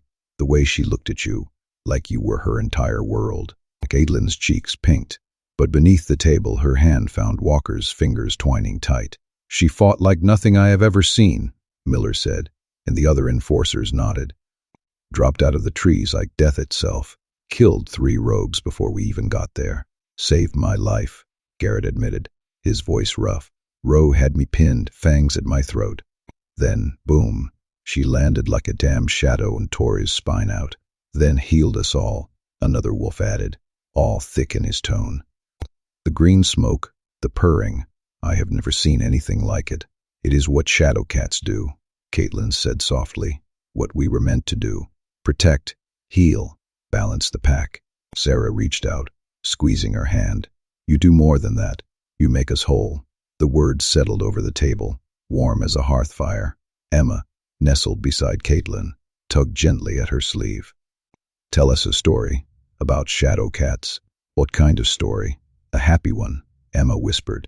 About when Shadowcats and wolves were friends. Caitlin looked around the table, at the faces watching her with open trust, with gratitude, with love. Then she began to speak, her voice weaving through the room like smoke. Long ago, before fear divided us, Shadowcats moved through wolf territories as guardians. We were not pack, not like wolves are pack, but we were partners, protectors. Her eyes grew distant, remembering stories passed down through generations. When wolf packs fought too hard, when rage threatened to tear them apart, Shadowcats would come. Our purr would calm the fury. Our presence would restore balance. What happened? A young wolf asked. Fear, Caitlin said simply. Wolves who did not understand us saw a threat instead of a partnership, saw power they could not control, so they hunted us. Not all wolves, many tried to protect us. But enough were afraid that we had to hide, had to disappear. She paused, until we became myths instead of truth. But you are here now, Emma said. You came back. I did. Caitlin's gaze found Walker, because I found a wolf who was not afraid, who looked at my Shadowcat form and called me beautiful, who gave me his blood and trusted me to protect his pack. Her voice softened. Who taught me that home is not a place, it is people who choose you. The pack was silent, emotion thick in the air. Finally Marcus stood. The gentle Omega moved to stand near Caitlin, his expression serious. We have something we would like to ask you, he said formally. Something important. Caitlin looked confused. Okay? Marcus glanced at Garrett, at Sarah, at the pack members gathered around the table. They all nodded encouragement. Caitlin, Marcus continued, you saved our alpha. You healed our pack. You fought for us, bled for us, gave everything you had to keep us whole. He paused, choosing his words carefully. You have become essential to us, not just as a protector or healer, but as a family. Caitlin's voice caught. We know you and Walker are not mated, Marcus continued gently. We know there is no bond pulling you together, but that does not change what we see, what we feel. He looked around the table. We would like to ask you, formally as a pack, if you will be our Luna. The room went silent. Caitlin stared at Marcus, then at the faces watching her with hope and love and had absolute certainty. Your Luna? Our Luna, Sarah confirmed. Not because you are mated to our alpha, but because you have earned it, because you belong with us, because we are choosing you, and we hope you will choose us back. Caitlin looked at Walker, eyes bright with unshed tears. Walker, it is your choice, he said quietly. I want you to stay. I want you to be my partner in every way that matters. But this is between you and them. Your choice, Kitten. Not fate, not an obligation, just a choice. Caitlin looked around the table again, at Emma's hopeful face, at Sarah's warm smile, at Garrett's respectful nod, at the pack who would surrounded her with love and acceptance and belonging, at the family she would found after 30 years alone. I have never been part of a pack before, she said, voice shaking. I do not know the pack hierarchy, do not know all the traditions or rules or... We will teach you, Garrett interrupted gently. That is what family does. And you do not have to be perfect, Sarah added. Just be you.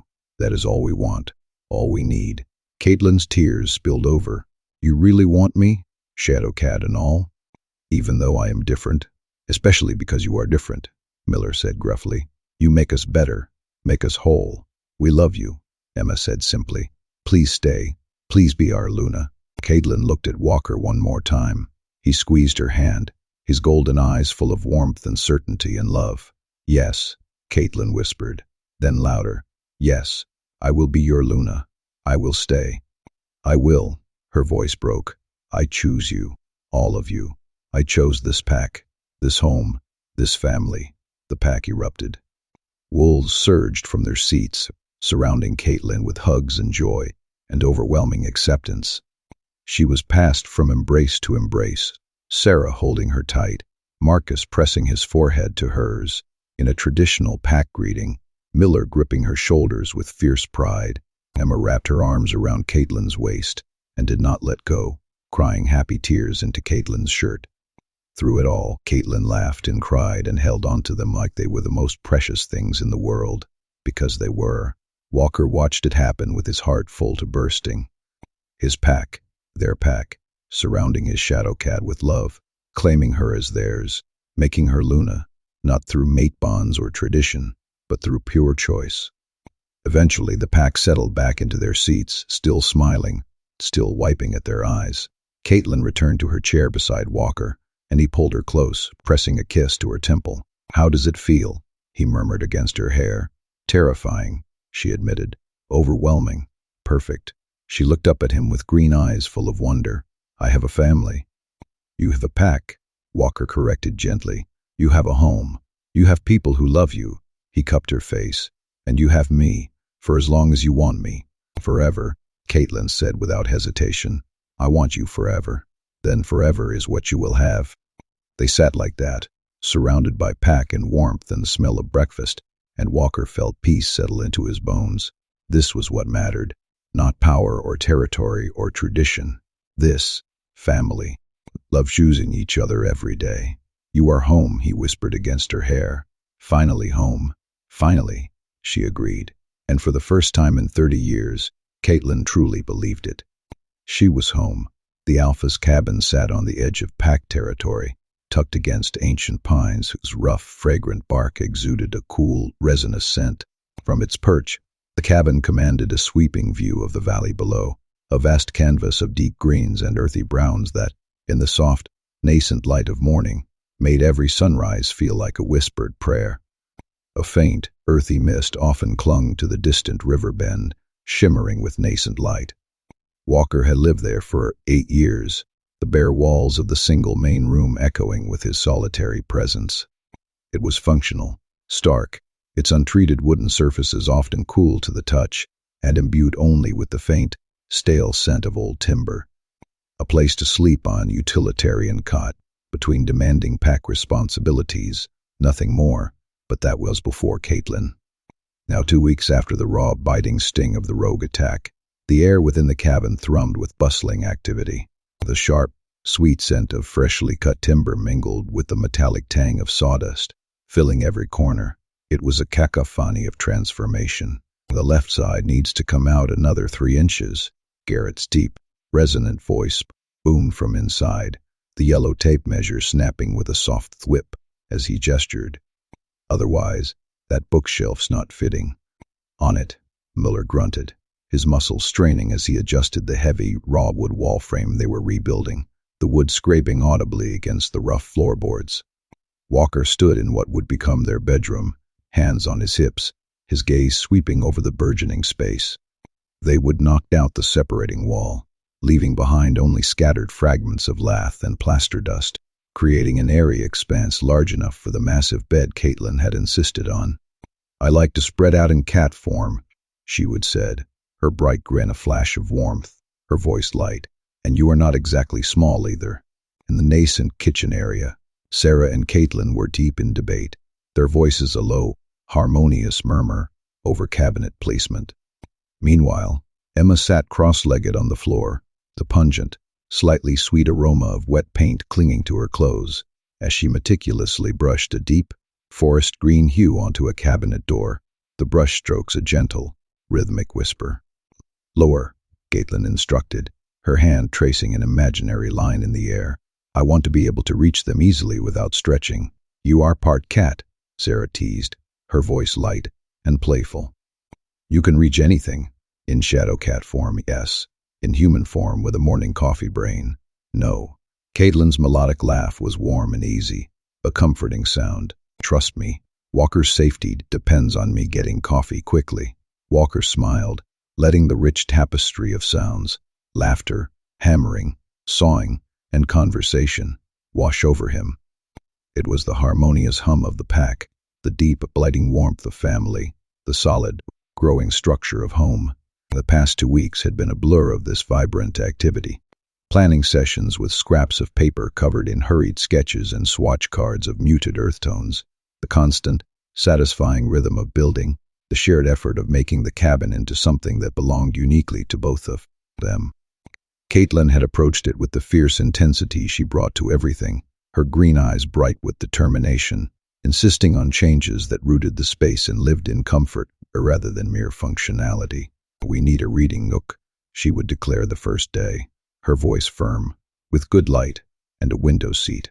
"A reading nook," Walker had repeated, a touch of bewildered amusement in his tone. "Yes, for me, and for pack members who visit." Her emerald eyes had been firm, unwavering. "This is our home, Walker. It should feel like home, not a barracks." "So they would," added a reading nook, visualizing a cozy corner with soft cushions and sunbeams, and expanded the kitchen, the scent of new wood already permeating the air, and built a covered porch, its new roofline extending to wrap around 2 sides of the cabin, and created a study where Walker could handle pack business, the faint scent of fresh lumber settling in, and even added a guest room because Emma needs somewhere to stay when she visits. The cabin was growing, evolving, its footprint expanding, becoming something neither of them had consciously planned, but both desperately desired. Pack members rotated through to help, their steady presence a comforting weight.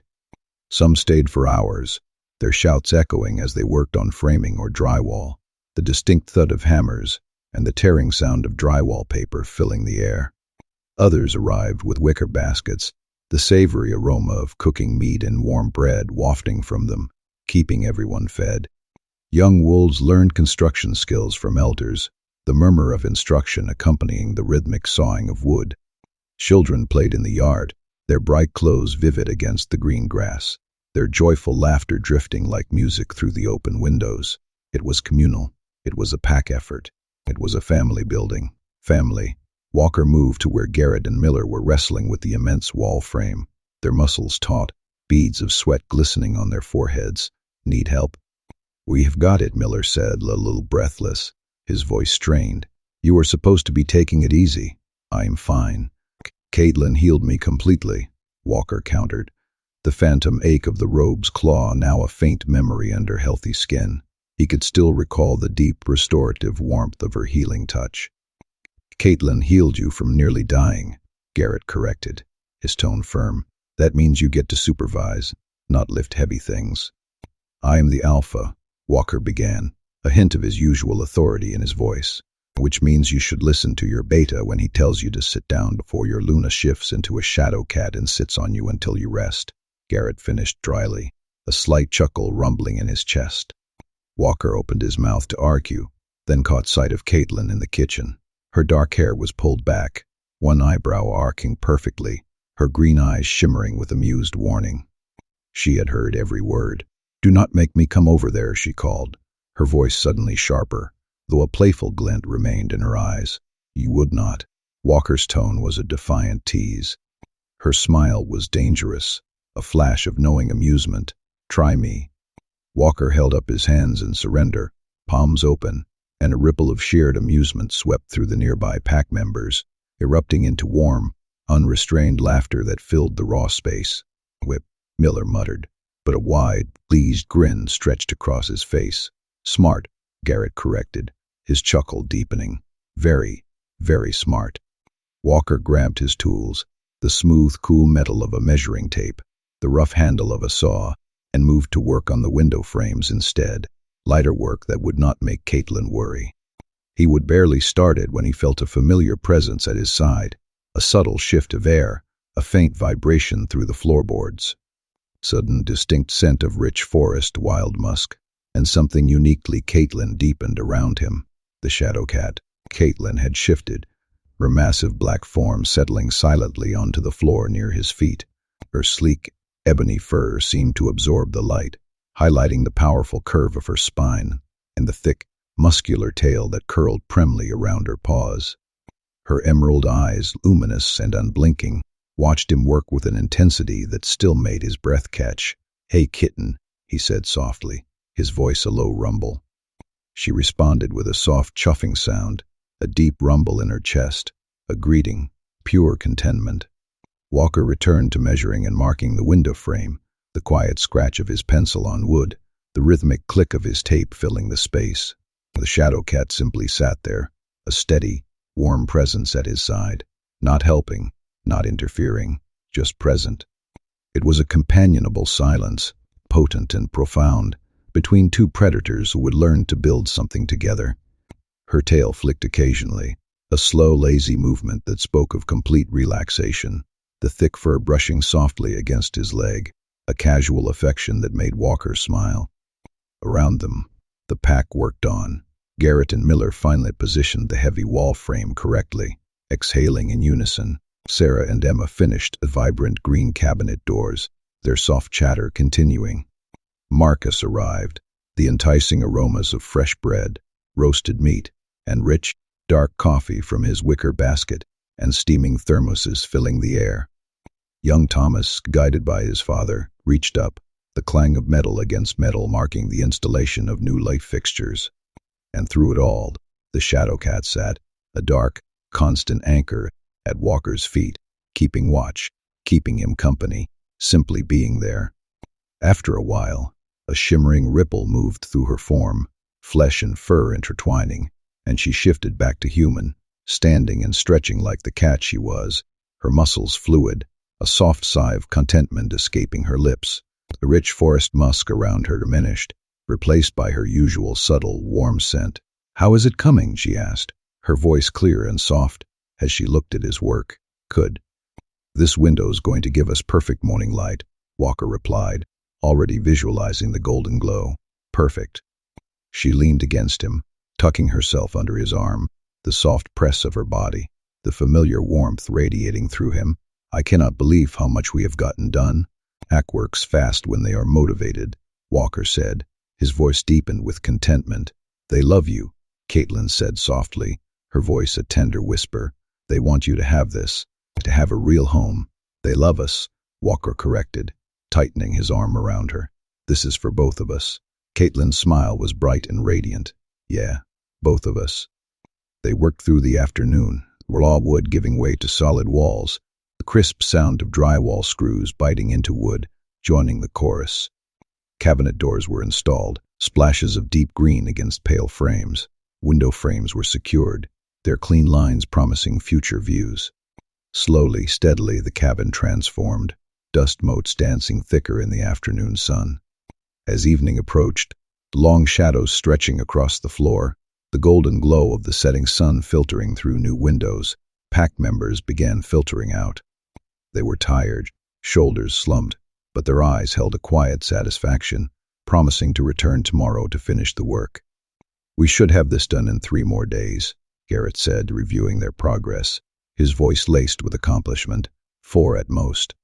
"Thank you," Walker said, gripping his beta's shoulder, the solid contact a warmth of camaraderie. "For all of this, for helping us build this." "As Schloss Pack does," Garrett said simply, his voice quiet, steady. "We build together." And the last pack member had left.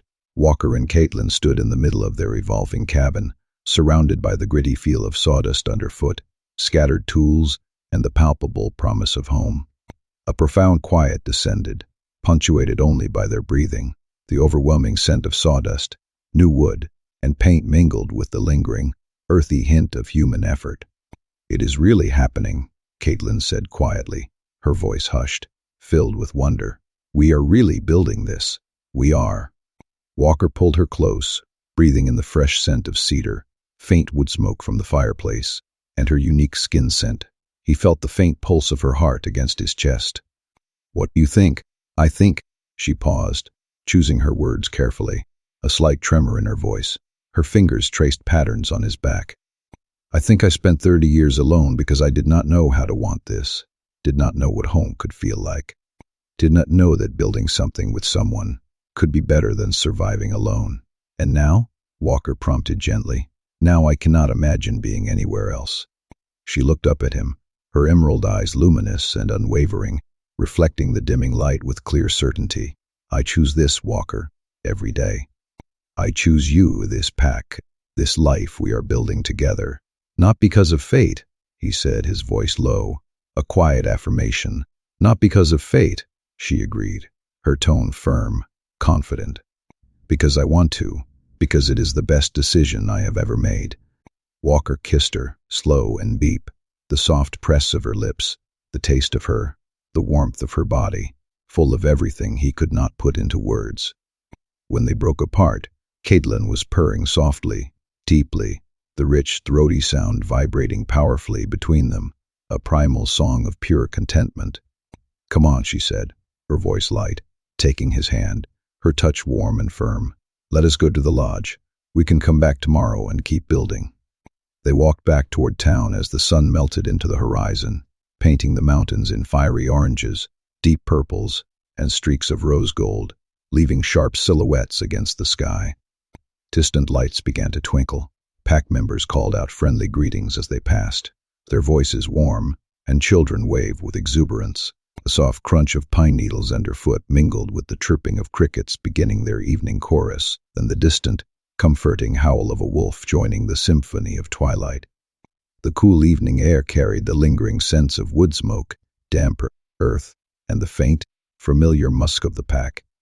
I was thinking, Kitten said as they walked, the gentle swing of their joined hands a steady rhythm. Maybe we should add a workshop to the cabin. Somewhere you can work on projects without getting sawdust in the bedroom.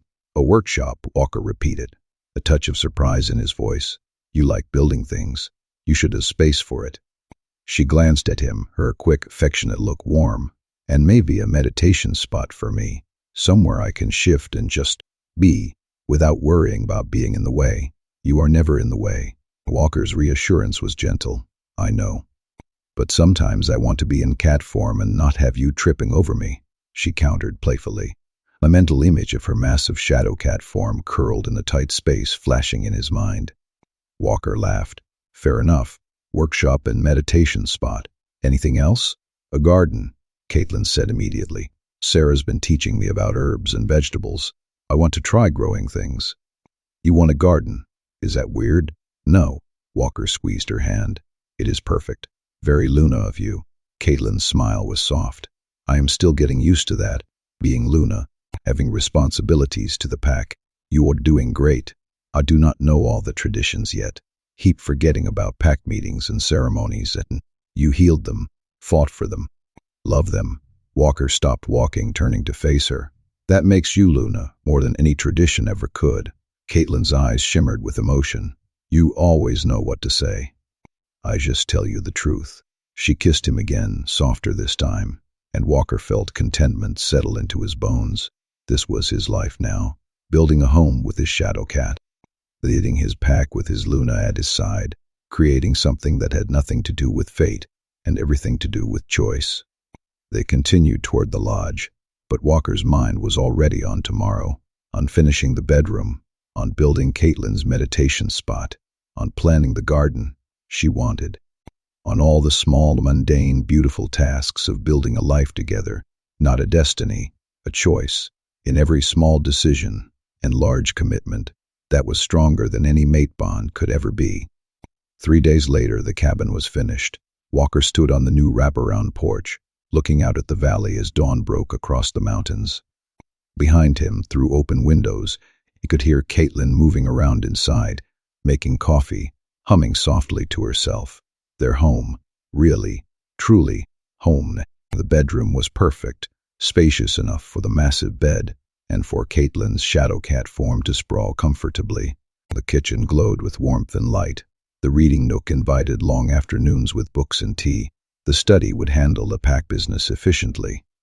And everywhere, were signs of both of them. Walker's practical efficiency balanced by Kitten's insistence on beauty. Her need for light and space balanced by his preference for cozy corners. Both their scents, both their choices, both their lives woven together into something neither could have created alone. The door opened behind him. Kitten emerged carrying 2 mugs of coffee, wearing one of his shirts, and looking sleep-rumpled and perfect. Morning, she said, handing him a mug. "Morning, Kitten." They stood together in comfortable silence, watching the sun paint the world gold. "I was thinking," Caitlin said eventually, "we should have the pack over, officially christen the house. Let them see what they helped build." "Good idea." "When?" "This weekend?" She glanced at him. "Is that too soon?" "It is perfect." Caitlin leaned against his side, her free hand finding his. "I never thought I would have this. A home, a partner, a family. It seemed like something other people got, not me. And now I cannot imagine anything else." She looked up at him, green eyes clear and bright. "Thank you for not moving when I got close, for calling me Kitten, for looking at my Shadowcat form and seeing beauty, for choosing me every single day. Always," Walker said. "I will always choose you, and I will always choose you back." They stood there as morning fully arrived, coffee growing cold in their hands, perfectly content to just exist together. That is the end of this tale. But in the world of the supernatural, there is always another shadow waiting. Thank you for staying with me through every twist, turn, and heartbeat. If you enjoyed the ride, there is more waiting for you. Take a look at the other audiobooks on this channel. Do not forget to subscribe if you want more magic, monsters, and stories that go bump in the night. Until next time, stay curious and brave. Never stop listening.